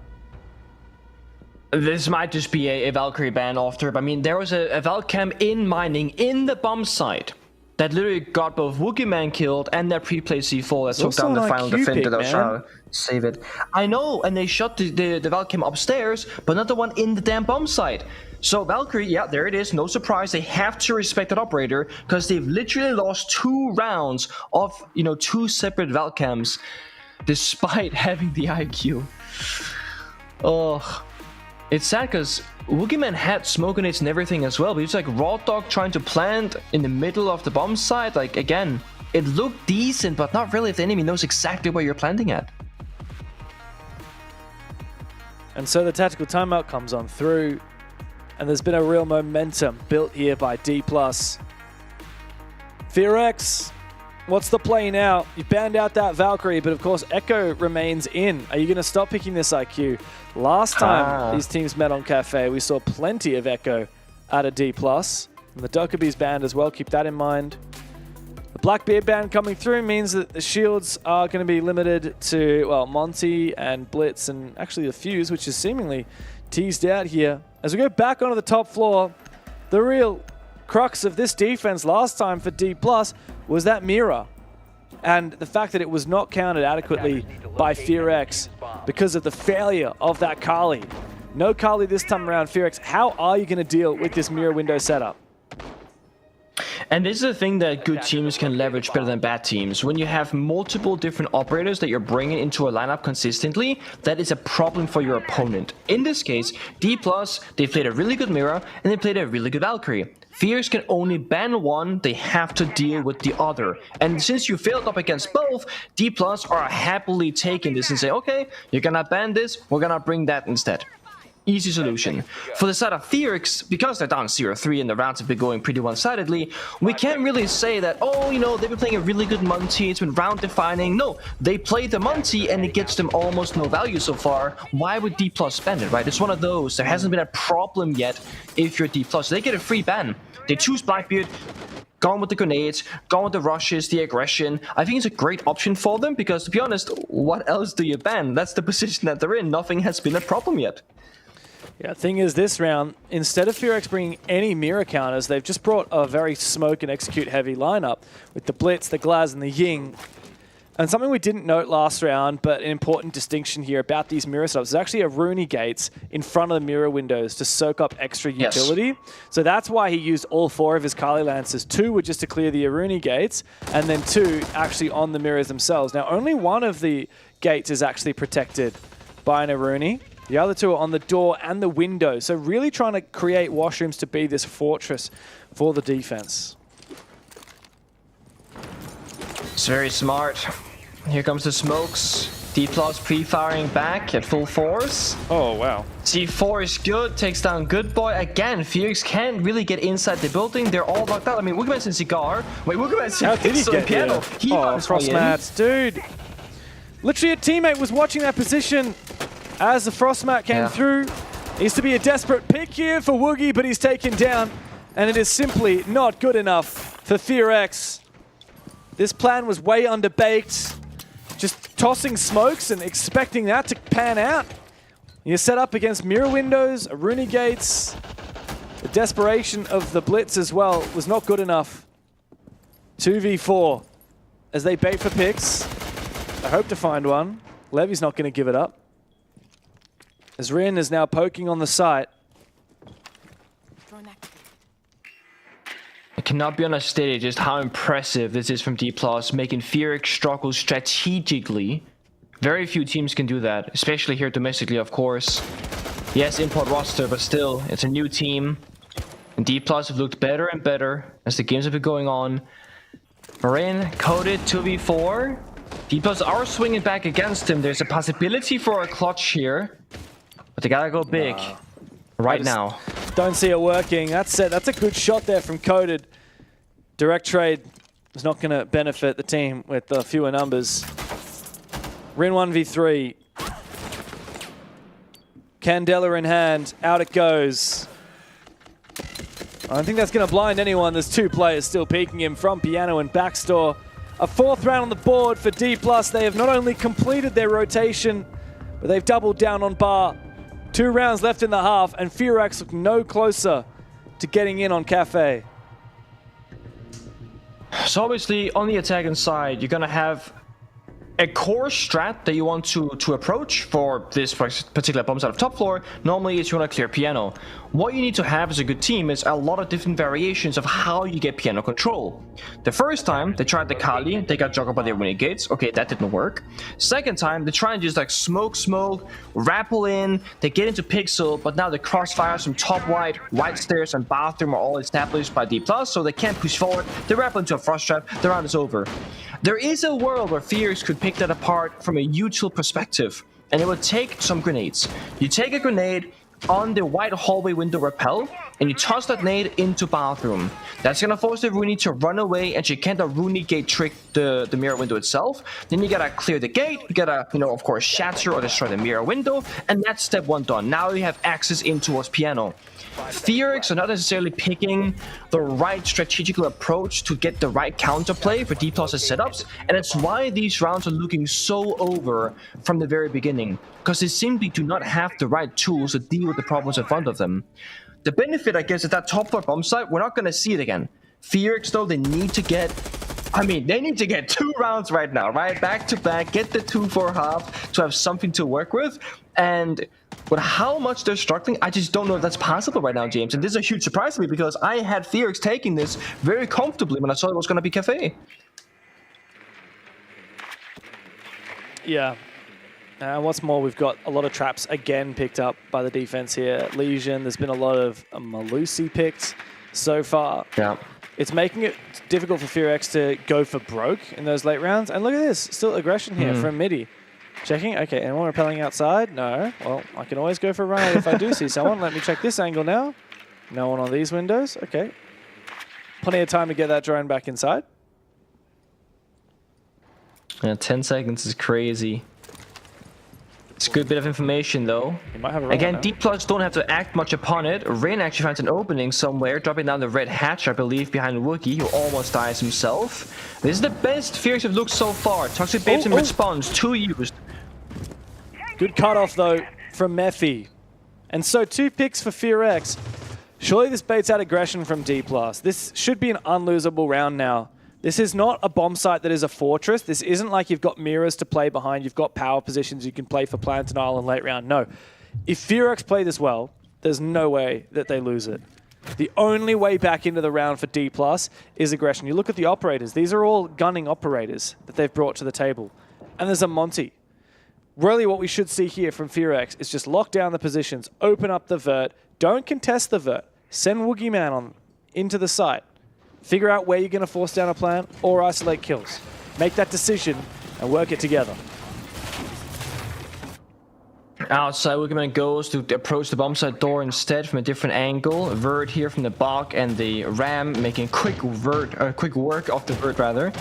And this is the right approach. Fearex are slowing down, stalling, waiting, and just making sure they can get in securely. That's another kill going for Ren on the Vert. C4 done from Tubrau. Mitzi, C4 in pocket, 30 seconds. If you find the Monty somehow, that can be a way back into the round, but he's planned ready. Waiting for the final call. Oh, what are you doing? Is he a player downstairs again? It's I mean, plan they should time. just be free. Yeah, it's plan time now for Fearex. Levy finds one. Coded stuck in a goo mine as well. He needs to hold this angle. Suppressive fire keeps Levy at bay. Two players looking for him. Rin puts him down. Big opening kill for Rin and the closer as well. Fearex are finally on the board. Not a moment too soon. No, right on schedule. They need this round, and they get it. And it looked very good for them, but that's also D+ losing 2 players early on. We didn't see the first one on camera, but it was Rin dropping down the red hatch, either denying a flanker or a Gansigar, most likely, something like that. And Single playing the smoke, falling back in the wide hallway, getting shot from outside the building on window rappel as well. So really free picks from D+, all working, of course, around the Monty, shoving those defenders around, forcing the movement. That was where the least utility round from D+, and they're going to go to mining bomb sites. Not the exact same one, but still on the primary floor. They're not going to go downstairs in kitchen, and I really like this. That kitchen bomb site is usually always about execution in the 4v4, the 5v5, which you know Fearex are good at. Instead, they're playing these more dynamic bomb sites where they can go for a pick, they can go for a C4 play, they can try and disrupt Fearex's execute operators before they get to the bomb site. And it's been working really well for them so far, besides that last round. Yeah, the thing is, as soon as there's an opening pick for Fearex, by the way, they're actually not that good at. Last time they played, let me spin this one up. I'm having a look. It was Levy who found 5 opening kills. Midi and Bullet also found 1. So that's 7 opening kills out of the 10 rounds were won by D+, despite it being a 7-3 in favor of Fearex. And it's been a similar story this game as well. It's a 3-2 split between the two teams. D+ dominating those entries. But if Fearex does get the opening kill, and D+ are playing a loose lineup like we've got here, you know, Mozzie, Sentry, Legion, Oryx, these are your loose, fast operators that you're going to expect roaming, then they're not going to have a way back into it. Like last round, they're going to be in a numbers deficit, they're not going to have mirrors to hide behind, they're not going to have Valkyrie cameras to play off of. That's the cost that you gotta consider. Of course, the looseness also gives you more roaming presence, more time deny early in the round for denying the roamers an access point in the building. I like this from Fearex though. They have 2 drone operators, the Flores and the Brava, denying utility in various ways. There it is. Conversion is good. Combine that with the Monty, by the way, and this is going to be another one of those clean sweep potential rounds. And even more importantly, is Oryx. The single biggest Monty counter if Wookieman were to go too aggressive in the building somewhere. Oryx will always win that 1v1. Now you're relying on 2 C4s in the pocket of Bullet and Falls to try and get back into an even numbers advantage or situation. But Fearex, again, droning, playing passive. Even Monty's been droning this entire time. They're not risking anything. It's a smart way to play it for Fearex. Don't risk anything, but also make gradual progress. Don't leave it too late, because that's the only other way that D+ win this one. There's 2 Nitro cells, 2 impacts. It's a lot of plant denial. And a lot of Woogie Man denial as well on that Monty. He gets active on this roam clear. He's one of the diffuser as he comes down the white stairs. And hello, Bullet. Let's keep in mind, Bullet went 15-5 in the last map that he played against Scars earlier today. And Levy has found Good Boy, who's had a really quiet game. That's the #1 statistical player in APL North at the moment. We're down into a 4v4. The Fearex still have a long way to go. Pokemon very isolated inside of reading. Again, he can get crossfired here. I mean, they just swing the door. He's 2v1. The help shows up though. Coded Snow Door gets 1 kill. Saves Pokemon. Very much so. Coded Not there a moment too soon. Back into a plant position now for Woogie. Needs to be a little bit worried about Nitro Cells. Doesn't know where Falls is. Is in train. Might toss out. Ooh, nice and close. A lot of damage done. Someone needs to cut down Falls. Meanwhile, Bullet is trapped in train between the two sides and hunted down. It's 2 dominant rounds in a row for FearX to reply after a flying start from D+. They have recomposed.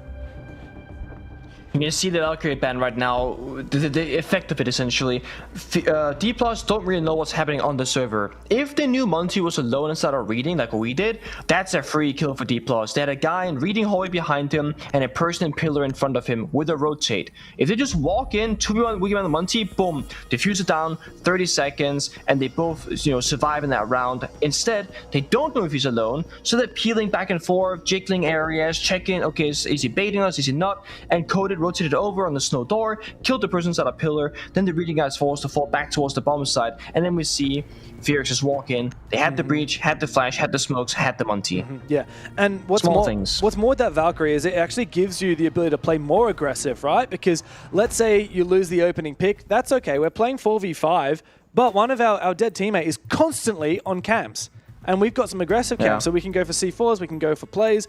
As soon as the Valkyrie was banned out, we saw the Mozzie picked almost every single round by D+ as a Valkyrie light, and it just isn't as good, right? Because you have to find the drones, hack them, and then position them, compared to just putting them down in prep phase and putting them down in very difficult to spot locations. So yeah, well played to FearX. That was a good Valk ban.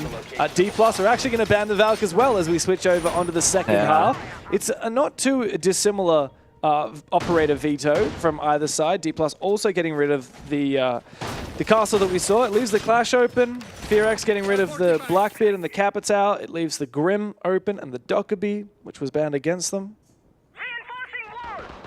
10 seconds left before I could see a world here where if FearX can win some rounds comfortably and get to I don't know, a 5-4, 4-5 situation, and we see the third operator ban come out, if D+ don't end up in the Clash, you can hide it as FearX for the first 3 rounds, and then bring it out when there's no way to counter it in the operator ban phase. Because mind you, they banned the Capital right now, which is a great ban overall, but if you really wanted to, you can then hide the Clash, they don't ban it, now you ban Nomad or Kali or whatever else that you figure that you're gonna struggle against, and now you can force the Clash of the last remainder of this game. Whether we go to overtime or not, doesn't matter. So I can see FearX having some cheese up their sleeve if they can get into a comfortable spot round-wise. Yeah, it's a great point about that Clash. Keep that in the back of your mind. For now... Yeah. Bomb site's reading, right? I'm not crazy. Yeah. Oh, it's mining, actually. Mining. Yeah, there we go. So mining and dining. Mining and dining, as we love to say, yeah. So presence on the top floor still. Good Boy is going to be an instrumental one, though. He's got that DMR, so good in long-range engagements. He's playing at Cocktail, best spot for him. He's got Murphy to support him as well from the white hallway. Here's the smoke. Oh, beautiful. Pushing deep for that kill. Here comes the Aruni, though. The flashbang goes off, and the Aruni will survive, but the rest of the team around him falling apart. Falls, though, will find 2 big kills. Still got flashes to work with. As him and Mitty together try and isolate Good Boy, who's found another one. Good Boy! Oh, he's the goodest boy today. He has slowed down at the start of this game, but he gets big WTF from him in chat. He can't believe it, but he owns the Cocktail.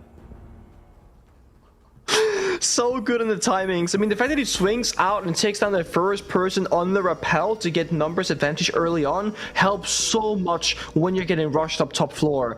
It bought him up timing where, yeah, he got flashbanged, but still, he could sit back, reload, take the second fight. The support from FearX all showing up in counter response, and this is the thing, FearX, they know that push. They pretty much went for the exact similar one themselves, and it also didn't work out for them. I respect the bust though. You tried in the first round, trying to control the pace, continue the momentum. Nope, shut right back down. Only 1 round now separating these 2 teams. 3-4, still favoring D+, but they are on the more difficult side of the attack. And FearX, as I said, they love their layers. Where they played positionally in that round, everyone can kind of help each other. So for D+, either you gotta work it from the edge of the map and just sweep back towards the bomb side, or try and take down the defender in the middle of the map. That's the supportive cast going backwards or forward, helping whoever needs it the most. Well, it's only one round trailing now. Pengu, look at the scoreboard. VRX are a different beast after switching over to their defense. You know what? The turning point was actually after they lost the round following their tactical timeout. They called attack at 0-3 down, lose the round. They're sitting there like, holy crap. We've just used our last operator ban. We've just used our tactical timeout. What the hell do we do? And they slow things down and they come back. 2 attack rounds now, 1 defense round. Another defense round coming their way if they can keep up this confidence. But D+, they don't want to tie the score. And so they continue fighting. Repels for a piano take. Rin is the one playing aggressively with the Azami inside piano. Not a strat that we saw D+ leverage themselves. Oh! Good spray though. Yeah, Rin gets deleted! And Good Boy's taken out as well. It's a 2-player advantage for D+ early on in the round. Ridiculous shots right now from Levi. I mean, that can be a round defining. This might just be the round-winning moment. 5v3, VRX stuck in these really aggressive positions now, trying to, get some kills back, jump out a window, high risk, high reward. That's the gameplay that they need. Because D+, they have so much time to work. There's so many drones still alive. 5 left. D+'s gonna make it nice and slow right now. Hold their angles, drone all the positions. They saw Wookieman in piano earlier. He's since fallen back and now taken down. Yeah, and there's no mirror. There's no clash. There are no safe havens to play. It's a loose defense. And that doesn't work when you're being picked apart 1 by 1. A third for Levy. Mephi 1v5. D+, flawless. And they get themselves back into it. Their first attack round on the board as they further their lead, 5-3. This is ridiculous from Levy. I mean, both of those shots are just, they're out of this world. The one tap on Pixel, the pre-fire in the corner. I like what Rin was doing, trying to just get that pick and play for early opening. But it's so hard to play inside piano with the Siege X launch. You can now shift from west rappel to south rappel in those stage windows in an instant. Before you gotta go up on the roof, run over, start rappelling again. Now, you just shift straight past the corner and you can peek everywhere inside the move piano. So it's hard to play top floor. It's hard to play downstairs, and this is also why the cancel ban from D+ is so instrumental. With the castle open, it's gonna create more safety for the defenders. VRX, of course, are playing the Asami, but at least you can shoot them with your guns. They're limited in exactly how many areas they can cover. They regenerate throughout the round. You don't start with all 5 in pocket. And so if Rin dies early, then you don't get any of them. Yeah, I mean, he tried to toss one down, it got destroyed, then he died, that was it. Asami gets almost no value. See, what I was hoping for VRX, I spoke about earlier, now they're playing the Clash because it's 3-5. Had they won the previous round and it's 4-4, I just think you don't bring out the Clash at all here because you can afford to save it. But because it's like, if we lose any of the upcoming rounds, then it's match point, there's no point in saving strats anymore. It's too risky. So Clash is being brought out, so is the Echo. This is a plant deny heavy strat. They need D+ to have a slow roam clear or a messy execute to, meet their win condition. Yeah, and the player that I'm keeping my eye on this round is going to be Rin. He's a player that we've highlighted as really struggling so far for VRX. He's been the misnomer. He's been the one where we say, well, this guy's not looking too hot. And he's playing in such a pivotal position in VIP. The push is actually already coming on through. What? Okay, so they're seemingly looking to push. The Rayora gate comes through. Still no execute. Rin has actually rotated all the way into Bakery because he has noticed that D+ isn't pushing his side in VIP at all. Big Nitro cell from Mephi. Big spray. Rin has to hold on. But he does fall to Mini, who's gone deep with 2 kills on the Striker. He does strike first for D+, and strikes fear in the hearts of the Foxes. Wookieman and Good Boy now try and hold the fort. Woogie's had a devastating game thus far. Only 1 kill to 6 deaths. He needs to get active, and it's all him alone now. We need to see another classic Wookieman clutch. Otherwise, D+ will take map point. He falls back, bearing 9 in hand. It's not the gun you want in these long-range engagements. He's going up against these ACOGs. He's going up against Midi, who's on the floor. This is so winnable. If you can isolate this fight with Bullet just around the corner from him. He's got impacts to work with as well as the smoke gets popped. And Midi gets revived by Nears. The Glaz making his way towards the bomb site. Him and Midi together. No smokes left. But they've got the advantageous positions. And Bullet's got the cutoff as well. Wookie Man, where are your yokai drones? You might need to get active on them right now. Don't think there's any cams. All players watching the perspective of Wookie himself, so he's flying blind. He's all alone. Spotted no him. support. There's the drone, the fire. He's stuck in this corner. Oh, wow. He nuts. tries to retreat, and they cut him down on the escape. There is no escape from D+. It's a 6-4 lead for the Brazilians on Fearx's map, and things are looking dire.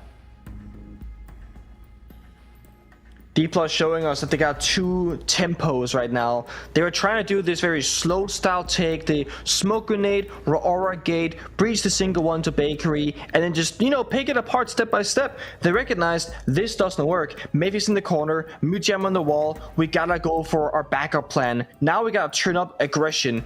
Ace was the first person in the building down to C4 on the window vault in. That's your only heart breacher. But this round comes down to gunfights. They run in, Mitty kills one, knives the second, picks up the third. That opens the round wide open for D+'s attack. They get Baker control, they get Wedding control, they have Red Hallway control. Wookie Man stock, back of bomb site, arguably the wrong gun for the job of the Barry 9, long range engagements. It just comes down to teamwork. D+ have had really good timing saying 3, 2, 1, let's go. And Fearx having the clash, arguably in the wrong position, playing by the bomb side, couldn't really help the rush very easily. It's tough. D+ spending Maestro, by the way. Yeah. I guess they're assuming the Brava ban, then Maestro gets picked, similar to the Clash cheese, that's a different angle. Yeah, I don't mind that, and Woogie is a very good Maestro. He was on the Echo instead. Yeah, I like it too.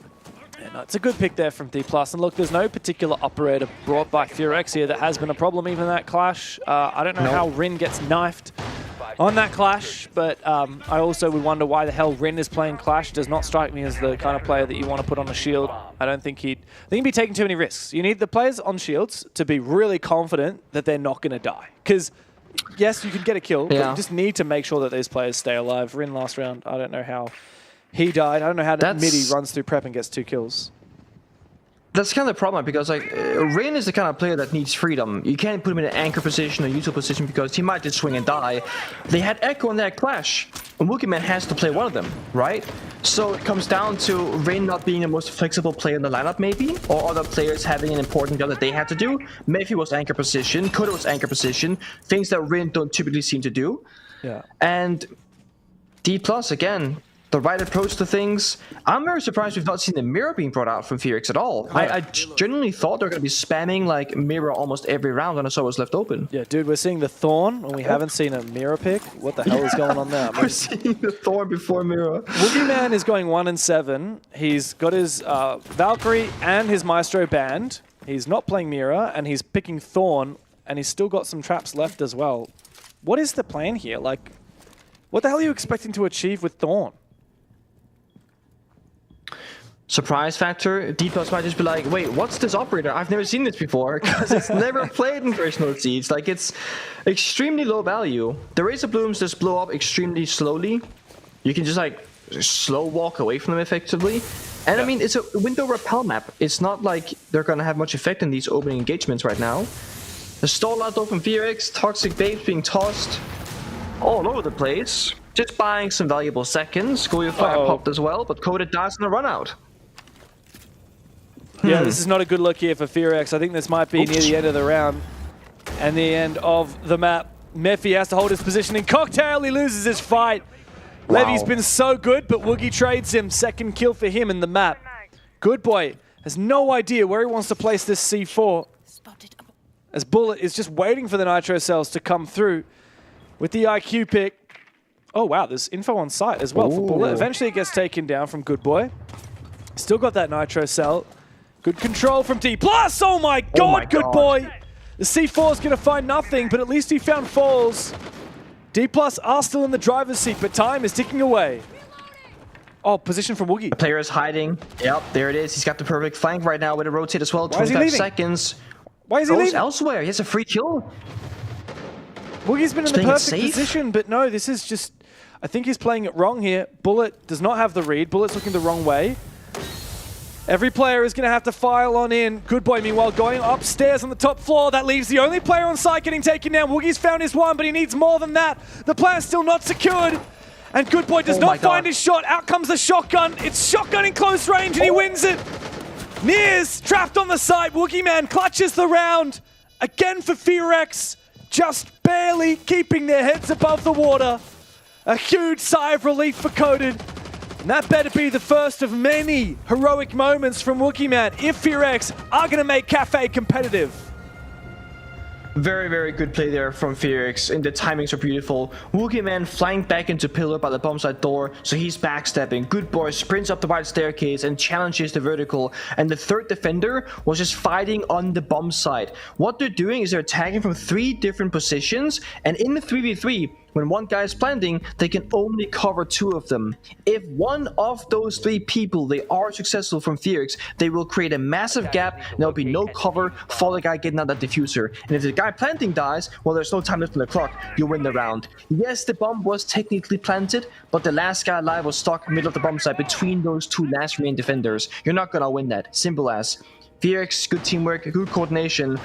Now they're going downstairs again on kitchen, and I just don't know about this bomb site. I don't know about the lineup. I don't know about how they envision to win strategically. This side is one of those, it just always have been favoring the attackers, so do the roam clear often, do the vert, hit the side. Or what we saw from Deep's last round, a direct attack. And all you gotta deal with is the single operator of the clash, and there's no real other counterplay from Fearex. This is very risky. You're down 4-6, it's been a sloppy cafe. I think risky is good, but they gotta show us on Rin Clash with a little bit more value this time around. Yeah, the only operator that's different here for Fearex is that we've got the Warden instead of the Goyo, which I think is the right pick. Goyo is so good on this side. But honestly, like, if you're playing Goyo, firstly, get Ren on it. Like, there's no way he's not going to beam people with the Vector not 1.5, the ACOG scope. Get him off the Clash. But regardless, like, the Warden's going to be a good substitute because you're dealing with that Glaz. Now, they wouldn't have known that, obviously. But Glaz is set up, and assuming that Ren and Coded in the right position, like, there is no way Fearex should be losing to a Glaz when you've got Clash and Warden. So mind you, Mephi got a 2K last time around. Dukes the nade very beautifully. Jump in the desk. That's 2 nades gone from Levy. They have 2 more in Mitty. But this might just be an unclearable corner. I mean, if someone's gonna go out, he can just shoot it on in. Yokai gets, I think, destroyed by the C4, if anything. Yeah, it did. And now Rin's in position, but look at the way Rin is just playing so aggressively. They can have scored him out. Yeah, they could. Rin, you do have to stop moving for a second, though. No, he's actually going to fall back. Ooh. Oh, this has been quite a hold here for Mephi. Oh! Nears just jumped straight on inside through the smoke. Mephi reads it to perfection. D+ for the first time looking a little bit lost on their attacking side. Yep. I mean, how can you clear Mephi right now? You gotta take backside, but there is Rain with the shield right now, just holding down the back. Kill Coded, but he's playing Warden in a safe position. It's just a triple crossfire, with Rain being the one moving around in the right locations. And get on the shield, man. Dude, oh, Wookie died. I don't know how the Echo is the one dying as well, but this is how you throw a round that you should never lose, by the way. If you have your Clash getting off his shield, Rin's back on it, thankfully, and you have your Echo dying before he can use his Yokai drones. And Levy is fishing, and he's got a deep angle here onto site.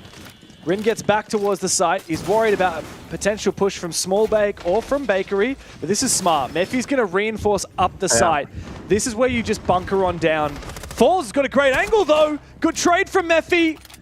He's come back to site, and he's still valuable to his team. 3v3, though, still so winnable for D+.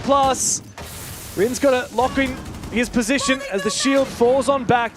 This is good usage of the smoke from Good Boy. Good swing as well. 1v2 now for Bullet. He knows where both of these players is, but one of them is that Clash. And Rin, he's standing behind his shield. He doesn't need to peek. All he needs to do is stare down his opponent, wait for that shield to recharge, and activate the gadget again. Mephi is so low on HP. Bullet just needs to land a single shot, and he's down. He's on the ground. It's Rin to clutch up against Bullet. There's no way Bullet can win it. And Rin clutches for Fearex. But far out, that was way too close for the Foxes. They still remain in Cafe. One more round to push OT.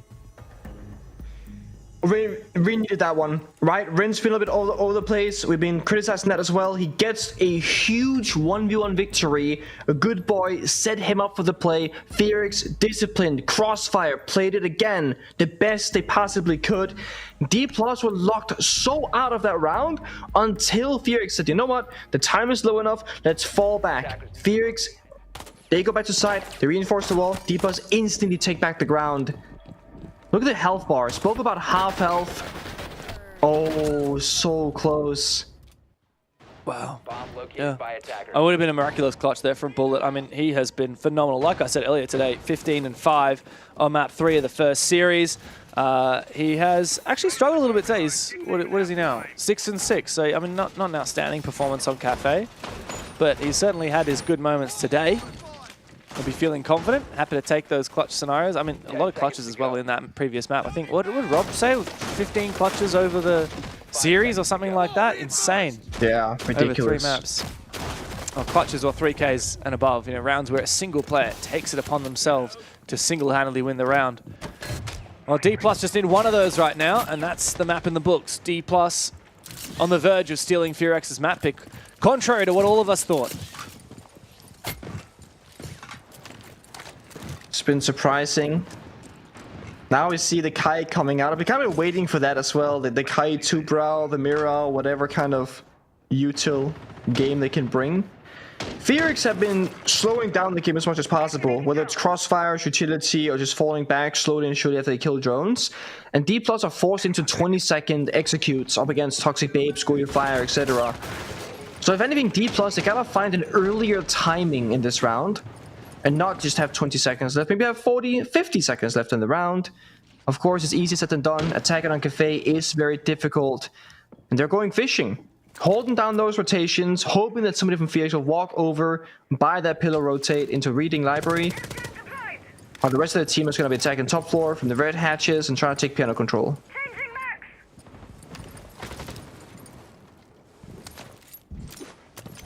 Alright, in goes the nade. Oh, here's the shotty. No, Vendetta.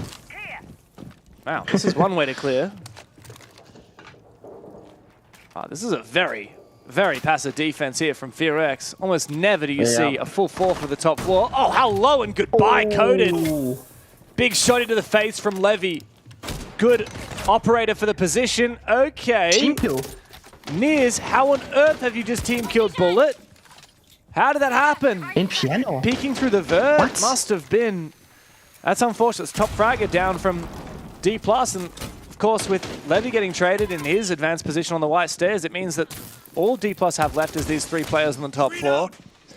And suddenly the round is very much flipped on its head. Fearx should be extremely safe on the bomb site.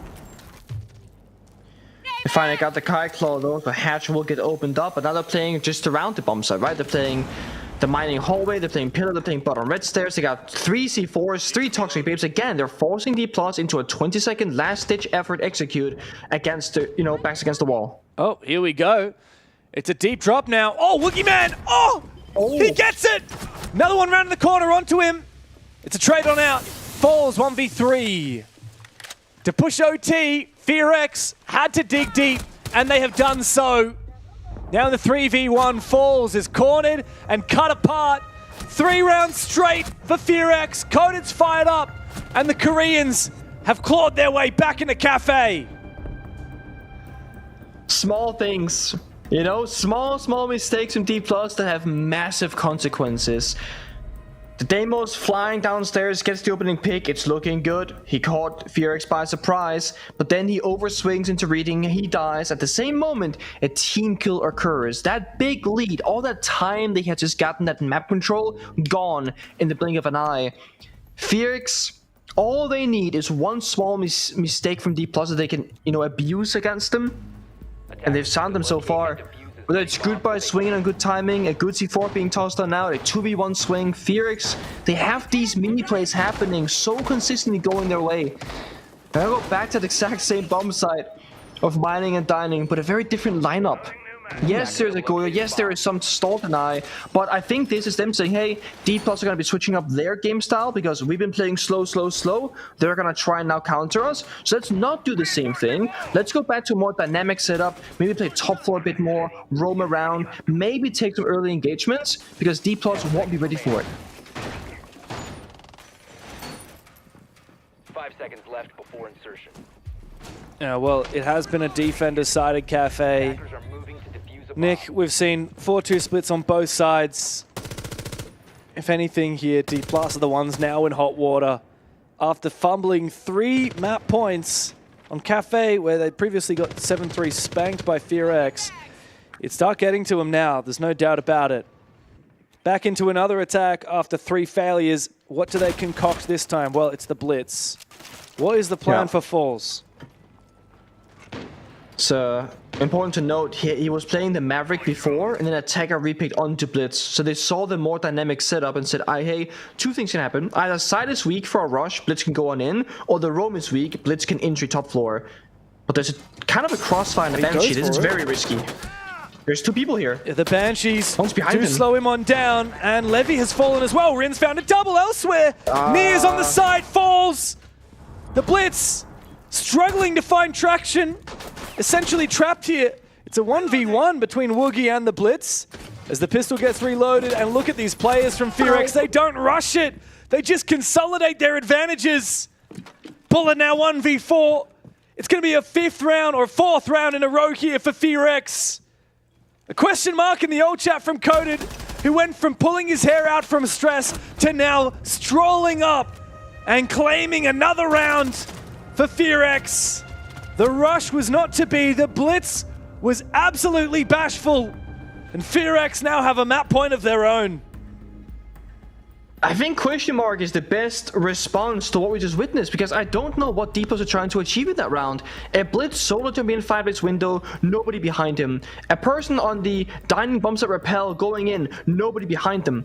And it's both extremely disadvantageous positions, right? You got the Banshees on the bomb site, literally droned out by the Blitz. That's not gonna work for you. You got 2 people at a crossfire, one in the mining hallway, or red hall as we can call it, and one guy by side that was Woogieman. Like, you're jumping in 2v1. I think Blitz maybe was playing a distraction game and hopefully... Come on! Don't leave Woogieman hanging! Bro left out to dry. He looked so disappointed. He's like, oh, no one's gonna... Okay, I guess I'll just lower my hand. I love that he actually looked up. And he just played so well. Yeah, he did. Oh man. Well. How the tide turns for D+. This Cafe, like, think about it like this, Pengu, right? 4 rounds straight on the defense, kickoff Cafe, and then 2 attack wins and 1 defense for FearX. So that's a drive of 3 rounds D+ are losing. Then they win their 2 rounds, they find match point, and then they lose 1 match point. They lose another one, they lose another one, and then it goes overtime, and they lose another round. How bloody frustrating would that be? Now they're getting a little bit desperate. They're looking to try and gain info for spawn picks and red pings with the Echo at the start of the round by going up through the hatch, and they're actually going to lose their Yokai drone. More question marks in the chat from Coded, and I tell you what, those ones are warranted. Why are you red there? Okay, I understand jumping up the drone, and then maybe red pinging 1 time if you want to see the lineup, but jumping up like 7 times, spamming red pings, it's not going to be the damn default cam. No. And it's probably not going to be a monster drone because no one's gotten that drone hat. They know it's a Yokai. Yeah. And now it dies for free. You're not playing like a Deimos where you get an advantage by having revealed the operator opponent lineup. Like, yeah, they're defending, right? Yeah, dude. Like, what did you see? You saw an IQ and a Lion. Big whoop. Yeah. And even then, like, you don't need to red ping to see what operators they're playing. No. There's literally no benefit. So, I don't know. Either way, Woogieman bounced stairs, aggression. Coded actually on Monty now. Woogieman said, oh, you know what? Hold my shield. I gotta get some kills now. 6 and 9. Wants to look for the vert. So they can apply pressure downstairs with Woogie, upstairs with the Monty. And again, they can keep making D+ run around left to right and just push them around the area. Ash Charge finally comes into play, shatters the first mirror window. Already here, FearX have gotten more progress in the round than the previous 2 times they faced the setup. Yeah, I mean, it is a good setup here with the mirror and the Aruni gates, but it's not impossible to deal with. And FearX, the fact that they struggled twice surprised me. The fact that they looked so clueless and could not figure out the way to deal with it. Surprised me. Now, Woogieman down below. He's budget buck right now on the Deimos, shotgun in hand. If you get some info and perhaps some lateral pressure, he might be able to find falls. Rin has to cross. So Rin's holding the cross here on the double door from Cigar. Ideally, just make the guy move and sprint across, and Rin gets the kill, but it's tough.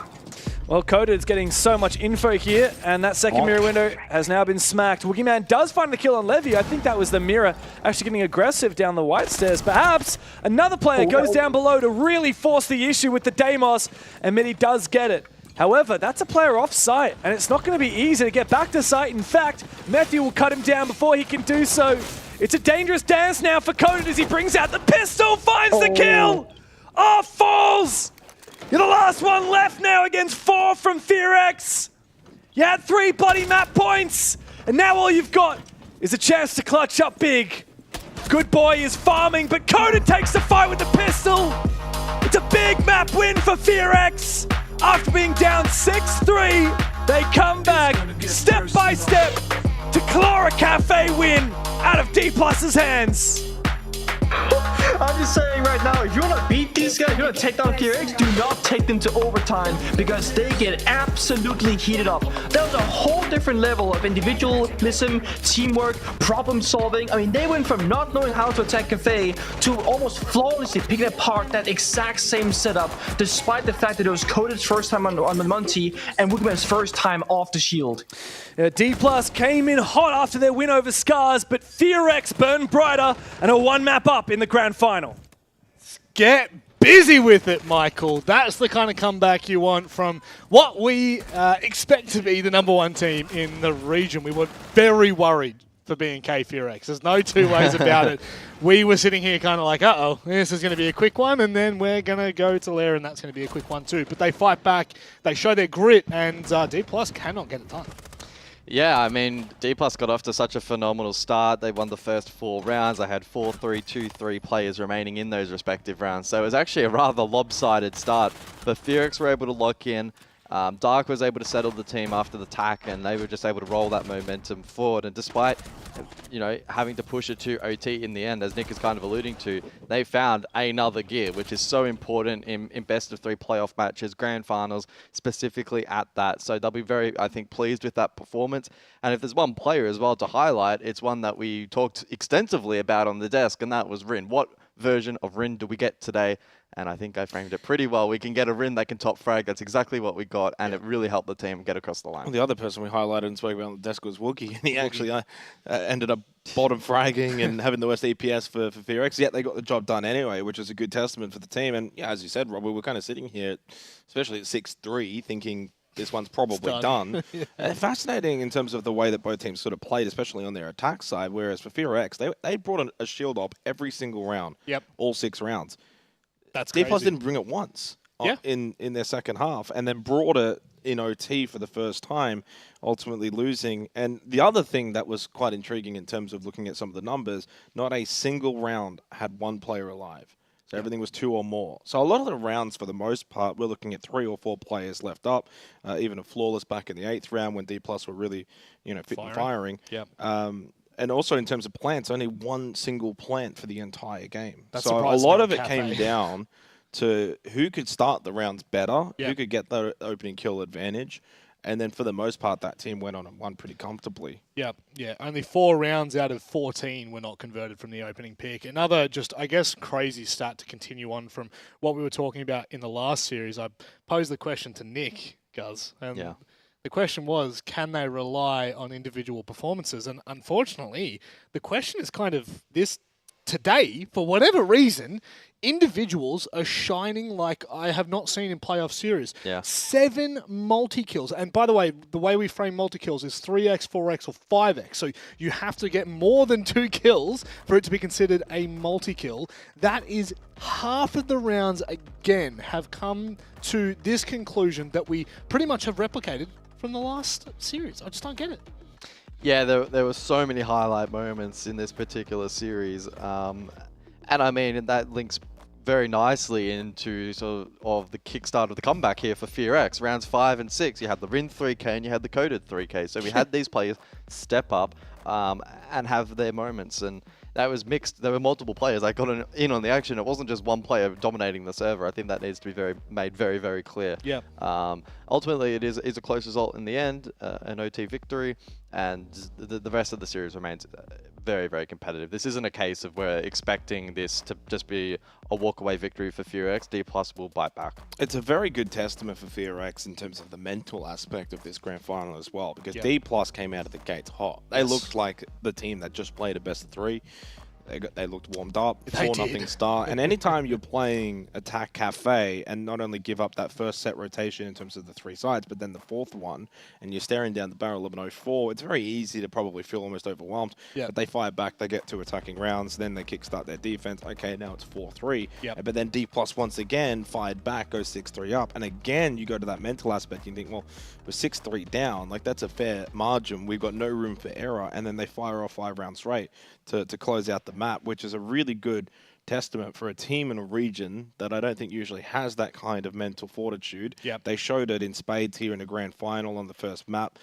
Obviously, Laird to now follow. Can they continue a run? Because 5 rounds straight, can they continue that momentum now going into Lair? Well, sometimes, I mean, not sometimes, very often do we see it where you come back that heavily and it just continues on to the next map. Lair, as you said, this is going to be a very interesting map. Just before we go to break, I'm just going to give some context so that once we're into it, we can just get underway. D+ have only played it once. They've had it banned against them all other times. That was 2 weeks ago against Scars versus B&K FearX, who haven't played it in the last 2.5 months. The last time they played it was at Reload. They lost it to CHE. But just before that, they beat one of the best to do it, BDS. Granted, it was a bit of a different roster back then. But the context here is that we really are kind of going into this map with a lot of unknowns. And that doesn't bode too favorably for D+ Kia, who are on the ropes right now. Will the knockout punch come? Well, we'll have to find out after this.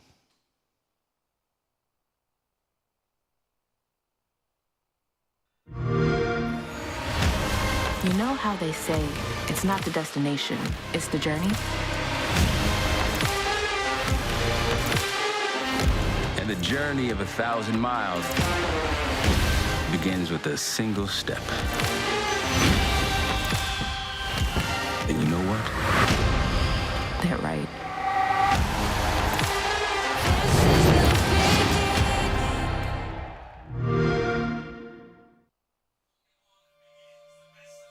As I was saying, we have to look at what's ahead of us now and not worry too much about Wait, the did you past. see that? What?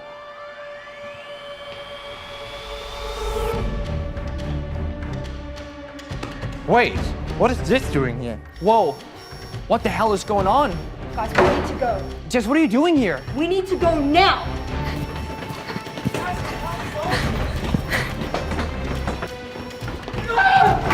Jess, Doc is gone, we have to go back.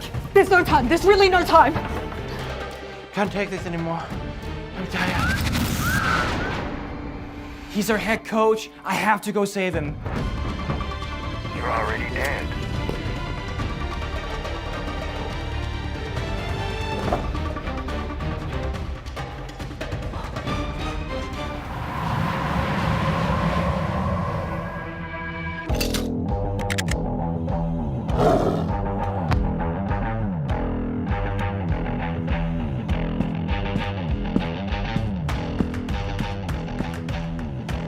There's no escaping now.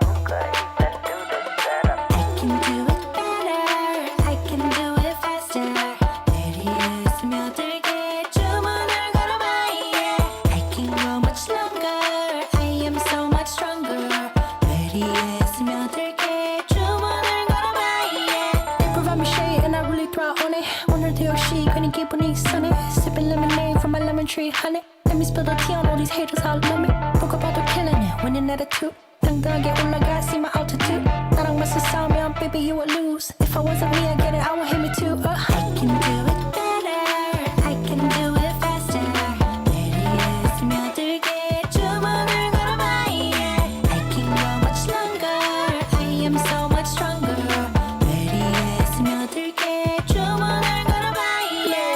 모든 걸 싸움에 스치면 야구르지 매일매일 일어나서부터 보는 거지 Look in the mirror say you're a winner 주문을 걸어봐 yeah. In a bad mood 바꿔버려 in a hurry 꿀꿀한 기분 털어버려 I don't worry Get through the weather feeling get better 주문을 걸어봐 yeah. I can do it better I can do it faster 내리에 스며들게 주문을 걸어봐 yeah. I can go much longer I am so much stronger 내리에 스며들게 주문을 걸어봐 yeah. Banger after banger, tell 'em Tina Mina do it better. Banger after banger, tell me who could even do that better. Banger after banger, banger after banger, banger after banger, banger after banger. Tina Mina do it better. Who could even do this better? I can do it faster 내리에 스며들게 주문을 걸어봐 yeah. I can go much longer I am so much stronger 내리에 스며들게 주문을 걸어봐 yeah. Banger after banger. 에펜 노스에선 저희 말고는 다 성공할 수 없을 것 같은데요. 일단 저희처럼 많은 경험이 있는 팀을 일단 못 찾은 퓨어엑스의 경험 많은 선수들이 일단 다 모였기 때문에 저희가 제일 잘할 것 같아요. 지금 APL에서 가장 기대되는 것이 어떤 건지 뭐 대회 성적이 포커스 될 수도 있고 에이펙 파이널 랜 있을 수도 있고 일단 대회 자체가 바뀌어가지고 좀 그게 가장 기대되고 그 바뀐 대회에서 저희가 성적 낼 게 가장 기대돼요. 굳이 꼽자면 CAG 거기도 좀 그 개개인 그 포텐셜이 좀 그 고점이 높은 것 같아서 좀 터졌을 때 살짝 무서워. 아시아에서 게임하게 되는 그 선수들이 각자 지역에 안 있고 아시아의 좀 약체로 평가되는 아시아 지역에 오게 된 데는 이유가 있는 것 같아요. 팬분들을 실망시켜 드리기 싫긴 한데 디플러스 기아가 저희한테 지는 건 거의 기정사실돼 있기 때문에 단순히 말하면 그냥 한국 했을 때 떠오르는 그런 선수였으면 좋겠고 좀 개인적인 바람은 전 세계에서 그냥 좀 서포팅이나 그런 거 최고가 누구냐 했을 때 뽑혔으면 좋겠어.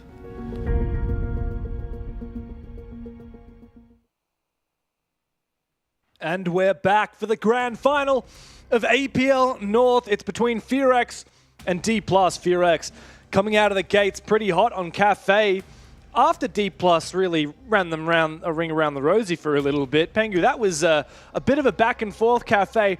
3 match points in favor of D+. They could not get across the line. Back and forth until it wasn't. The first half looked like it was D+ stealing the show, and then Fearx said, wait a minute, we're actually pretty good on Cafe. We just gotta warm up first. Now, Lair is a bit of a funny one because off camera here, off screen, we were talking about it. And I was like, hey, James, I feel like D+ messed up here because we're playing Cafe into Lair, and as far as I remember, Fearx are mighty good on this map of Lair, and they also love to play it. One of the first teams in professional play to spam it when it first got released. Was there any verdict on the stats that you're looking for? Like, is it true that Fearx indeed do like playing this map, that they're good on it? Yeah, well, the numbers do back you up on this. It's actually their second favorite map. So last time they won it was actually against Team BDS. Now that was a little while ago. It was back in May. So yeah, in Rio, of course, last time that they won this map. They did lose it to CAG a couple of days later, but of course that does mean that they haven't played Lair for a long time.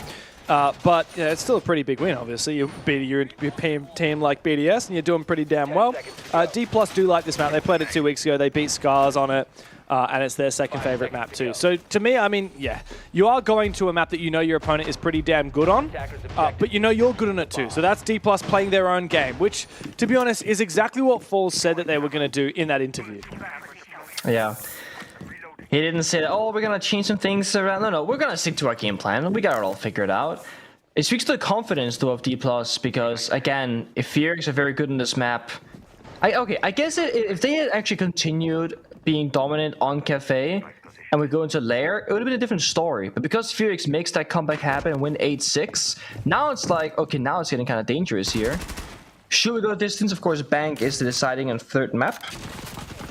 Right now we got an aggressive looking man holding on to Ops room behind the keeper, fight with the drone hole, the rappel angle, the door, and he's pretty much on his lonesome. Yeah, but are you really ever alone if you've got these keeper barriers to protect you? Out goes a flashbang. Oh, a repeat as well. Niers almost dies. Cheeky. Woogieman is going to fall on back. This C4 is going to be an absolute nuke onto a low HP player, but doesn't wait quite long enough. Niers is so confident for a player on 1 HP. He is picking a hell of a lot of aggressive angles. I mean, one-shot headshot, baby. You're technically always 1 HP, no? If you suffer a headshot, you die regardless. Mind you, some pro players actually play with their health bar turned off to then mentally have more confidence to take gunfights. Niers might not even realize he's 1 HP. I'm not sure if he plays it on or off, though. No yeah, good question. I mean, the downside of that is running through fire or smoke, obviously. Or yeah. Obviously, you're at a disadvantage in those scenarios. Oh, really? You're going to get away? Just barely. After Midi fires up the area. Good control from D+. They've really launched their attack here on the bathroom side. Got themselves into the building.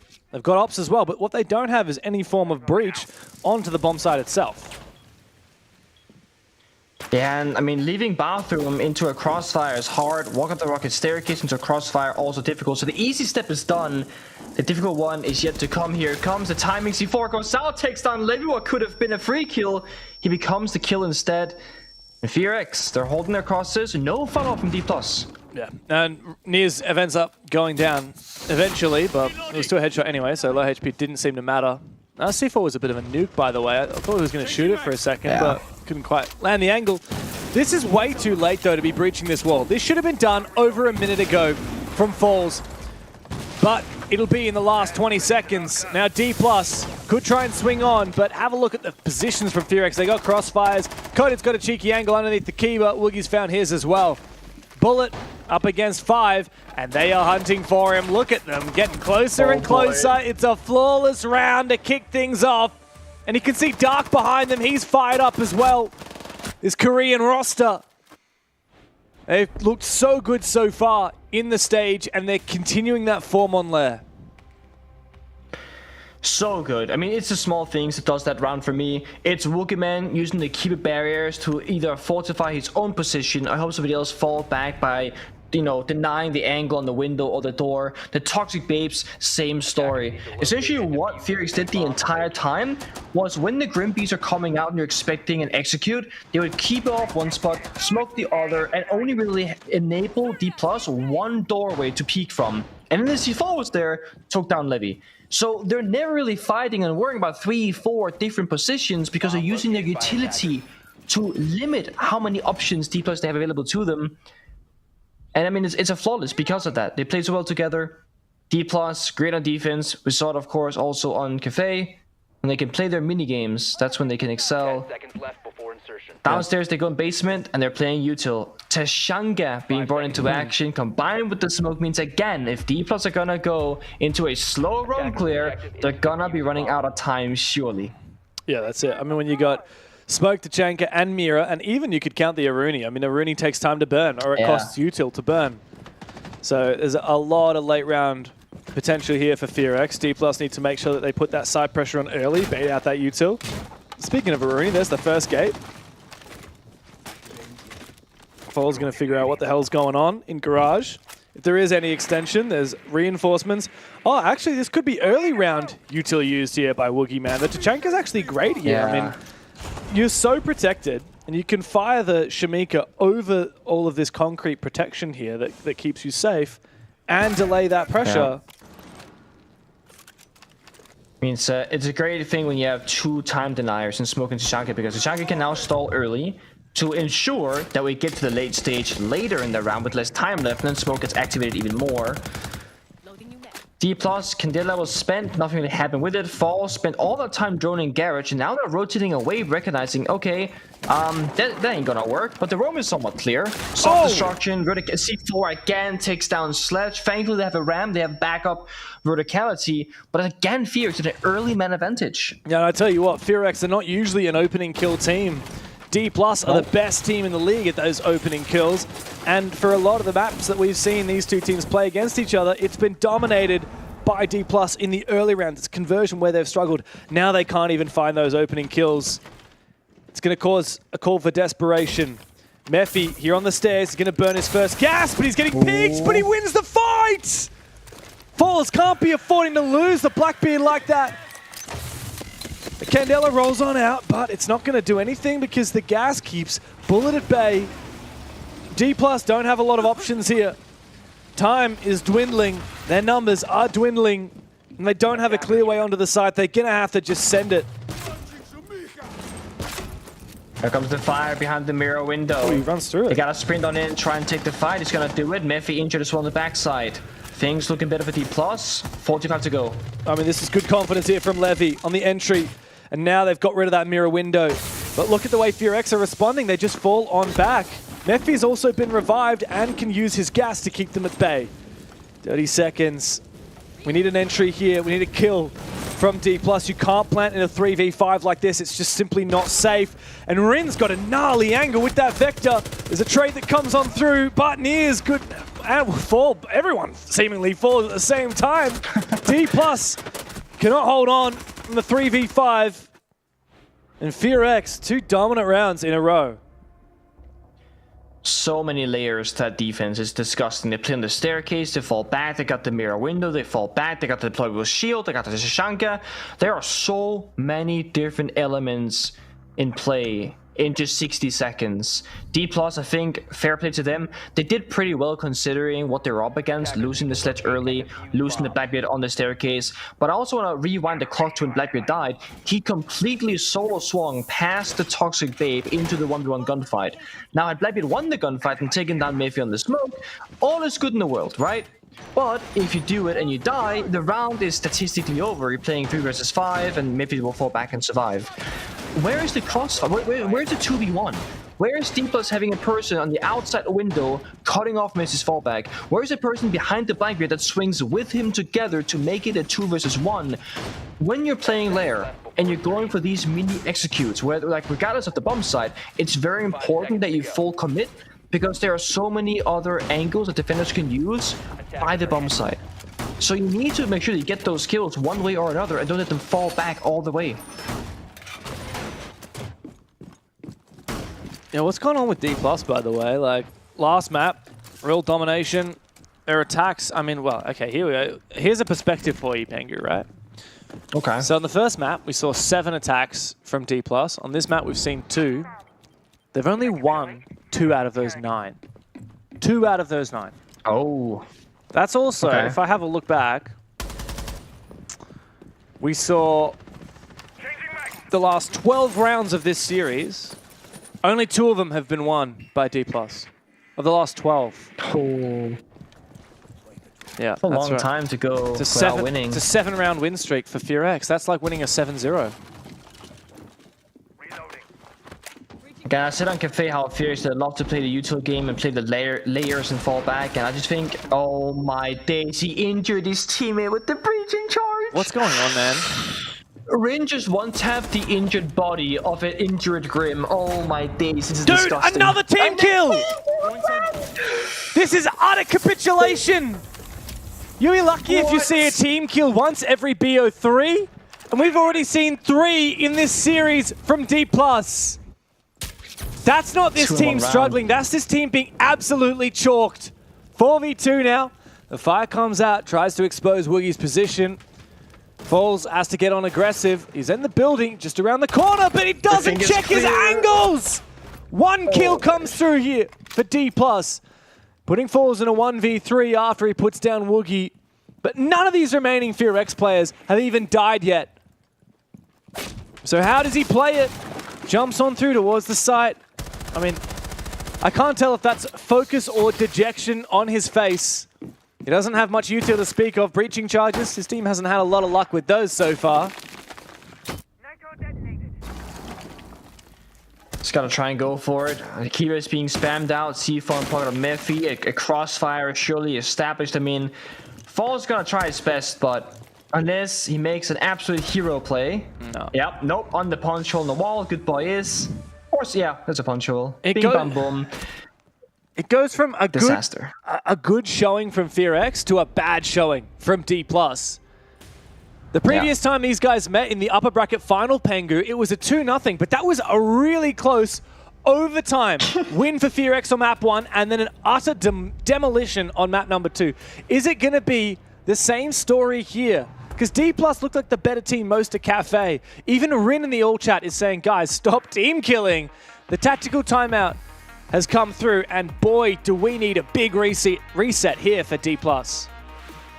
Yeah, I mean, the problem is that you're on the attacking side. You can try and mentally reset, but strategically, already here, wait, oh my god. So Nears actually, I believe, ends up getting the Grim killed, only to then get team killed shortly after by the Ace. Like, it's a complete disaster. You're on the attack, though. You can ban the third operator. They've done that. They banned the bandit, I believe. You can talk about whatever it is that your problems are, but mentally speaking, they need a round victory, like right now. If they go 4-0, if they go 5-0, I'm gonna call mental boom, and there's no coming back from a mental boom. Yes, there's gonna be the defense eventually after 6 rounds on the side swap, but you gotta make sure you get there somewhat intact on the round, having like at least 1, maybe 2 rounds on attack, and of course mentally actually believing you have a chance of making a comeback. I don't think they believe right now. They need this round to start believing. Yeah. And you need to stop putting so much bloody pressure on these rounds. I mean, I feel like that's what happened at the start of Cafe for FearX. They just looked so disjointed. I think they felt the pressure of the situation. And of course, the elephant in the room, they weren't warmed up. Like D+ played 3 maps before this BO3 today. Yeah. This is map number 5 for D+ today, by the way. One of those went overtime. The other 3 went 12 or 11 rounds. I mean, fun fact. Right now, D+ they combined for a total of 3 kills. Oh, really? They also have 2 team kills. That's not a fun fact, dude. That is 2, and Nears, that's a very fun. Okay, depressing fact. That is a depressing fact, my dude. It's a fun fact if you're a FearX fan. They have crazy. The same number of many team kills in 3 rounds. Exactly. Oh my god. The situation is dire. Yeah. Now, I want to point out here that FearX banned double shield, despite D+ not really playing it all that much earlier, and I don't think they're a double shield team as Blackbeard, typically speaking, but the way the FearX kind of, I don't want to say revolutionized Lair, but how they popularized the playstyle in Korea back then was double, triple shield on both Consulate and the Lair. So I think FearX have opted for a double shield ban because they know it's a very successful way to attack on this map, and I wouldn't be surprised that they themselves would play the double shield on the side swap if it doesn't get banned out by D+. So I just think FearX have a better read on how to play this map right now. I think they've also got a better read on their opponent. Like, you look at the way Falls, he opens the breach with Thermite, and then he sits there prone waiting for a swing. FearX actually haven't been playing that hyper-aggressive. They haven't been peeking outside the building. They haven't been taking over-aggressive fights. They've been taking angles like this, and then when they lose or don't get the kill, they stop being so aggressive. They're just tempting aggression. If they get a freebie, they do. But otherwise, the cost is low.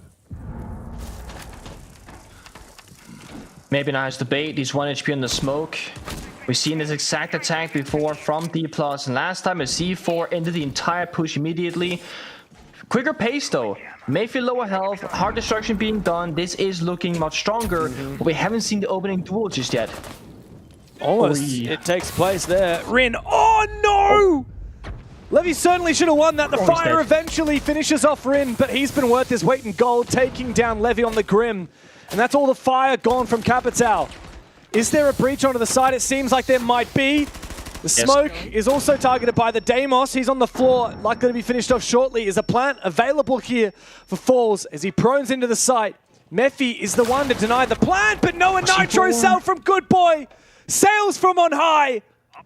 And now again, D+ have been stalled. They can't get in. They have to go into the bomb site door or rotate outside the building. So they're stalling, they're locked out. Tracker comes through, Vert from Deimos, a double swing the door. Oh no. It can't keep going this way. Mephi finding another. Yes, it can. Bullet against 4. This was the round that D+ needed.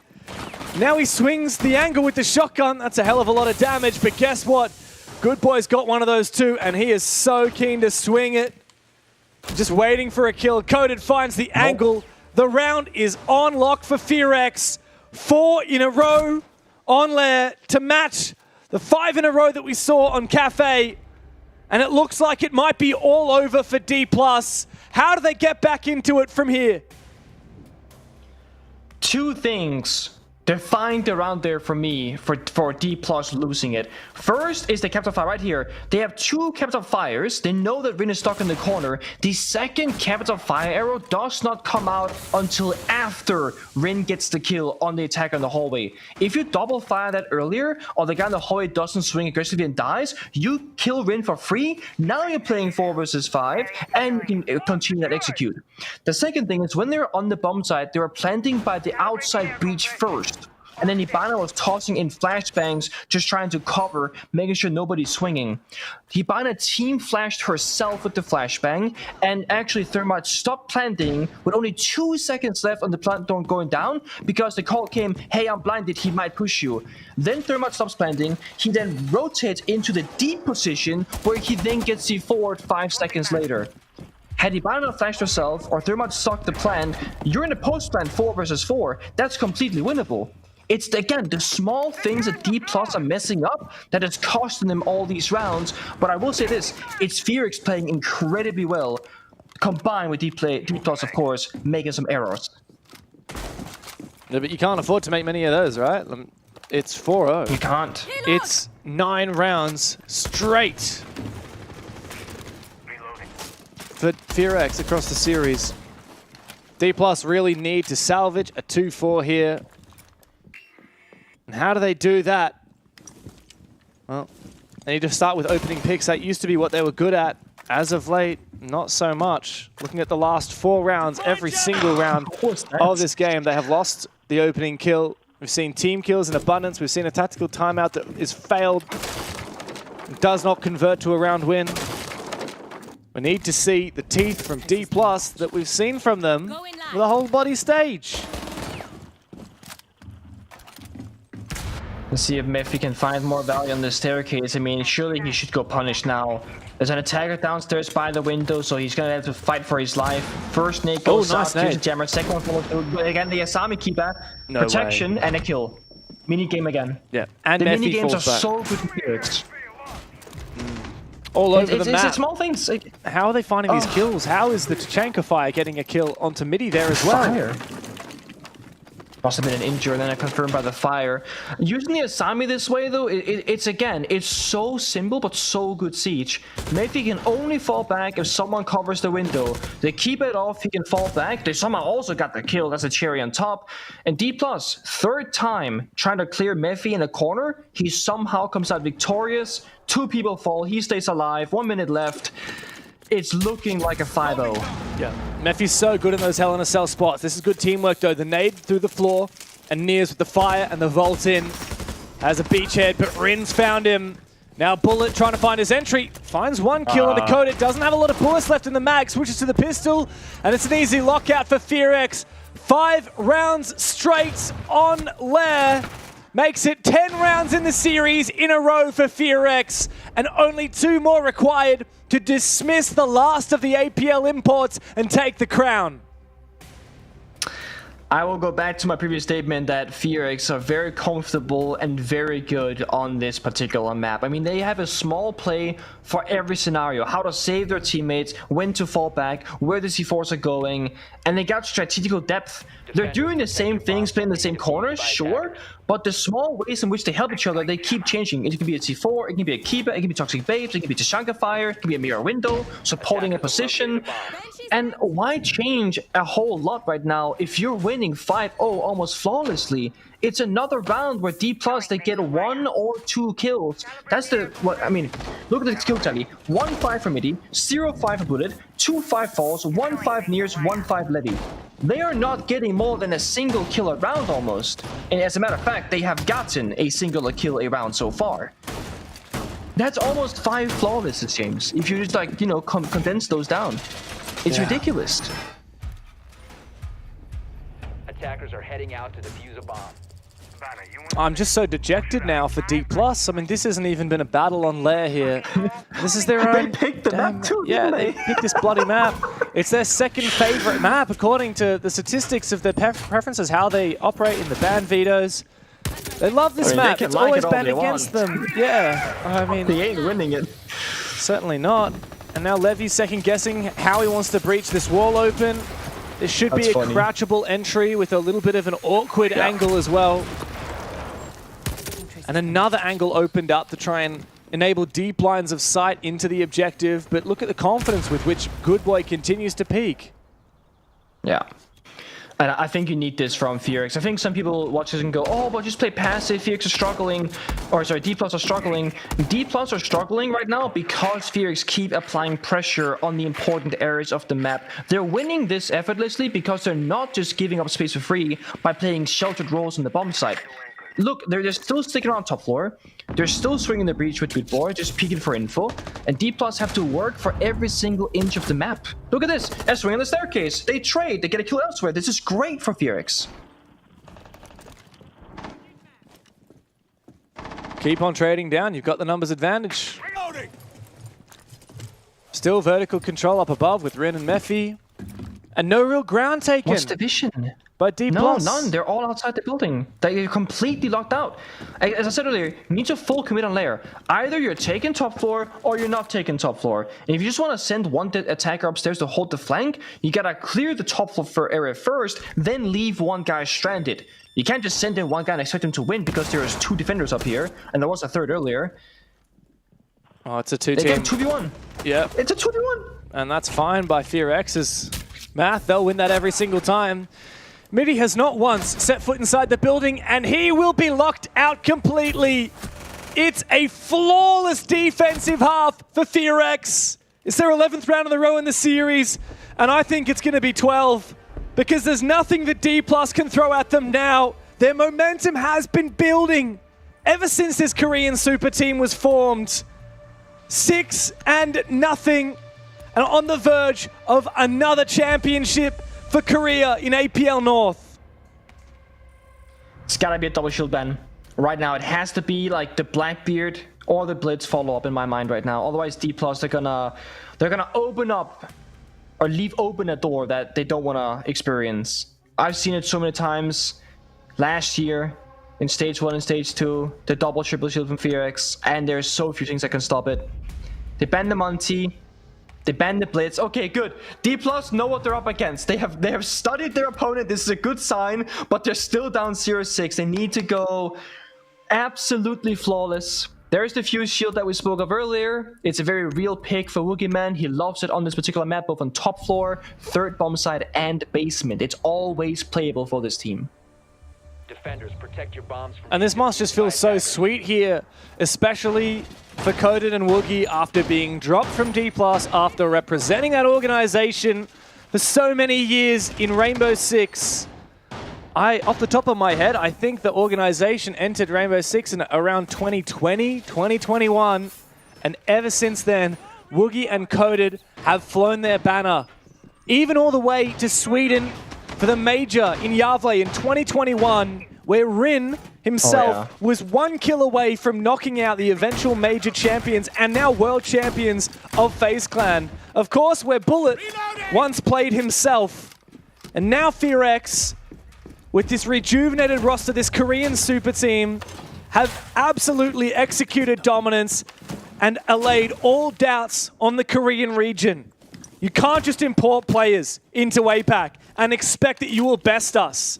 You cannot just pick up talent from wherever you want, from any region of the world, and bring them down into the Asia Pacific region and expect you're going to get a free spot to majors and to international events. Because FearX will do just this. 6-0 on D+'s map pick with 6 championship points. So watching Rin's player cameos holding that drone on the glass, he was smiling the entire time for 30 seconds straight. FearX, they got some funny comms going. Boogeyman from the Fuse into Blackbeard is going to lead his team from the front. And look at this lineup. The Glass, the Sense, the Blackbeard, the Deimos. FearX, they love setting up these things. 3, 2, 1 countdown and just go absolutely nuclear in the server. And the issue here is D+, I'm not sure they're ready for it. Yes, they got Goyo Fire. Yes, they got Mirror. They got good operators. But do they know what's coming, and do they have the mental strength to fight back? Because falling back is not going to save you. You have to fight them somewhere, and ideally, before you reach the bomb site. And so Midi can set the floor alight. Try and keep FearX at bay a bit longer. The drone will peek on through it. Happy to take the heat. And here comes that Deimos, that deadly Deimos from down below. The Tachanka spotted. They're not taken out as of yet. So much red ping info as well onto the site. As Tachanka again brings out that Shamika to try and whittle down that timer. It's working. The smoke as well. But how long will this work for? And they got the perfect operators, and so far they're playing it well. Mitty keeps stalling out Woogieman. Mind you, if you're a shield operator, Blackbeard, Monkey, whatever, and you walk into fire, you will get shield guarded, which means Woogieman has to respect the fires from Tachanka. Oh, but Falls, a big swing. And 2 opening kills here for D+. A good swing as well from Falls. He's finally conjured some confidence. Good boy, 7-0. Looks for something, but he just finds a face full of buckshot as D+ finally find what they've been looking for, the confidence to swing and take control here on Lair. It's a 1v5. Neil's put in the dirt, and Falls will claim the final kill. Tooth and nail, it's scrappy, but he will force himself into this game. D+ need their game faces on now. That's the first of many required to bring this game back. Looking good. I think D+, they got the right strategical approach on how to counter the aggressive lineup, playing passive utility operators. The issue is, not every bomb site can bring that same approach with the same level of success. Basement has, of course, 2 options to it. Either you do kind of what FearX did, where you play by the staircase, you fall back. But then, if you don't get any kills, you risk the attackers just executing 5v5 against you. FearX somehow, when they play downstairs bomb site, they always got kills on Miffy playing the staircase. D+, they're not showing us that same mentality. They're playing Lesion, they're playing Skobos, they're playing Melusi, much more passive intel, get around the building, and go for an extensive roam. If D+ can get a kill or 2, then fall back to the bomb site and give up the roam, that could be their win condition. Again, it's high risk, high reward, but at this point, I don't think you need to risk assess if you're D+. Every single thing is risky, because if you lose any round, if they clutch, if you mess up, you will lose. It's important right now, if you're one of the Brazilians, that you tell yourself, it's 0-0, we gotta play our hearts out. Don't worry about if I make the wrong play, we lose, because then you're gonna stop yourself from making the correct play, and you will be hesitating when it comes down to those nanosecond decision making. So 0-0, play your hearts out, and see how far you can go for that comeback. I don't know, Pengu. I don't see it. I just don't see it for 5 more rounds. You gotta believe. I mean, that first round was the greatest start D+ could have hoped for, and they look good doing it. The only fear is that there's 3 bombs, well, there's 4 bomb sites, but you gotta hit that tertiary eventually, which statistically is just weaker. Oh my god, a triple refrag! And it looks like it might even be a complete rush. Falls finds 2. Trading out his teammate. FearX have shown their hand, but they also show their fire. As Coded finds 1, a big swing from Rin. Not 50 seconds into the round, and we're down to just 5 players left in the server. Both teams left bloodied, but FearX are better off. Imagine holding that door thinking, I hear one guy pushing in, I got a freebie, guys, and you see 2 more people behind him. An injury, not a killer zone demos, he got revived, and of course you saw Falls gets the kills. Fearx, they hit the reset button. They hacked the cameras, they got Boogie phone call to spare, they got numbers advantage, they can use the Florix now, they can drone, set up the flank cameras. There is a Scopo shell upstairs, which could be problematic later on with the right timing from Nears. He's under pressure. Exterior door, hatch above him, and the vert. They are everywhere surrounding him. There comes the logic bomb, and so there's no Scopus gadget to be activated now. But Falls will find one. Man, this guy has really brought the fire in the last 2 rounds. Single-handedly bring his team back into it. But Rin's found one. He is fearless. And him and Coded together now need to find Falls, who must ace or lay down arms and submit to Fearx. As Coded and Rin team together, he holds down the line with the slug shotty, a pre-fire, and Rin is on the ground! It's an ace for Falls! D+! When everything is on the line, they refuse to die! Such an awkward position in the 2v1. They're trying to get the flashbangs in. Blind Falls, he plays around it perfectly. In fact, the flashbang hits his body and does 5 damage. It bounces really far away and he goes unblinded. And that's the big thing there. Fearx, they swung that final door thinking he's either going to be sprinting away, turning his back, or he will be blinded. And he won't take down both of us. But he did, because he juked the flashbang so well. It comes down to individual heroics. I mean, look at the damn scoreboard. 1, 2, 10, 2 kills. This is Falls' game when it comes to D+. He needs help. He needs other players to step up now and join him on the scoreboard and do some killing in the server. Yes, D+, they've gotten 2 rounds now. They're stalling for the inevitable loss of what it feels like right now. But what if other players, they start showing up? What if Falls is just buying enough time for Bullet to be the hero, for Levy to be the hero, like they've been before earlier today, both on Cafe and up against Scars?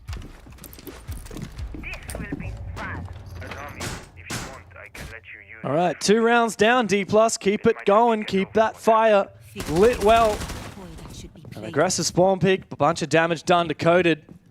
Fearx have kept things pacey. We saw a rush last round. What's the play this time around?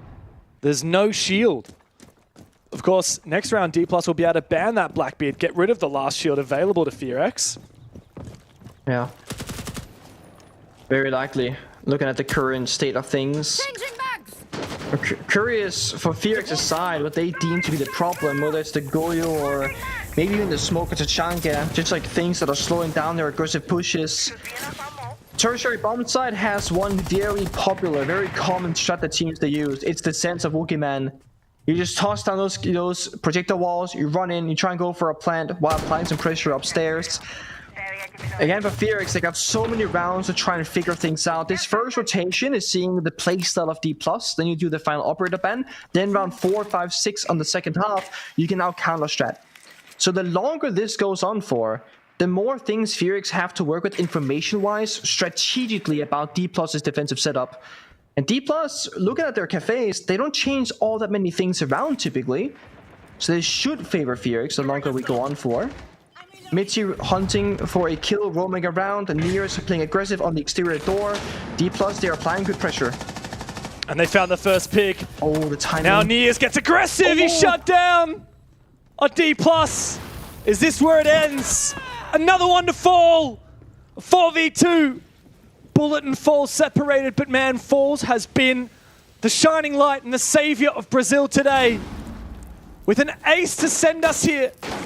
He makes his way forward, SMG-11 in hand, and he almost sees the feed of Coded, who is lit up from Levy early in the rounds. The smoke cannot land. Bullet is also still above, watching through the vertical angles. And will the plant come in through? Wookie Man needs to make his way back onto that site. As the ROUs roll on out, Fearx look for their plant, but they are patient. They know they've got the advantage, and you cannot buy success in this region, because Fearx will be waiting for you.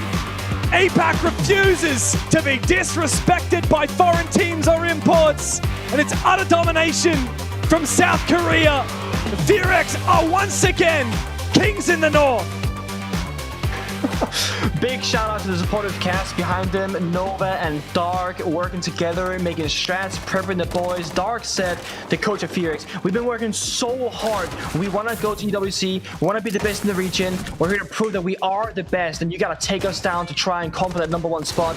And they've done it successfully, decisively. Slow start on Cafe, a great comeback, and then an insanely one-sided map of Lair. Yeah, well, Rob, if Cafe was all about the comeback, well, Lair was all about the capitulation for D+. The capitulation, a word I've not heard in a hot minute, but it aptly describes the first half for D+ Kia. 12 rounds in a row for FearX is what it took to close this series. Unbelievable. And I think, like, honestly, looking back at this game now, it is such a shame for D+ Kia because we were hyping them up as potentially the only team that could stand in FearX's way. They had 3 map points back on map 1. Not enough. Yeah, I mean, it's a funny old world that we live in, right? We have an APAC region, 3 APAC teams will qualify. Yep, crazy how that happens. It's funny how that happens. You know, we talk about, obviously, the imports and, you know, what they're going to do to this region. Well, in the end, the imported players haven't done anything. But you don't know where I'm going with this. It's the imported coaches. So, I mean, in Oceania, you got a Korean coach. Yes. Obviously for Enterprise, the old Mingo. Dark, the Brazilian coach, and Mipe as well for Weibo. Oh, very true. Import the coach, Yes. not the players. You will find success in APAC. But I'm very happy for FearX 2-0 as well. Obviously, Cafe was, you know, a very intriguing game as to how that played out, winning the last 4 rounds straight to take that map, or 5 or whatever it ended up being. But you know, you think back to the upper bracket final, and you know, it was actually kind of similar in nature when you kind of look at the maps overall. An 8-7, 7-3. Well, today was an 8-6, 7-2. So like, it's pretty similar on paper, isn't it? And clearly the best team in APAC North. And you know, the funny thing is that we kind of now end everything out, and it's like, well, FearX, Weibo, Enterprise. Who do you take out of those 3? We won't know this stage. No, we won't. Stage 2, you'll get some answers. You certainly will. I think that's the exciting part about this entire year is there is a point at which all of these teams are going to converge. APL will be together again. But speaking about being together again, it's time to have a chat with Dark. I feel like it was only last week that we were speaking to you, Hello. Dark. Hello. Yeah, hello guys. There is so many questions that I could ask you to kickstart, but I think I just want to keep it simple. How does it feel to be champions of the North? Deserve it, right? We play too many maps this season and they just lose 1 map. So I think if someone have to win today for qualify, was right. We deserve it. Doug, I guess you're in somewhat of an intriguing position. Obviously, you'd be aware about a lot of the talk regarding the imported teams, Elevate Brazilian roster, D+ Brazilian roster, even Gaming Gladiators with a couple of European players. You yourself, of course, being technically from outside the region, but you've been in here for quite a while now. We feel like you're maybe a bit more homegrown. Yeah. What's your view now with the stage conclusion on how those imported teams have come in? Do you think it's made the region better and gotten teams in, of course, APAC North, Asia, OS playing at a better level? I think like make the level increase, of course, like they're a hard team. But honestly, I have a fear with that for a long time, because if you want to think just about the Apex scenario, I'm going to give one example about Korean players. We have us, Talon, and the Mir. So don't have one more slot, right? And Japanese, they have a 14. And how's going to be for new players, right? They never have a chance. So always Forina going to come to here and we don't have a new player. So I think this with more years, maybe it's a rule to change, in my opinion. But anyway, now that's the scenario. So I don't like to see no one trash talk these guys, because they're just working like everyone. They have the same dream than everyone. They don't deserve trash talk for be here. And of course, make everyone work more, right? So make for sure Scar's preparation better to play against them today, us too. So make the level go big, but I don't think it's a good thing for the scenario for a long time. I know you're only just one, so you haven't got a ton of time to think about it just yet, but looking ahead at your invited spot at EWC, do you see that as maybe an opportunity to make up for Reload, an event where perhaps you had expectation to maybe go a little bit further?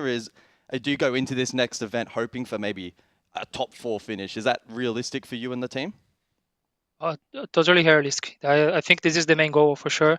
I say today before the match was the first thing I say with everyone because we can be proud because in Reload we play really well, very good result. The top 8 and was one of the 3 teams who make 4 wins in the group stage, and until he loads on science sorry until here we improve a lot your level. So in reload the things was good, so now you're really better like a team, you understand really better how we can play together because reload was just the first tournament, right? So now we have the second tournament together for we do better, and we really believe gonna be better than top 8. Is that the main thing we work every day to get. It's a short turnaround, though, Dark. Obviously, from now until EWC. Do you, as the coach, have anything in mind in terms of what you're going to do to prepare for that? Yeah, one of the things we do here is a lot because screen level in APAC is a kind of not the better region to your preparation. So when you go to tournaments like that, have to be careful for you don't just understand what's happening, right? Different style, Europe and the Brazil mainly, right? So I think the one of the things we're already doing here every time is study together the other teams for you understand a little for they see for they can feel a little bit more about the different space, right? And just put the mind in that, right? Like forget a little bit how is the APAC teams but being honest don't have too much difference like the APAC teams all the regions is improving a lot, but anyway we have to be careful for don't go in the first game days and the start is low, right? Yeah. Because Saudi is really fast tournament too, right? So just 2 games go out, just 2 games you go play off, right? Yeah, it's a scary format, especially for APAC teams. It's very unforgiving, and notoriously APAC teams have always struggled in shorter time spans. Look, we've talked quite on a larger scope. There's one thing that I'm burning to ask you at the moment. This grand final, obviously, there was a lot of discussion around how B&K FearX were going to play. We were all in the camp of B&K FearX. We think that currently you are the best team in APAC North, but you go 3-0 down and you call attack timeout. This is something that I want to hear from your perspective because I think a lot of people praise you as a phenomenal coach in this region and for good reason. Can you give us a little bit of context or maybe, I guess, just give us a peek behind the curtain as to what you're thinking about going 3-0 down? What's the conversation like when you come in there? You're saying about not exactly one map, right? You say any timeout, right? Just for me understand the question. Yeah, it's so this is a very specific example, but you've got those that replicate throughout the time. Yeah, if you want to say like a good example for anything, so every case is a case because we have a plans. They know what they have to do every round. Yeah. So things we're gonna do different than the game plans is not too much in round. So sometimes in tactical, in the pause, or you're gonna say something because it's something different. So it's not a setting before the game, and maybe you start bad in the match. One thing many coaches have to do is sometimes, for example, you're losing for 0-3. You don't need to pause for talking about 3 rounds, right? Because we have to pause and maybe just a 1 round. We just have to do 1 round for your team back for the trail, right? So many pause can be something like that, or for sure, other pause is something more about the style that the teams play, or just some mental things where you take care. Because maybe you're not joining the match, right? Like sleeping and the things like that. But for sure, like every case is a different case. But the one of the today I used was one idea to we try to win that and the team back for the game. Yep. Well, it worked. There's no doubt about it. It worked. Going on to win 12 rounds in a row is pretty insane. Anything else from you boys? No, just congratulations, Dark, and looking forward to seeing you guys once again perform internationally. I know that for FearX and the APAC region, it's always a team that does well internationally, and hopefully that can continue. So just sending best wishes. Thank you everyone, guys. So can I call everyone here? So Absolutely, of course. We'll always give you the floor, mate. Come here, guys. So first for me, for the Brazilian fans. Valeu todo mundo, muito obrigado o carinho de todo mundo, sempre quem manda mensagem, um beijo minha mãe, meu pai, minha namorada, todo mundo tá assistindo aí. E eu vou passar o microfone para os coreanos. So guys, Korean in the voice now. Yep. You can say Korean fans, guys.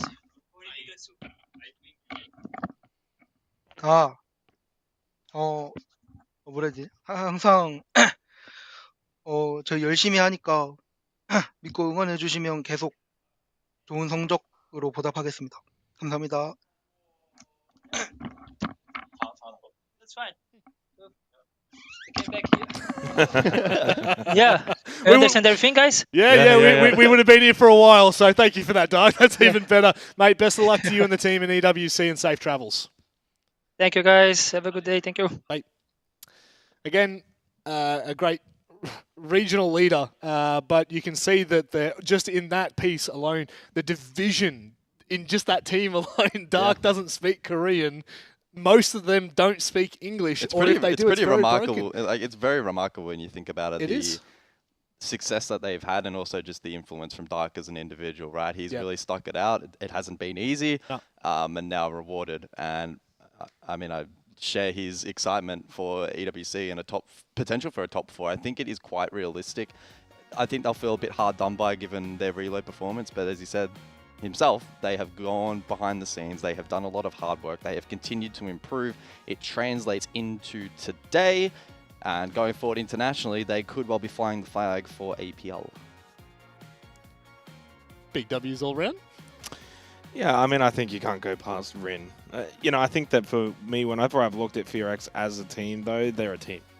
They're a proper team. They don't need just a single player to really pop off and stand out. And you know what? To a degree, you could probably look across the board, the 3 teams that won APL. Isn't that a pretty common trend for all 3 of those teams? You're not sitting back and saying, well, they had a single player that went and dropped 40 in a series, and that was the difference maker. Like, you've got 3 teams that I think have, core IGLs/supports that do their role, fraggers that do their role, but they don't have to over-exceed it, so that if they have a poor one, then you end up losing. They're just really well balanced, and I think that's what we've seen from, essentially, the 2 super merged teams in, Weibo and FearX, based on how those teams kind of formed coming into this year. And then obviously for Enterprise being a sort of newly built team, it's really good to see for the APL region that not only were the imported teams taken down, but also these new teams have been able to rise and play a really good level brand of Siege. But now begs the question, you're going to have FearX, Enterprise, and Weibo go to an international event. How are they going to perform? It's going to be fascinating. That is the big question at the end of the day is, all grand finals finished 2-0. I mean, that in itself is pretty crazy because how does this translate when we go international? We've always been hopeful about the APL, but let's be realistic rather than pie in the sky. How do we actually think that they'll perform, especially given what CAG were able to achieve back in Reload? Yeah, well, first that was domestic. They had to get over the barrier of the imports. They posed a serious threat. A couple of them made the grand finals and then lost out. So that's a big tick in the box of the APAC teams that have been well established and proving that this is not, as Dev kind of framed it in the cards, this isn't a pay-to-win region. If you bring in a team, don't expect instant success. I think going forward, they will be a big threat, though, still in Phase 2. Yeah. For major quals, regional finals, even SI quals, etc. So don't rule them out. Taking the next step, though, internationally is going to be tough. I think of all the teams that have made it, FearX probably still stand out as number 1. Yep. Weibo probably not too far behind, probably pitching at maybe like a top 6, top 8 scenario for them at worst. EP will have a lot to prove, and as we often see, especially for APAC teams, first international appearance tends to be pretty rough, and it's a very unforgiving format. They'll likely, get knocked out before playoffs, but you never know. Well, the benefit for Enterprise is Fisher guy. Yeah. Cannot be understated how much value he brings to that roster at an international level. And for the other guys, they have to make sure that they go into that event really sort of carefree in some ways. Just let Fisher do the calling, go in, shoot people, and hope that does something. But I would agree. I think Enterprise of the 3, probably the ones. My heart says they do well, and we have a new dawn in terms of the Oceania era. But the head says most likely they'll be of the 3, the weaker. But for FearX, I think there's the most expectations on them. I would agree. At an international event based off reload, etc., the strength of this roster. For Weibo, I think you could also, as guys said, they're not far behind that, right? Like, these guys have been to international events. They've got that experience. So it can't be a case of, you don't get a free pass. If there is one that gets a free pass, maybe it is EP, but it's certainly not the other 2. They need to perform. The thing with EP is, right, they're the team with the least amount of international experience. Fisho, the most experienced player in all of those versus the rest of the players that haven't been to an international event. So there's a lot of interesting dynamics, and that's APL done. Where's the confetti? Where's Ian Chambers? Shit. All right. We didn't have the budget to fly him down. No, there's no chance we had the budget to get Sir Ian Chambers in. Hopefully we'll see him at EWC. Speaking of EWC, starts next week. Literally 10 days away. We'll be kicking off in Riyadh. It's crazy to think that it's already come about, but that's it. That's all we've got for the APL for Stage 1. Thank you very much for joining us. Best of luck to BNK, FearX, Weibo, and of course Enterprise. Michael, please do the honours. Adios, amigos. What I'm saying is stay out of our region. No, please come to our region. We love you. We welcome you. But still, it is very clear APL reigns supreme. Thank you very much for watching. Please take care, stay safe, and good night.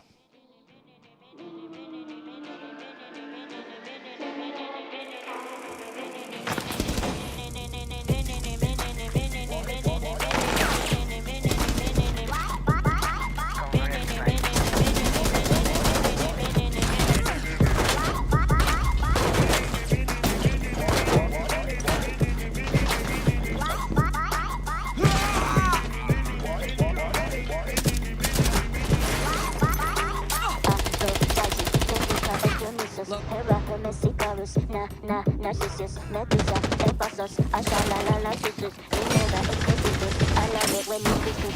Aphrodite, Medusa, Oceanusus, Hera, Venus, Narcissus, Medusa, Ephasos, Ashalala, Susus, Minerva, Exquisitus, I love it when you kiss.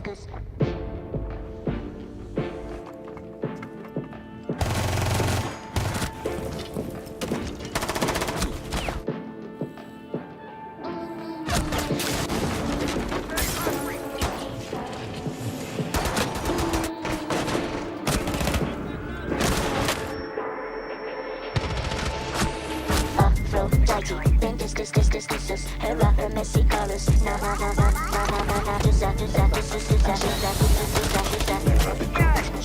love Aphrodite, Ventus, Hera, Hermesicarus,